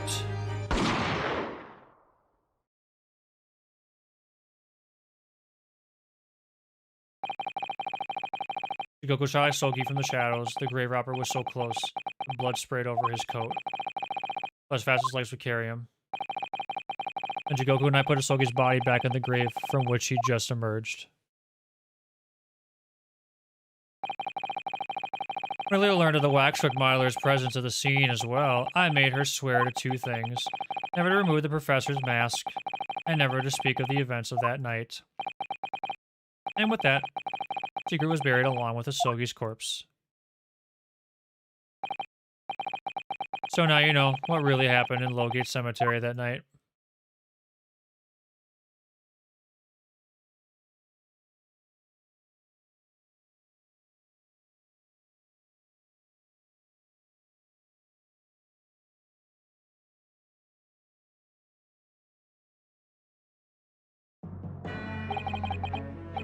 Was Jigoku your Japanese acquaintance who killed Asogi in the end, you see? Claimed to be the man's friend, but when push came to shove, he pulled the trigger. Just before Mr. Jigoku left the courtroom earlier, he said that the assassin exchange proposal was a demand from his British counterpart, not a request. Coerced him too, using what happened in the graveyard. By that time, Jigoku was the Minister of Foreign Affairs negotiating international treaties with Britain. You can imagine what would have happened if it came to light he murdered a compatriot 10 years earlier. He would have lost everything. I merely reminded him of that. How you sleep at night? These past 10 years, I fought tirelessly with the darker recesses of London's criminal underworld. I've used whatever means necessary to ensure that justice prevails and law and order reign supreme. I couldn't be further from the truth. Fact is, you haven't fought crime at all. How dare you? I saved Clint Van Zieks from dishonor and his death. Whilst behind the scenes, you systematically buried anyone who stood in your way. And then, you made my father take the blame. It was unavoidable. It was the only way to protect our justice and the public order. Let's not forget the others you got killed as well. Today, to defend it up as the Reaper to cover up the truth behind the murders of countless more. That's enough! Do you have any idea of the conniving that led to the acquittals of those wretched criminals? To fight fire with fire. Our courts can't function without a Reaper. Can't you see all I've done for this country? This has been my struggle. You've done nothing. Lord Van Zieks here worked tirelessly and justly in court whilst enduring the disgrace of the Reaper name. Inspector Gregson, fraught with anguish for having sullied his hand with a desire to do the right thing. Not to mention Genshin Asogi, who risked his life in pursuit of the truth he tried to hide. No, the darker recesses of London's underworld were largely filled by you. You little. When will you get it through your head? Your thick skulls. It was all for Queen and country. I'm tiring of that excuse. You've consistently twisted the truth of bargaining power to make others do your bidding. Nothing more. People who only twist the truth and coerce others have no right to call themselves part of the judiciary. I suggest you don't ever talk of justice again.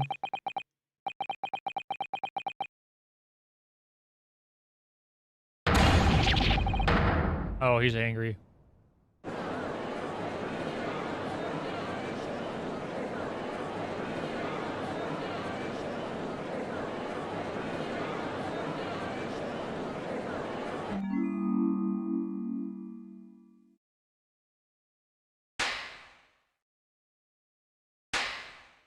What? Oh no. Robert, wait, Gant? Gant, is that you? Dear me. Well, deserve a round of applause, I think, for a quite marvelous performance. It is Gant! What are you talking about? Slightly grave expressions that beautifully pronounce Queen's English. Really, our friends with the parties are quite the picture of industriousness. Fraud. Keep your mockery. Please, don't misunderstand. It really is exactly as you both said. What are you trying to say? I've occupied the darker recesses of London's underworld and, how did you put it? Done nothing. I confess it's a little embarrassing to have it pointed out quite so starkly, but yes, I really have done nothing. Which means I could be indicted for nothing. No? What?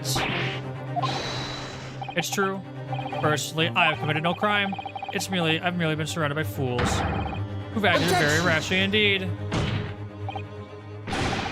You can't get away with that. You've consistently preyed on people's weaknesses. And what? Threatened them? Are you sure it wasn't just bargaining?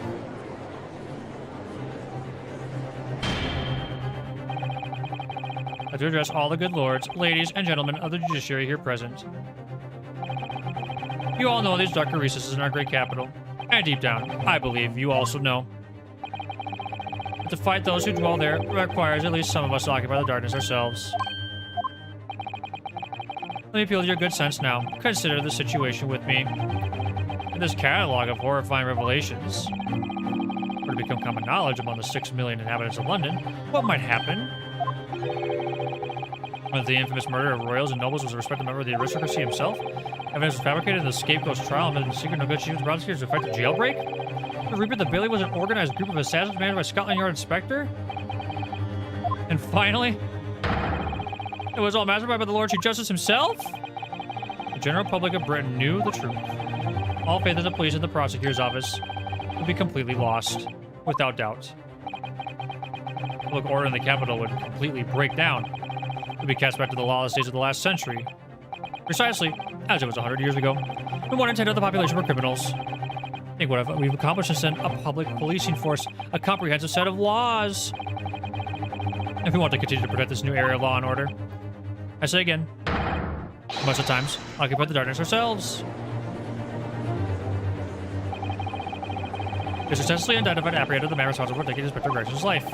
As all was expected of this trial, while other matters have been discussed, eliminated from the minutes of these proceedings in the interest of preserving law and order, and protect their majesty and queen, of course. Well, my lords, ladies and gentlemen, what say you? Oh gosh, this episode went way longer than I intended, but it's so good!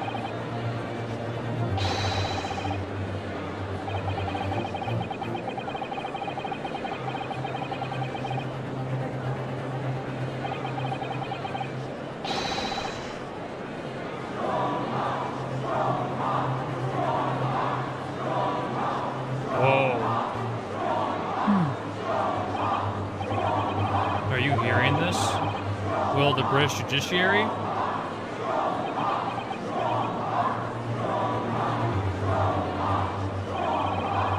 Here's your response, friends. I express my heartfelt gratitude. Let me pull out the lucky charm! Lucky charm! You have to respect the man's ability to turn a situation to his favor. Lord Stronghart really is a master of manipulation. Who's to prevent his guilt? He still manages to evade justice. I just don't know what we can do. Ryunosuke. Also, the trial really is going to come to an end. I'm almost out of options, I think. I'm the only one path left open to me.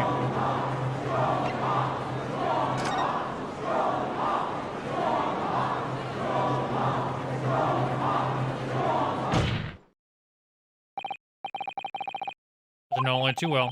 The only thing that carries any weight in court is hard evidence. Woo! Oh my gosh! This song is sick. Holy crap. They really pull out the stops.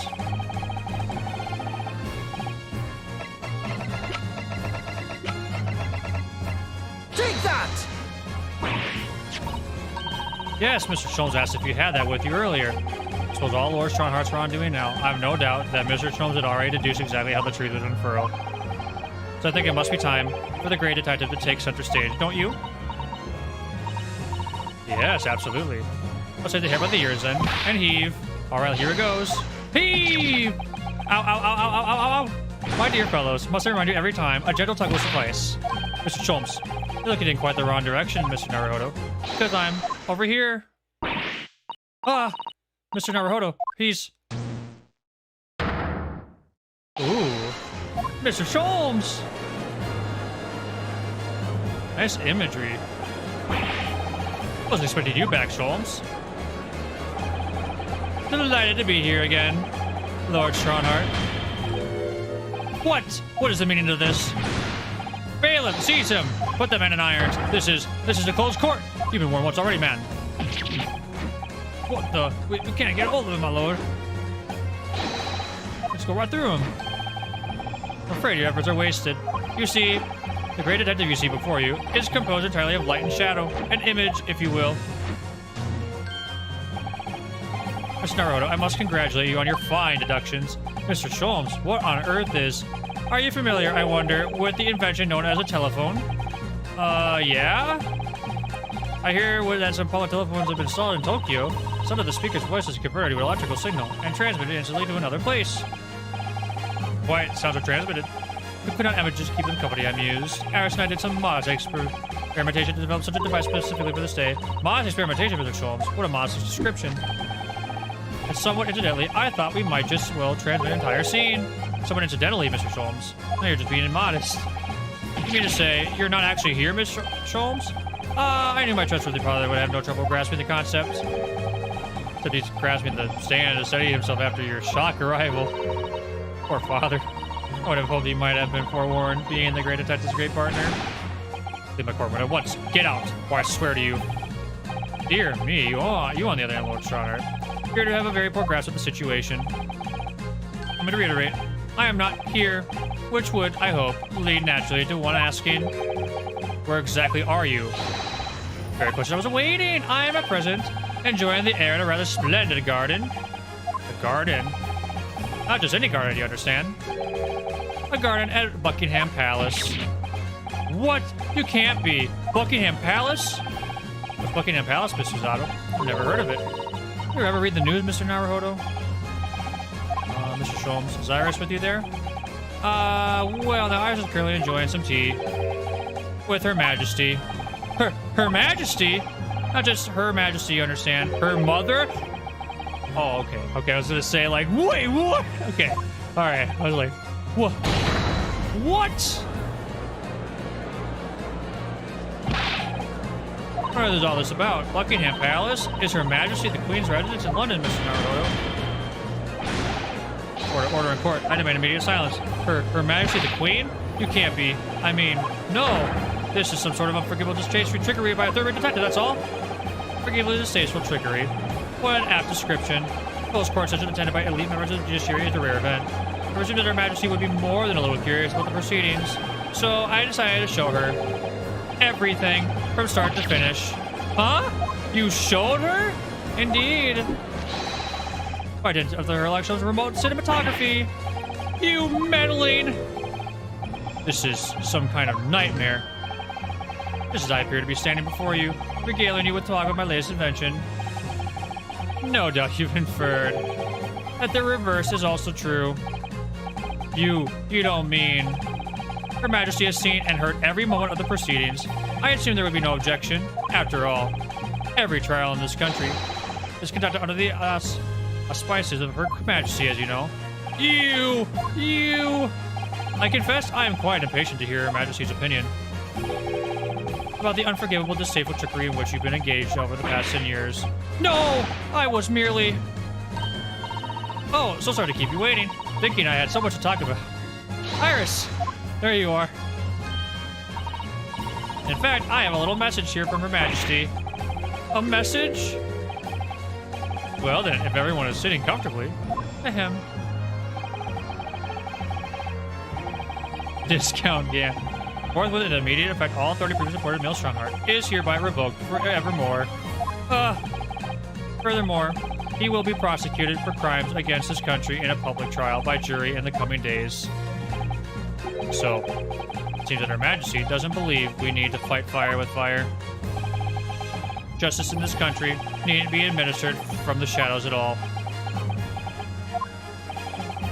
Mail Strongheart. The darkness you fostered to conceal your despicable actions these last 10 years is a thing of the past now. After today, your brand of law and order has no future, because no longer are you the Lord Chief Justice.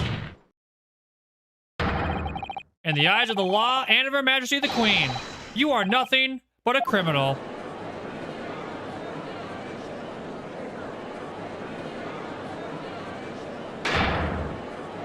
Adjourn, adjourn, adjourn! Court is adjourned!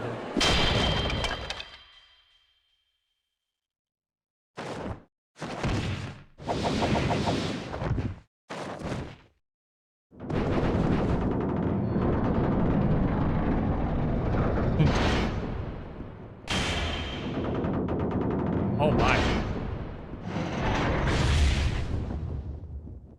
Oh dear. Oh gosh, oh no.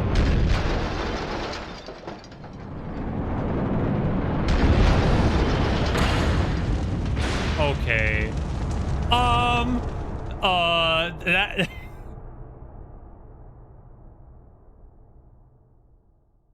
A little, dramatic there.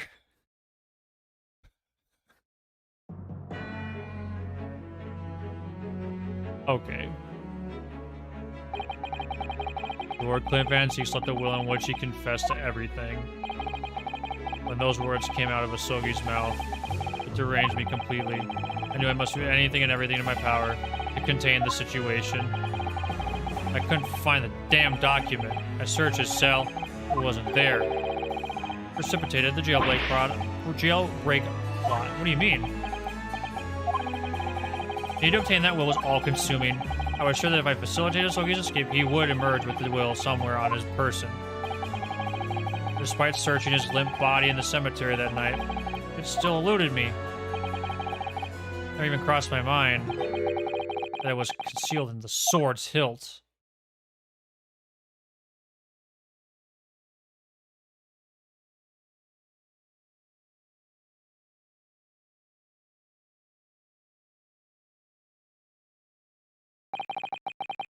What pains me now is that my brother left this world without a word to me. Sorry, Lord Van Zeeks? In point of fact, I think perhaps that isn't the case. Sorry? How can that be? There is more to his last will and testament. What?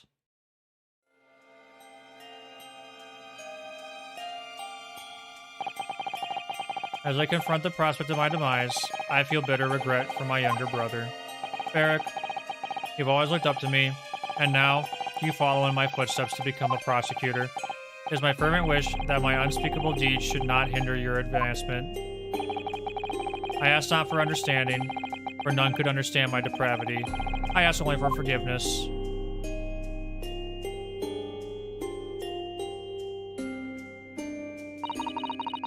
Asogi is a fine detective and a hunter worthy of respect. He has agreed to honor my final two wishes. The first is that this document survives. The second, I cannot commit to paper. I have confessed my sins to my wife. May she find resolution in my death. With my eternal gratitude to my Japanese friend, I rest my quill. Clint Van Zeeks.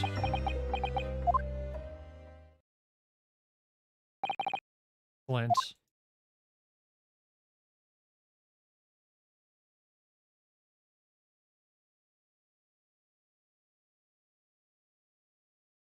His wife, he and his wife had a daughter named Iris. That's my read.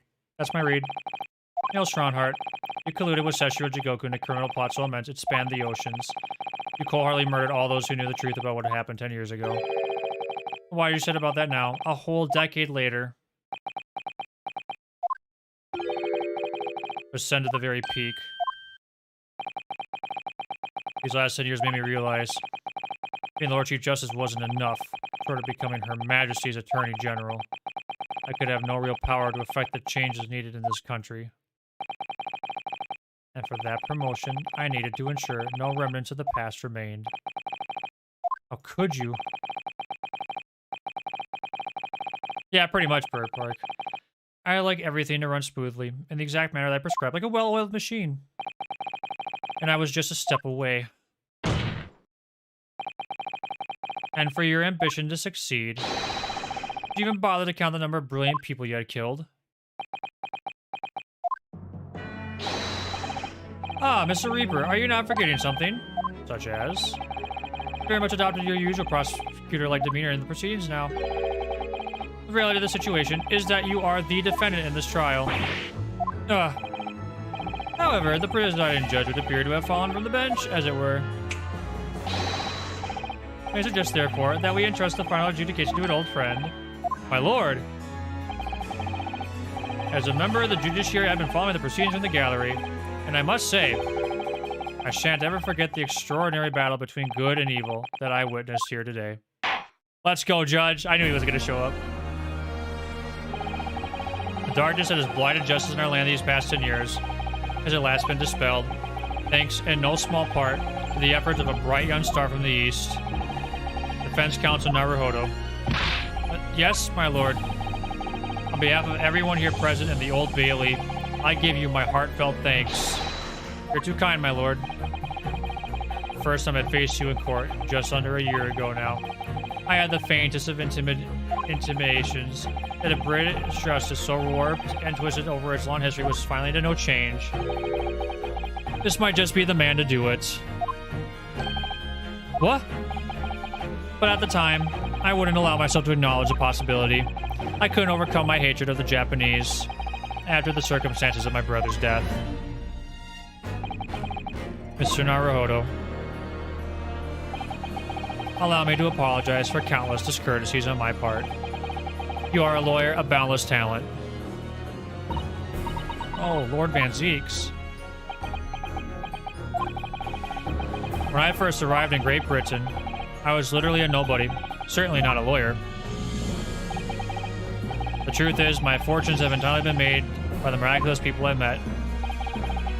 My best friend, Kazuma Sogi, led me here to Britain in the first place. My loyal and ever-patient judicial assistant, Miss Suzato, will help me study to become a lawyer. You know, I was going to end this episode early, but screw it, we're going the whole way. The brilliant Lord Van Zeeks who never failed to challenge a Japanese rival. Not to mention, the exceptional master of logic and reasoning, who showed me the true art of deduction, Mr. Schultz. Saving the best for last, Mr. Naruhodo. What a relief. I'm well aware that without all these people's help... What about Iris? True, there's a guiding light that always... What about Iris? What about Iris? She's important too! What the f***, Ryunosuke? Oh my gosh.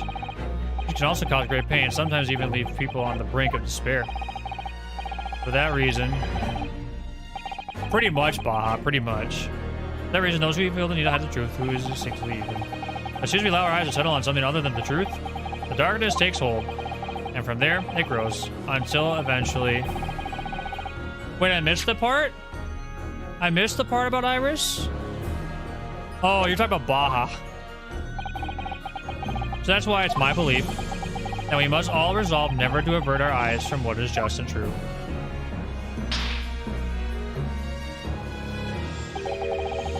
So we can continue to watch the straight and narrow path ahead.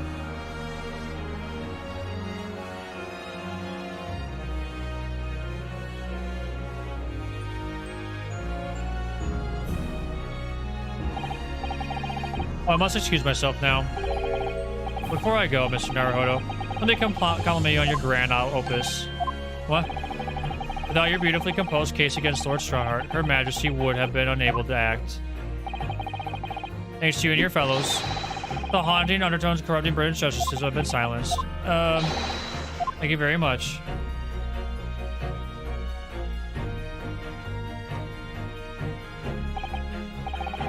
So until our paths cross again somewhere. Well then, it appears that this long trial has finally come to an end. My apologies for any anxiety caused, my lord. I'm quite sure we shall meet again here in the courtroom before long, Prosecutor Barrick Van Zeeks. In conclusion of these proceedings, I hereby declare the defendant, Barrick Van Zeeks. Yes, the music's very good.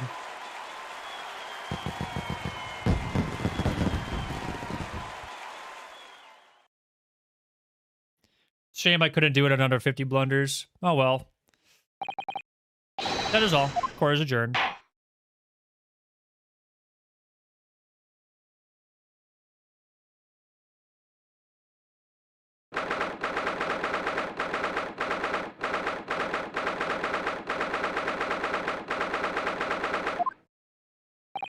At least I didn't get super stuck on that part. It really is all over.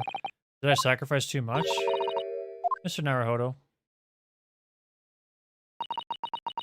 I really must congratulate you. It was truly a splendid performance. Honestly, I could be happier for you. Oh, thank you very much. I really couldn't have done it without you at my side through it all, Miss Suzato. Oh! Your kind words mean so much to me. It was a very splendid show, that, Naruhodo. I'd have thought you'd be smiling from ear to ear. You look rather glum. Yeah, but they're still blunders. Well, of course I'm delighted about the verdict, but in exposing the truth, I'm afraid I've caused my client a great deal of pain. I'm not sure that's what a lawyer ought to be doing. Oh well, in that case, I'm quite sure that when you see Lord Van Zeek's smiling face, everything will seem much better.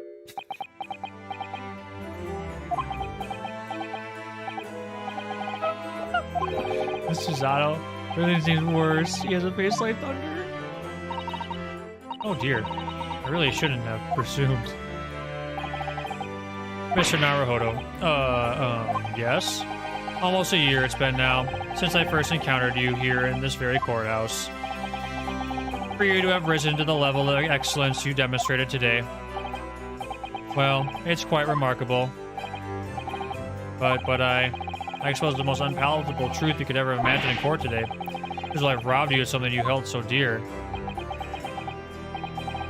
What was it, he said? To fight those who dwell in the darkness requires at least some of us to occupy the darkness ourselves. But that was just the feeble excuse of a coward.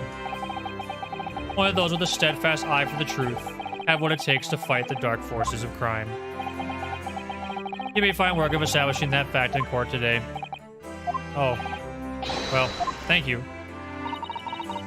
Oh, magnanimous words. I'm quite sure that Kazuma-sama would have a smile on his face at this very moment if he were here. Kazuma.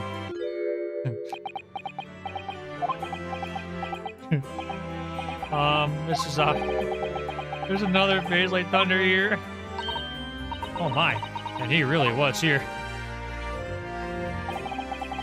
Lord Van Zeeks. Well, I'm going to congratulate you on your acquittal. Congratulate me or curse me. You failed to bring down the Reaper. I owe you an apology. No, it is I who should apologize.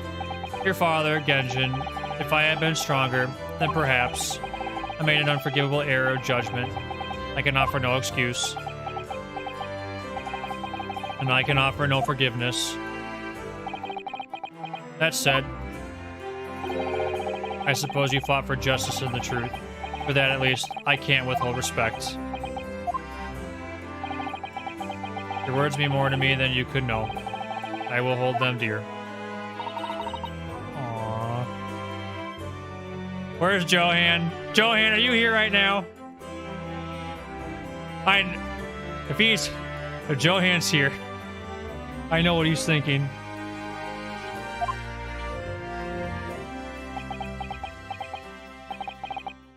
I must say, if he was here, he would totally have accused this as being a ship. One thing that still bothers me. What's that? The will that Lord Clint Van Zeeks wrote before his duel with my father.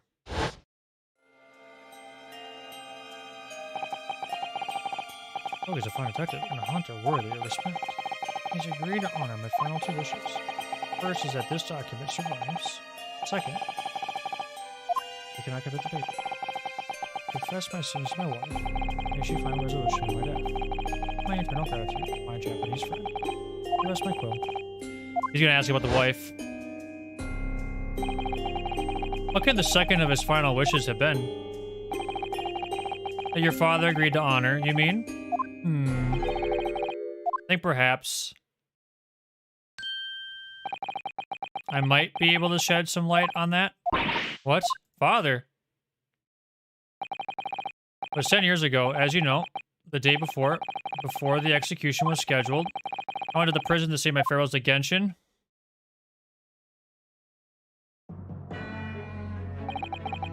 Why aren't you putting up more of a fight, Genshin? If you only agree to it, Sashiro and I would gladly petition the government. I've been through this already. You don't need to worry about me. Anyway, Eugen, I have a favor to ask of you. Something of great importance.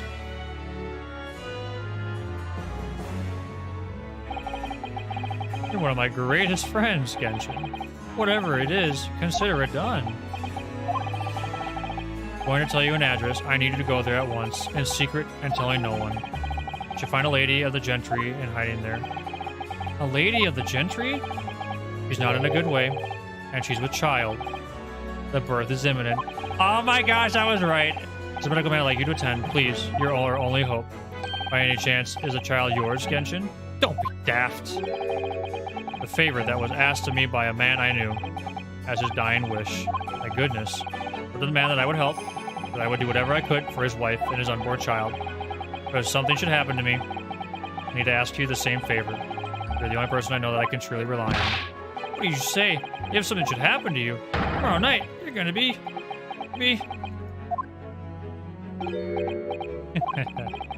You never know, though, do you? What life will bring. All right, then. Tell me the address. I'll head there at once. With Seshiro and... No! Not with him. Pardon? This is a favor I'm asking of you. Only you, Eugen. Right. I see. Very well, then.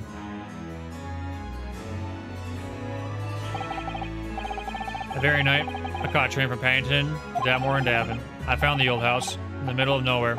It was an old hunting hound lay sleeping in the ground. Hunting hound.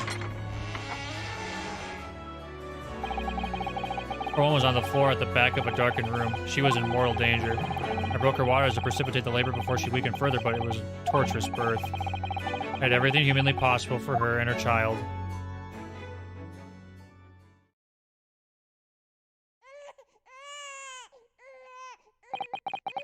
And in the end, I was lucky enough to welcome a new life into the world. Tragically, my efforts to save the mother's life were in vain. I held the healthy newborn girl in my arms, wept for longer than I care to remember.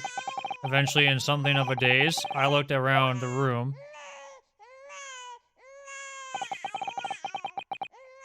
There's precious little in it, but an old travel trunk caught my eye. Clearly been well looked after over the years, made of top quality leather with fine stitching. It was when I saw the emblem on the side of it that everything dropped into place.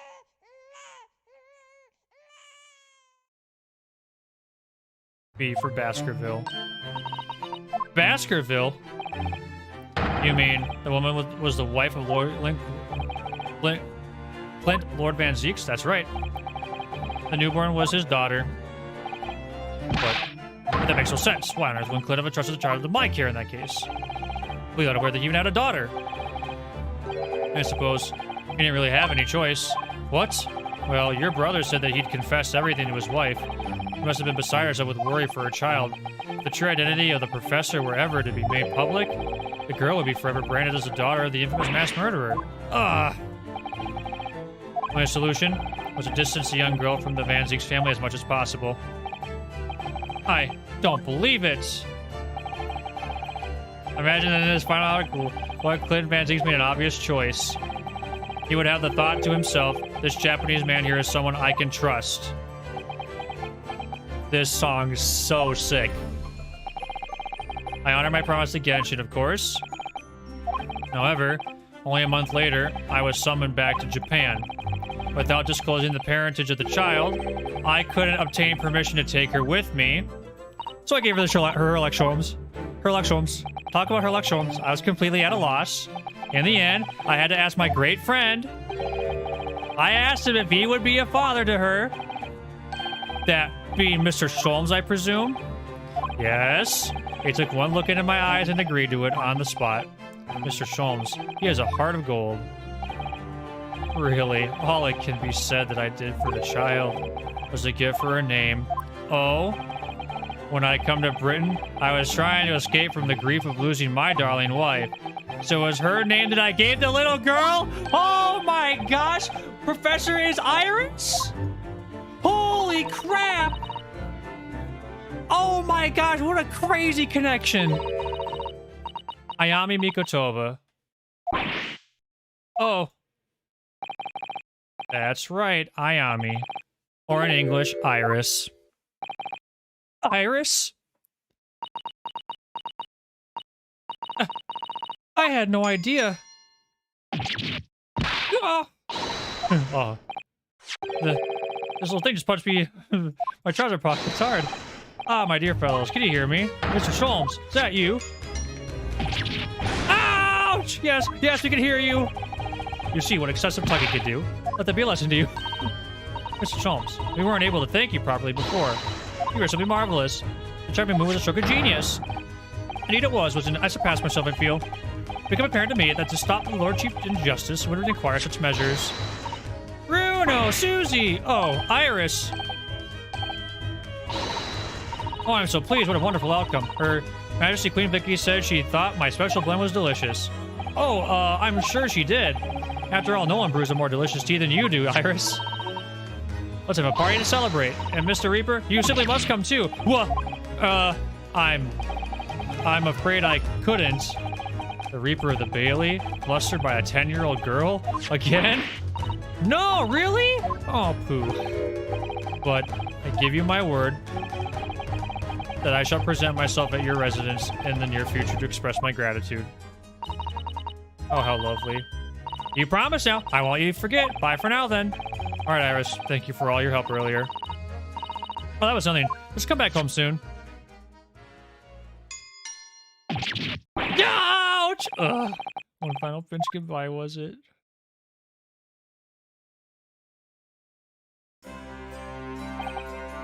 Well, I think I ought to be leaving. Lord Van Zieks, would you care to accompany me? Certainly. Mr. Naruhodo, allow me once again to express my deep gratitude to you. I believe you saved my life.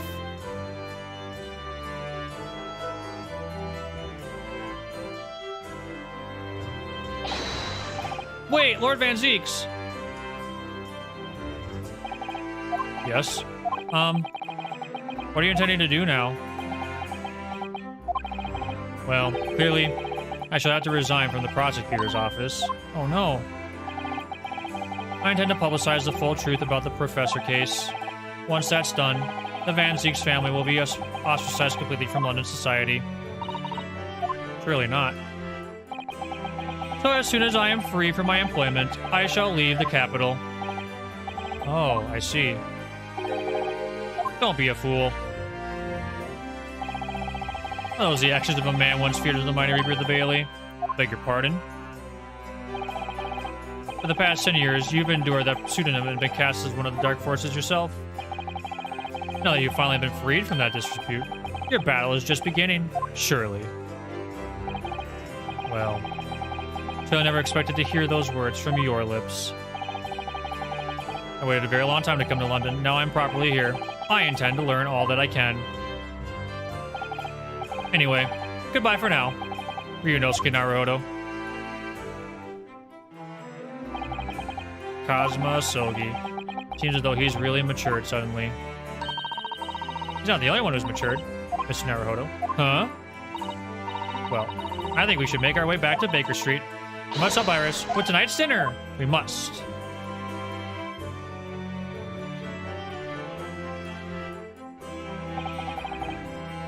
It was then I came to an important decision about my future.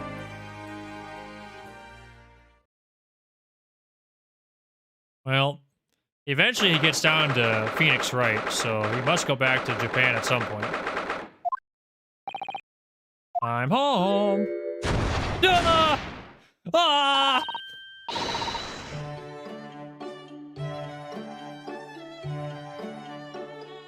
Oh yes, Baha. It was very lovely.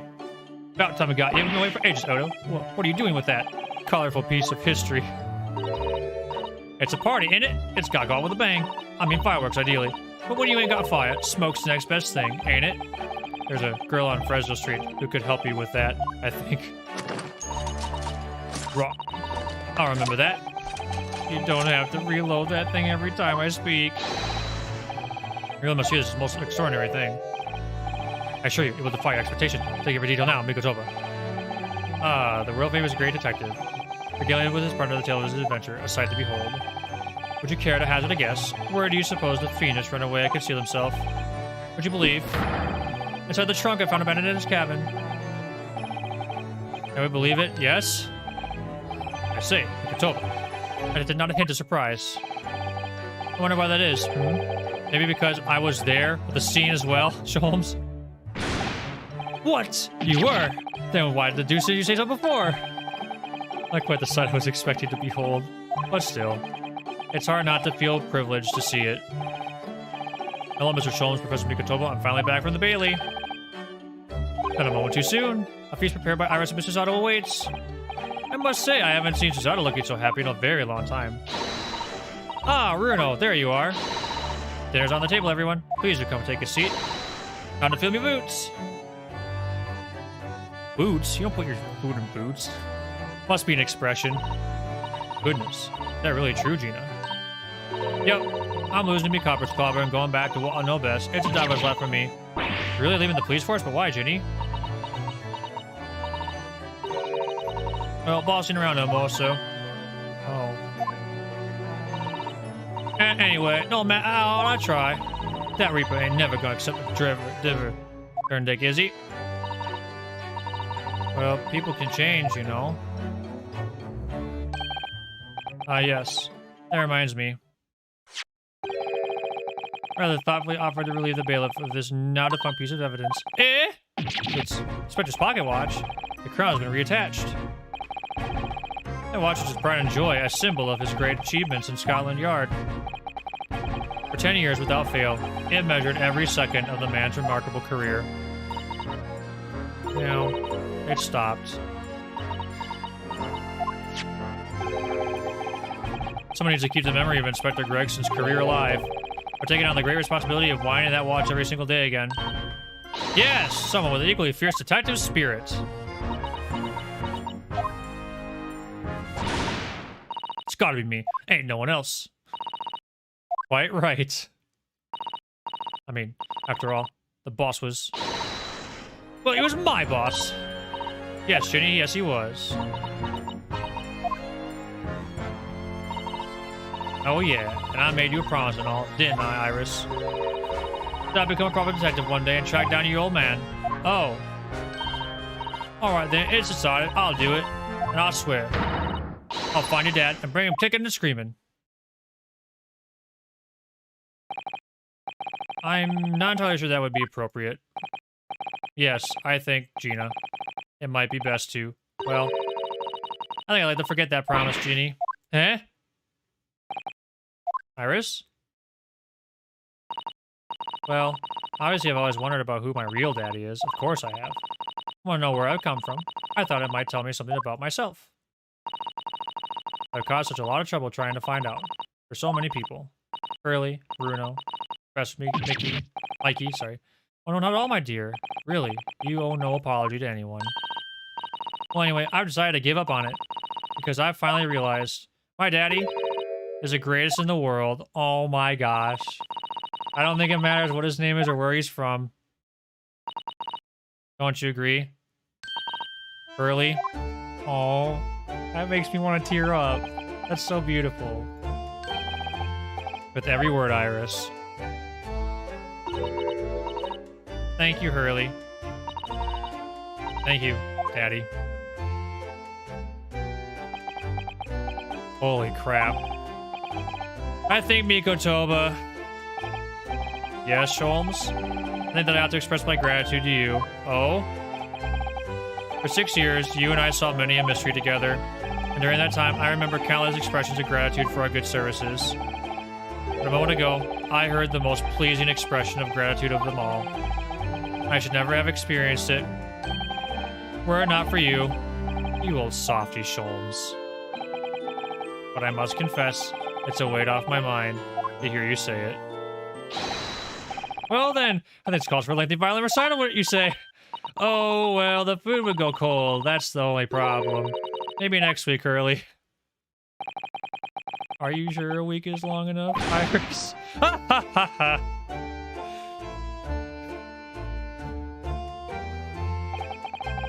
Even amidst the most troubling of cases, even reeling from the most shocking of revelations, during the evening of this suite of rooms, there is always warmth and happiness to be had.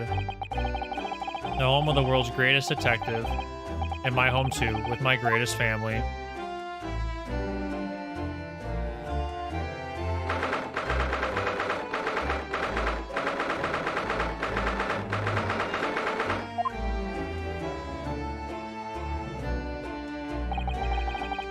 This attic room has been my home and office for almost a year now.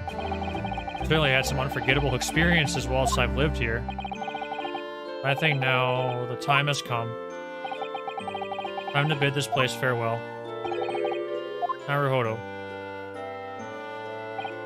Oh, Professor.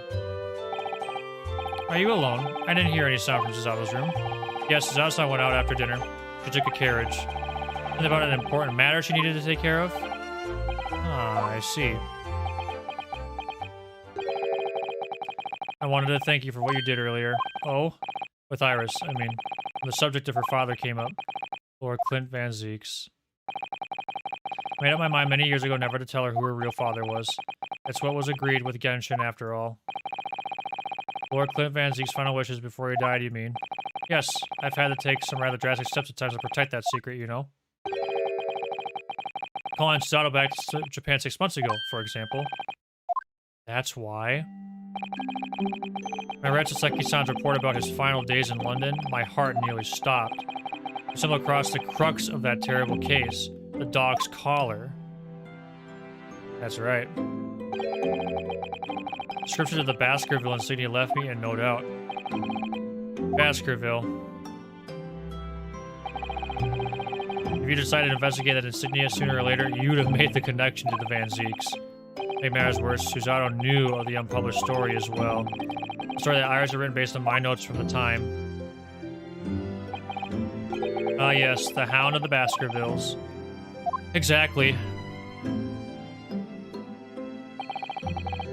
It's a work of fiction, but based on the grim reality of a huge beast of a dog used as a murder weapon.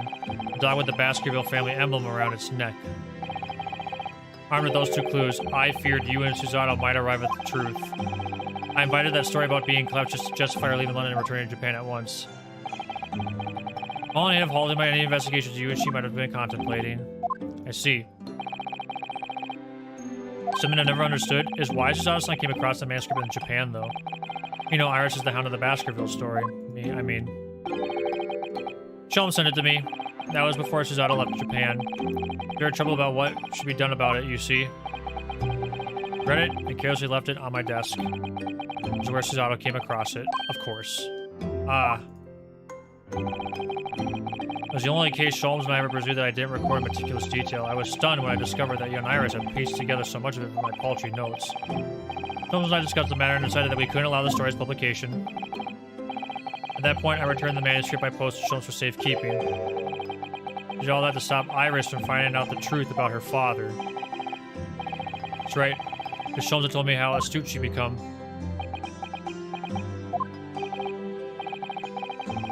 However, in witness events in today's court today, I must say my opinion has been somewhat shifted. Oh? I think at some point in the future, the time will come for Iris to know the truth. When it does, well, I believe it will be for the best. I think so too. Actually, Professor, I wanted to talk to you about something too. Judging from that expression, I'd say you've come to a decision, have you? Yes, I have. I will be returning with you to Japan. Are you quite sure? I'm really only here as a substitute for Kazuma, but he's here in Britain now, as originally intended. Locum student Naruhodo doesn't really have a right to stay, I think. Oh my gosh, Mighty! Thank you so much for the host! Holy camole, I hope you had a good stream. I just want you, welcome everyone, I'm Seraphim. Nice to meet you if you don't know me. I just want you to know that the Ace Attorney games are very spoiler heavy, and I'm like at the end. So like this is the spoiler territory. So I think that if you ever plan on playing Great Ace Attorney, it would be best to probably not stick around. Nonetheless, I appreciate the host, and welcome. I see. Looking back now, when I first arrived here... yes, do play them.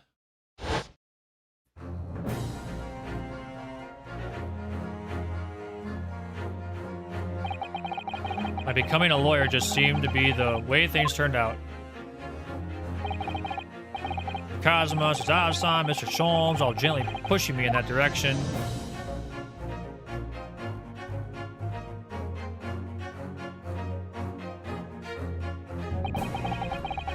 I spent the best part of a year immersed in this world, but always aware of a seed of doubt inside me. You are also wonderful, Mighty. I don't know if you heard, but I am in extreme spoiler territory for this game. So if you ever plan on playing Great Ace Attorney, probably not the stream to watch. Or maybe you've already played the games, I don't really know. Or maybe you don't care about spoilers. But I just want to give you a heads up. You are wonderful, too. Standing in the courtroom earlier, all doubts vanished from my mind. Okay.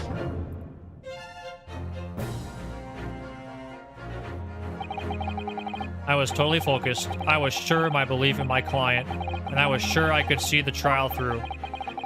And at the end of it, I finally realized no one else chose this path for me. I chose it myself. The path of a defense lawyer, eh? Yes, that's what I am now. That's what I'll be going back with you to Japan as. And that's the path I'll be following for the rest of my life. Well, it sounds like you've made quite a resolution there. I have. Very well then. I must say, it's extremely welcome news. To make arrangements for your return first thing tomorrow. I don't imagine we'll depart for a few days. Not with the symposium having been canceled now. Such a shame. Never mind. There'll be other opportunities in the future. Well then, I'll bid you good night.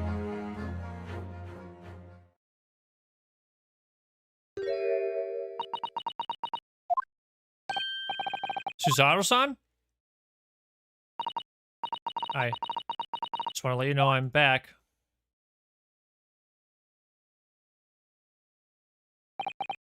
Did you, hear what your father and I were discussing? I'm sorry, I did, yes, I couldn't help but... Oh, how much did you hear? Well... The part about Iris' real father, I think. In other words, from the beginning. So you've made up your mind. You'll return to Japan and continue working as a defense lawyer. Yes, I'm sorry. I really should have consulted you about it. I did want to earlier this evening, actually, but you'd already gone out. Oh, no, that's quite all right. I already knew that it's what you decided, Naruhodo-san. You did? Oh, my. What is this music? Very soothing. Suzaru-san? Ah, yes. Suppose this means it has to be farewell soon. I suppose. You'll be a great help to Cosmo going forward. I mean, I know he's a brilliant lawyer, but he's a new to the British courtroom. It'll certainly benefit greatly having a brilliant judicial assistant at his side. I'll do my very best. Wish I could say it, but I just can't. Huh? What? Ryunosuke, you coward. I thought you were gonna say something about the shovel / spade. I was like, you serious? We should both try to get some sleep. I'm sure you must be exhausted after today. Oh, yes. Right. Ask her! Ask her! Before I retire, let me just say one more time. You really were quite splendid in court today. What was the important matter that you... I think she already got the tickets. Who thinks of you as a substitute or a locum should be ashamed of themselves. Zao-san. Thank you. Ryunosuke, ask her! What do you mean no shipping? The game is shipping! What are you... Ryunosuke's inner thoughts! What do you mean? There's no other explanation. What?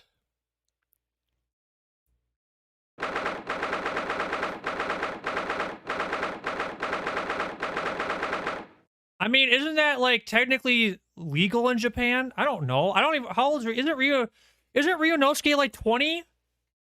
Isn't Ryunosuke, like, 20 years old in this game? He's a college student.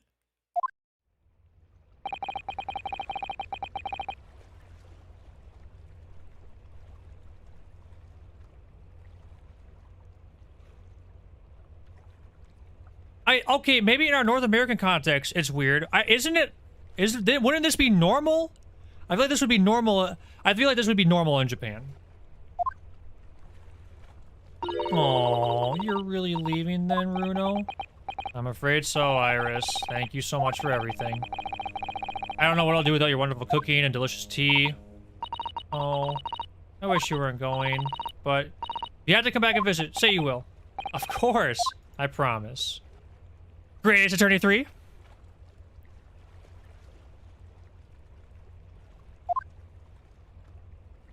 Pleasure to pursue a case with you again after so long.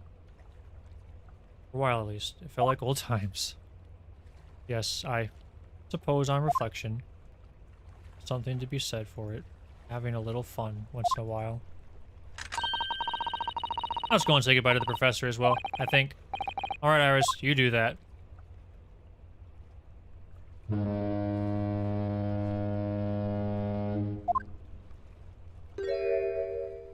Susato-san.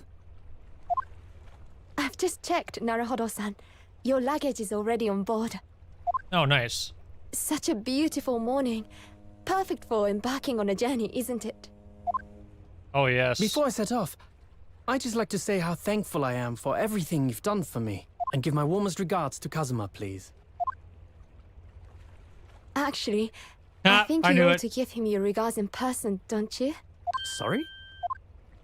Ryunosuke, Oh. Kazuma! What are you doing here? do you really think I'd miss my best friend's departure? Oh, this is so Thanks. awesome. To be honest, I'd been looking forward to our wild time tearing up the streets of Her Majesty's capital. But, Well, we'll have to save that for another time. Personally, I'm looking forward to facing you in court again. me too. But, we're both defense lawyers, so, I'm going to become a prosecutor. I'll Oh. stay in Lord Van Zeek's tutelage for the time being, but before Oh. long, I intend to be just as formidable as the Reaper himself. oh, I see. Actually, Ryunosuke, I have a favor to ask. Name it. I'd like you to take care of this for me for a while. Oh. Why? Because I've seen it now. I've seen what's inside me. The demon that reared its ugly head that day.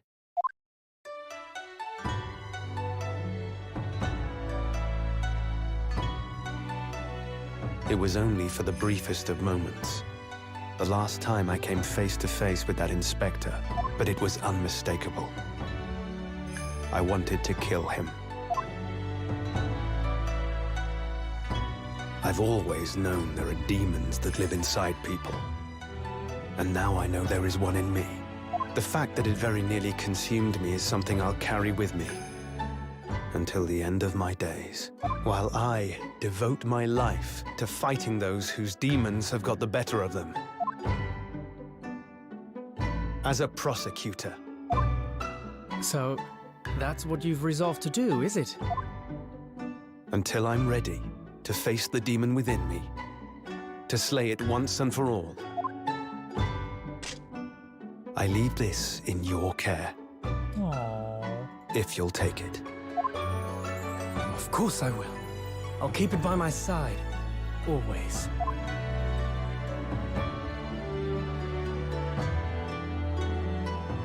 Want me to, like, Until we meet again, weld the then. tip back on? You have your path to follow, and I have mine. Naruhodo-san? The path you're going to follow from now on. I wonder if I might follow it at your side, and Oh? unless I'd be a burden. What? I mean, I would very much like you to come with me. But aren't you... You're so predictable, Ryunosuke. am? Honestly, you never change at all. But that's what I like about you. You mean you knew about this?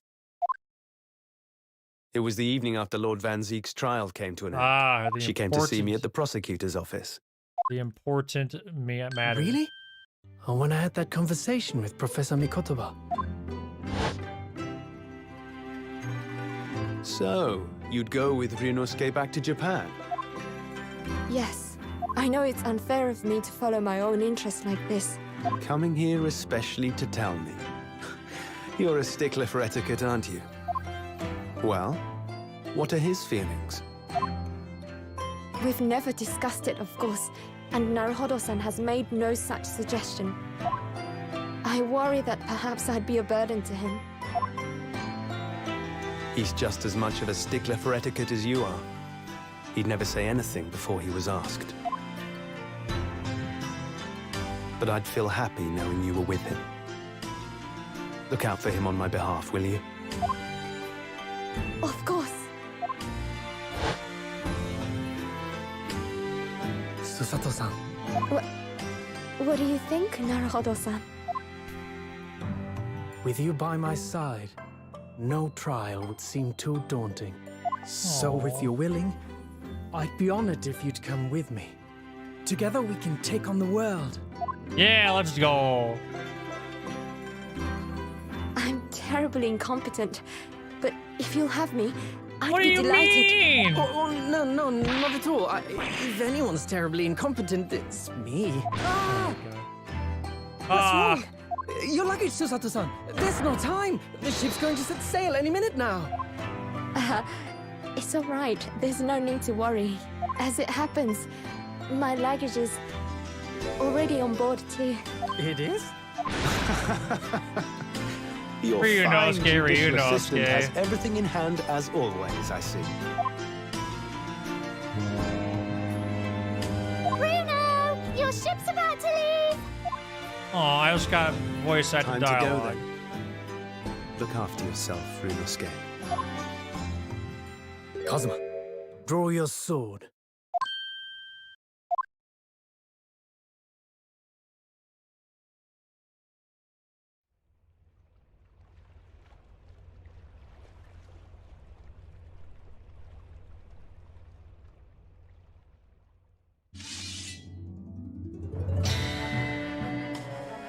Nice, just saw the tip broken. I like the detail. One day, when our paths cross, once more, we'll fight a duel of words across the courtroom. A day I eagerly await as a lawyer. I've been waiting to hear you say that. Partner.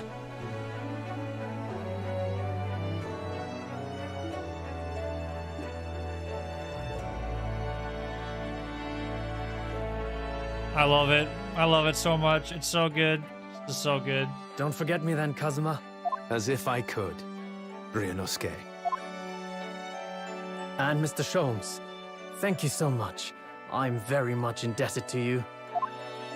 Indeed, Mr. Naruhodo. I believe you are. I'll never forget all you've done for me during my time in London. Quite. I should like to think you will remember your debt of gratitude. Especially when I visit you in your country. What? The truth is, although many are ignorant of the fact, the world is far smaller than most folk realize. Well, I'd be delighted if you came to Japan one day. Oh yes, would welcome you with open arms, Mr. Sholmes.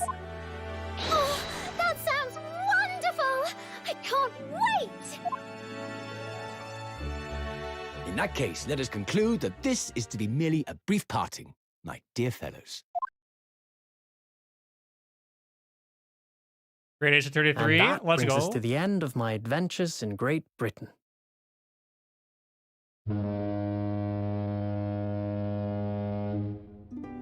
A peculiar twist of fate brought me halfway around the world those many months ago. But that was just the start of my journey. Who knows where fate will lead me next? Oh, that would be pretty dope, actually. Still, I'm confident this won't be my last meeting with the friends I've made in Dude, London. wait a second. There's no weapons allowed. we're together No again. weapons are allowed on the ship. Whoa. No doubt, Breaking the the first words I'll rules. hear will be, Come, the game is afoot.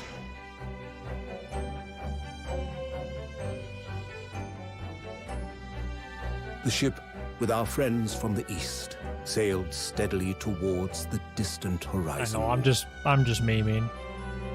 But Sholmes's face was alight with joy. The times may change, but a steadfast friendship will remain true, Wilson. We have but to gently close our eyes, and we are with our companions once more.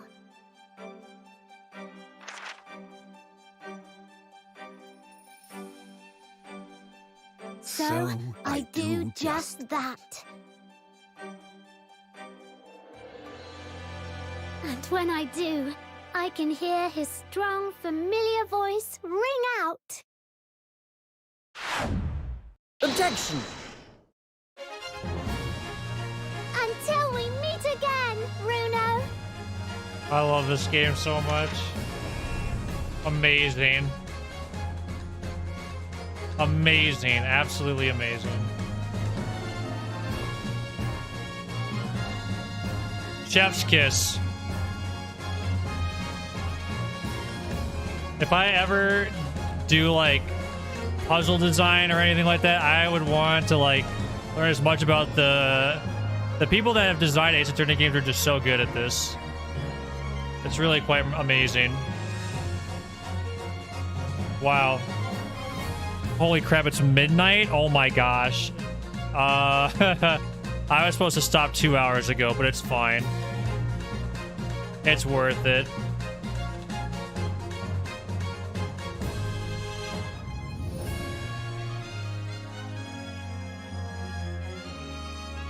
Aww. Aww. Oh, jeez.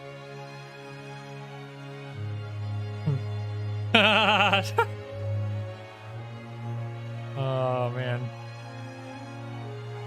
I thought there might have... I misjudged how much of the case... I thought I was gonna, like, hit a bigger stopping point, and then I didn't. Oh, well.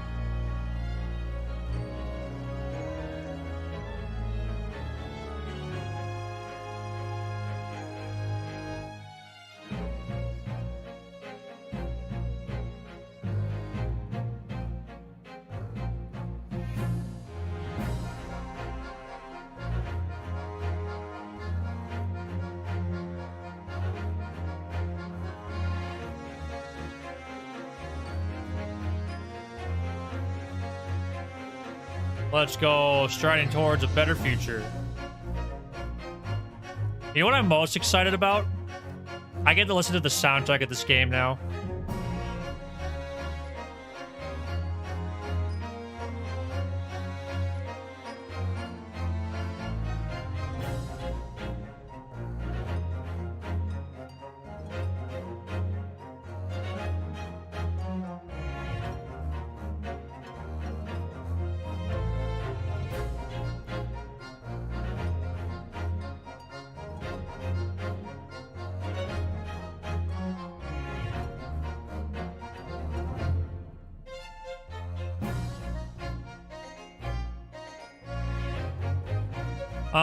I mean, I don't know what else to say. The music's amazing.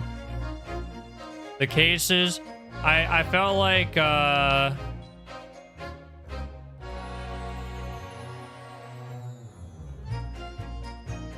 feel like even though it took a little bit for the game was a little bit slow to start, but it's real. I mean, I felt like case 3 through the end was like extremely good, and I didn't think there was anything wrong with the first 2 cases. It's just like, okay, what's going on here a little bit.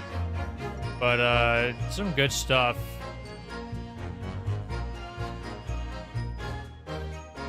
I thought this. I think what these 2 games did better than the original trilogy.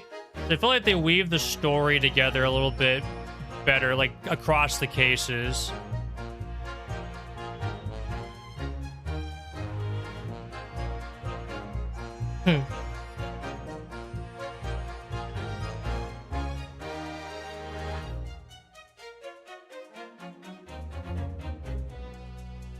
Oh, I want to watch this. Oh no, Sanaga! Oh dear.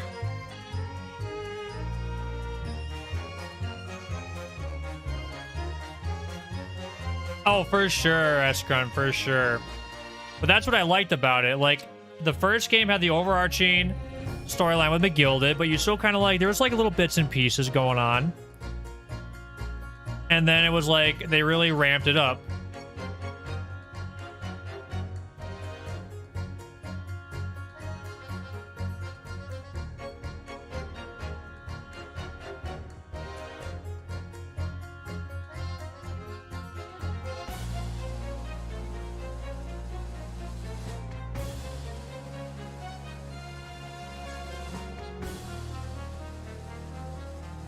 Yeah, absolutely, absolutely. I thought it was just really well planned out, and I liked that part a lot more. I thought at times, sometimes I felt like, I think like I don't really have any like major complaints.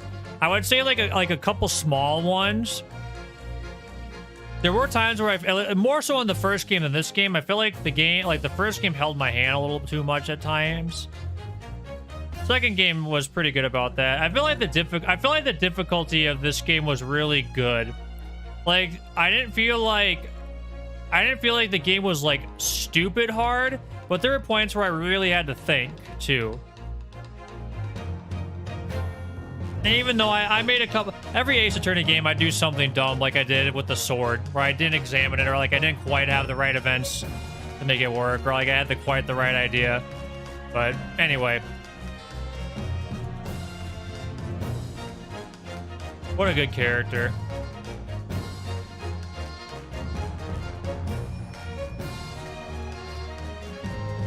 So yeah, everything about this game is like above quality, like very, very good. I have not played 5 and 6. I have not played 4, 5, 6, or the investigation games, Birdport, just so you know. So don't talk about those. Oh dear. Oh dear, everyone's in. No, you're fine. You're fine. I'm just so you don't go into any details.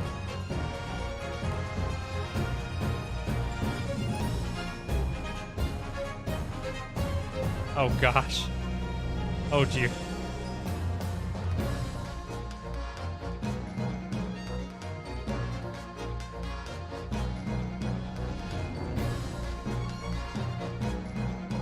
That's valid. No, I'm not saying. I'm sure they're all amazing games. I'm not like, oh, I'm not gonna do that. I'm just saying. I will say, I'm so excited for Google Play to come to PC because now I can play those games. I can play them on PC now without an emulator, other than Investigations 2. I'm really looking forward to that. Oh man, this is so good.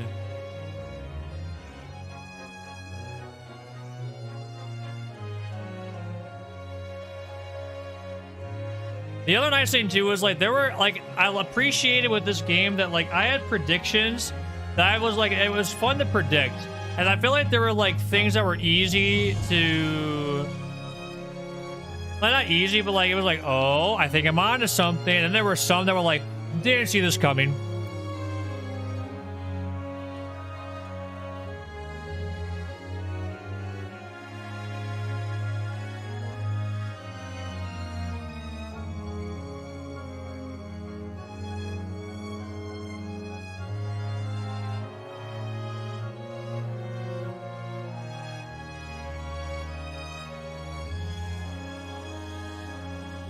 Aw. Yeah, great Ace Attorney. Let's go. Let's go.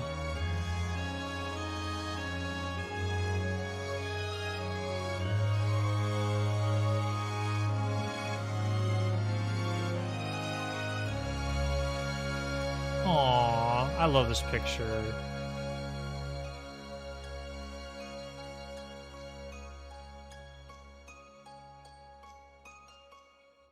I know, right? What a nice touch. Oh, so nice.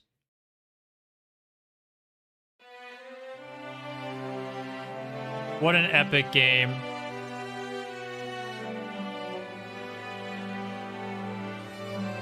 I will say that I'm a little ready for bed. I need to go soon. But it's okay.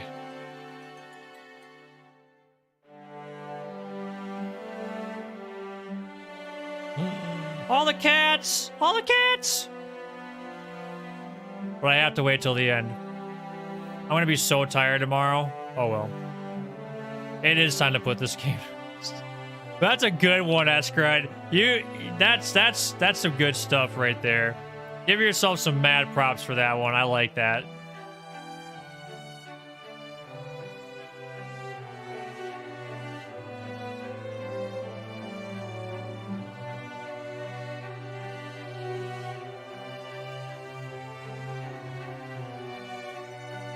Are there actually side stories in the theater section?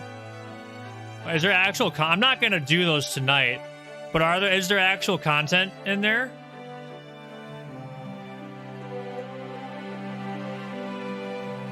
All right, we're gonna do a bonus episode tomorrow night then.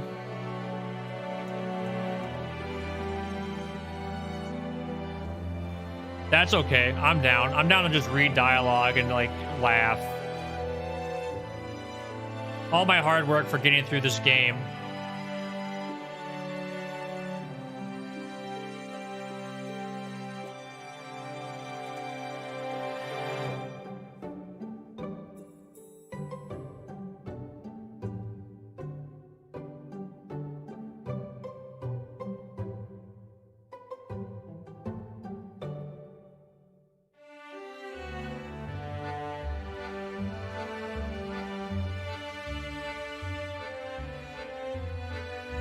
Oh, poor Beepo. Well, he also, like, extorted people, so... He did commit a crime.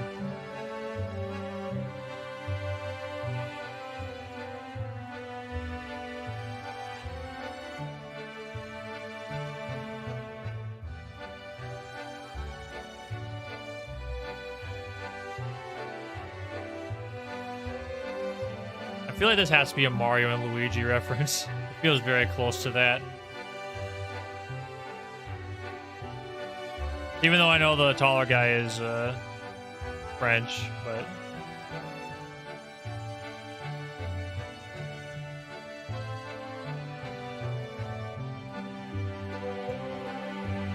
Oh yeah, dude, Mikotoba has some moves, man. That was so slick.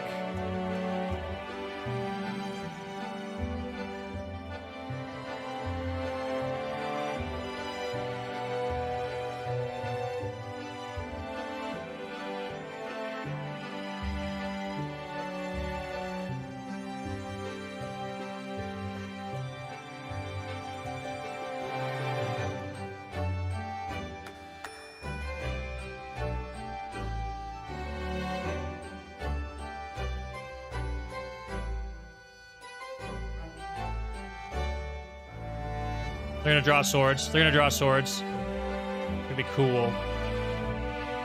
Yeah. Cool.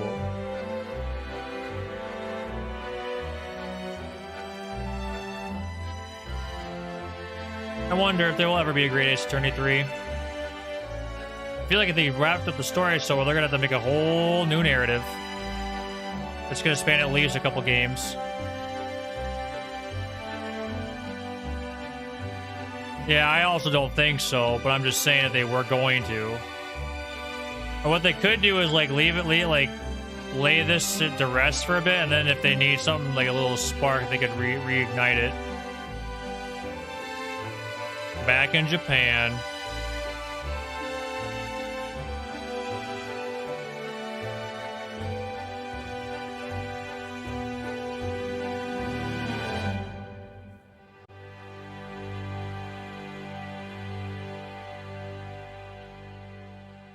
Beautiful.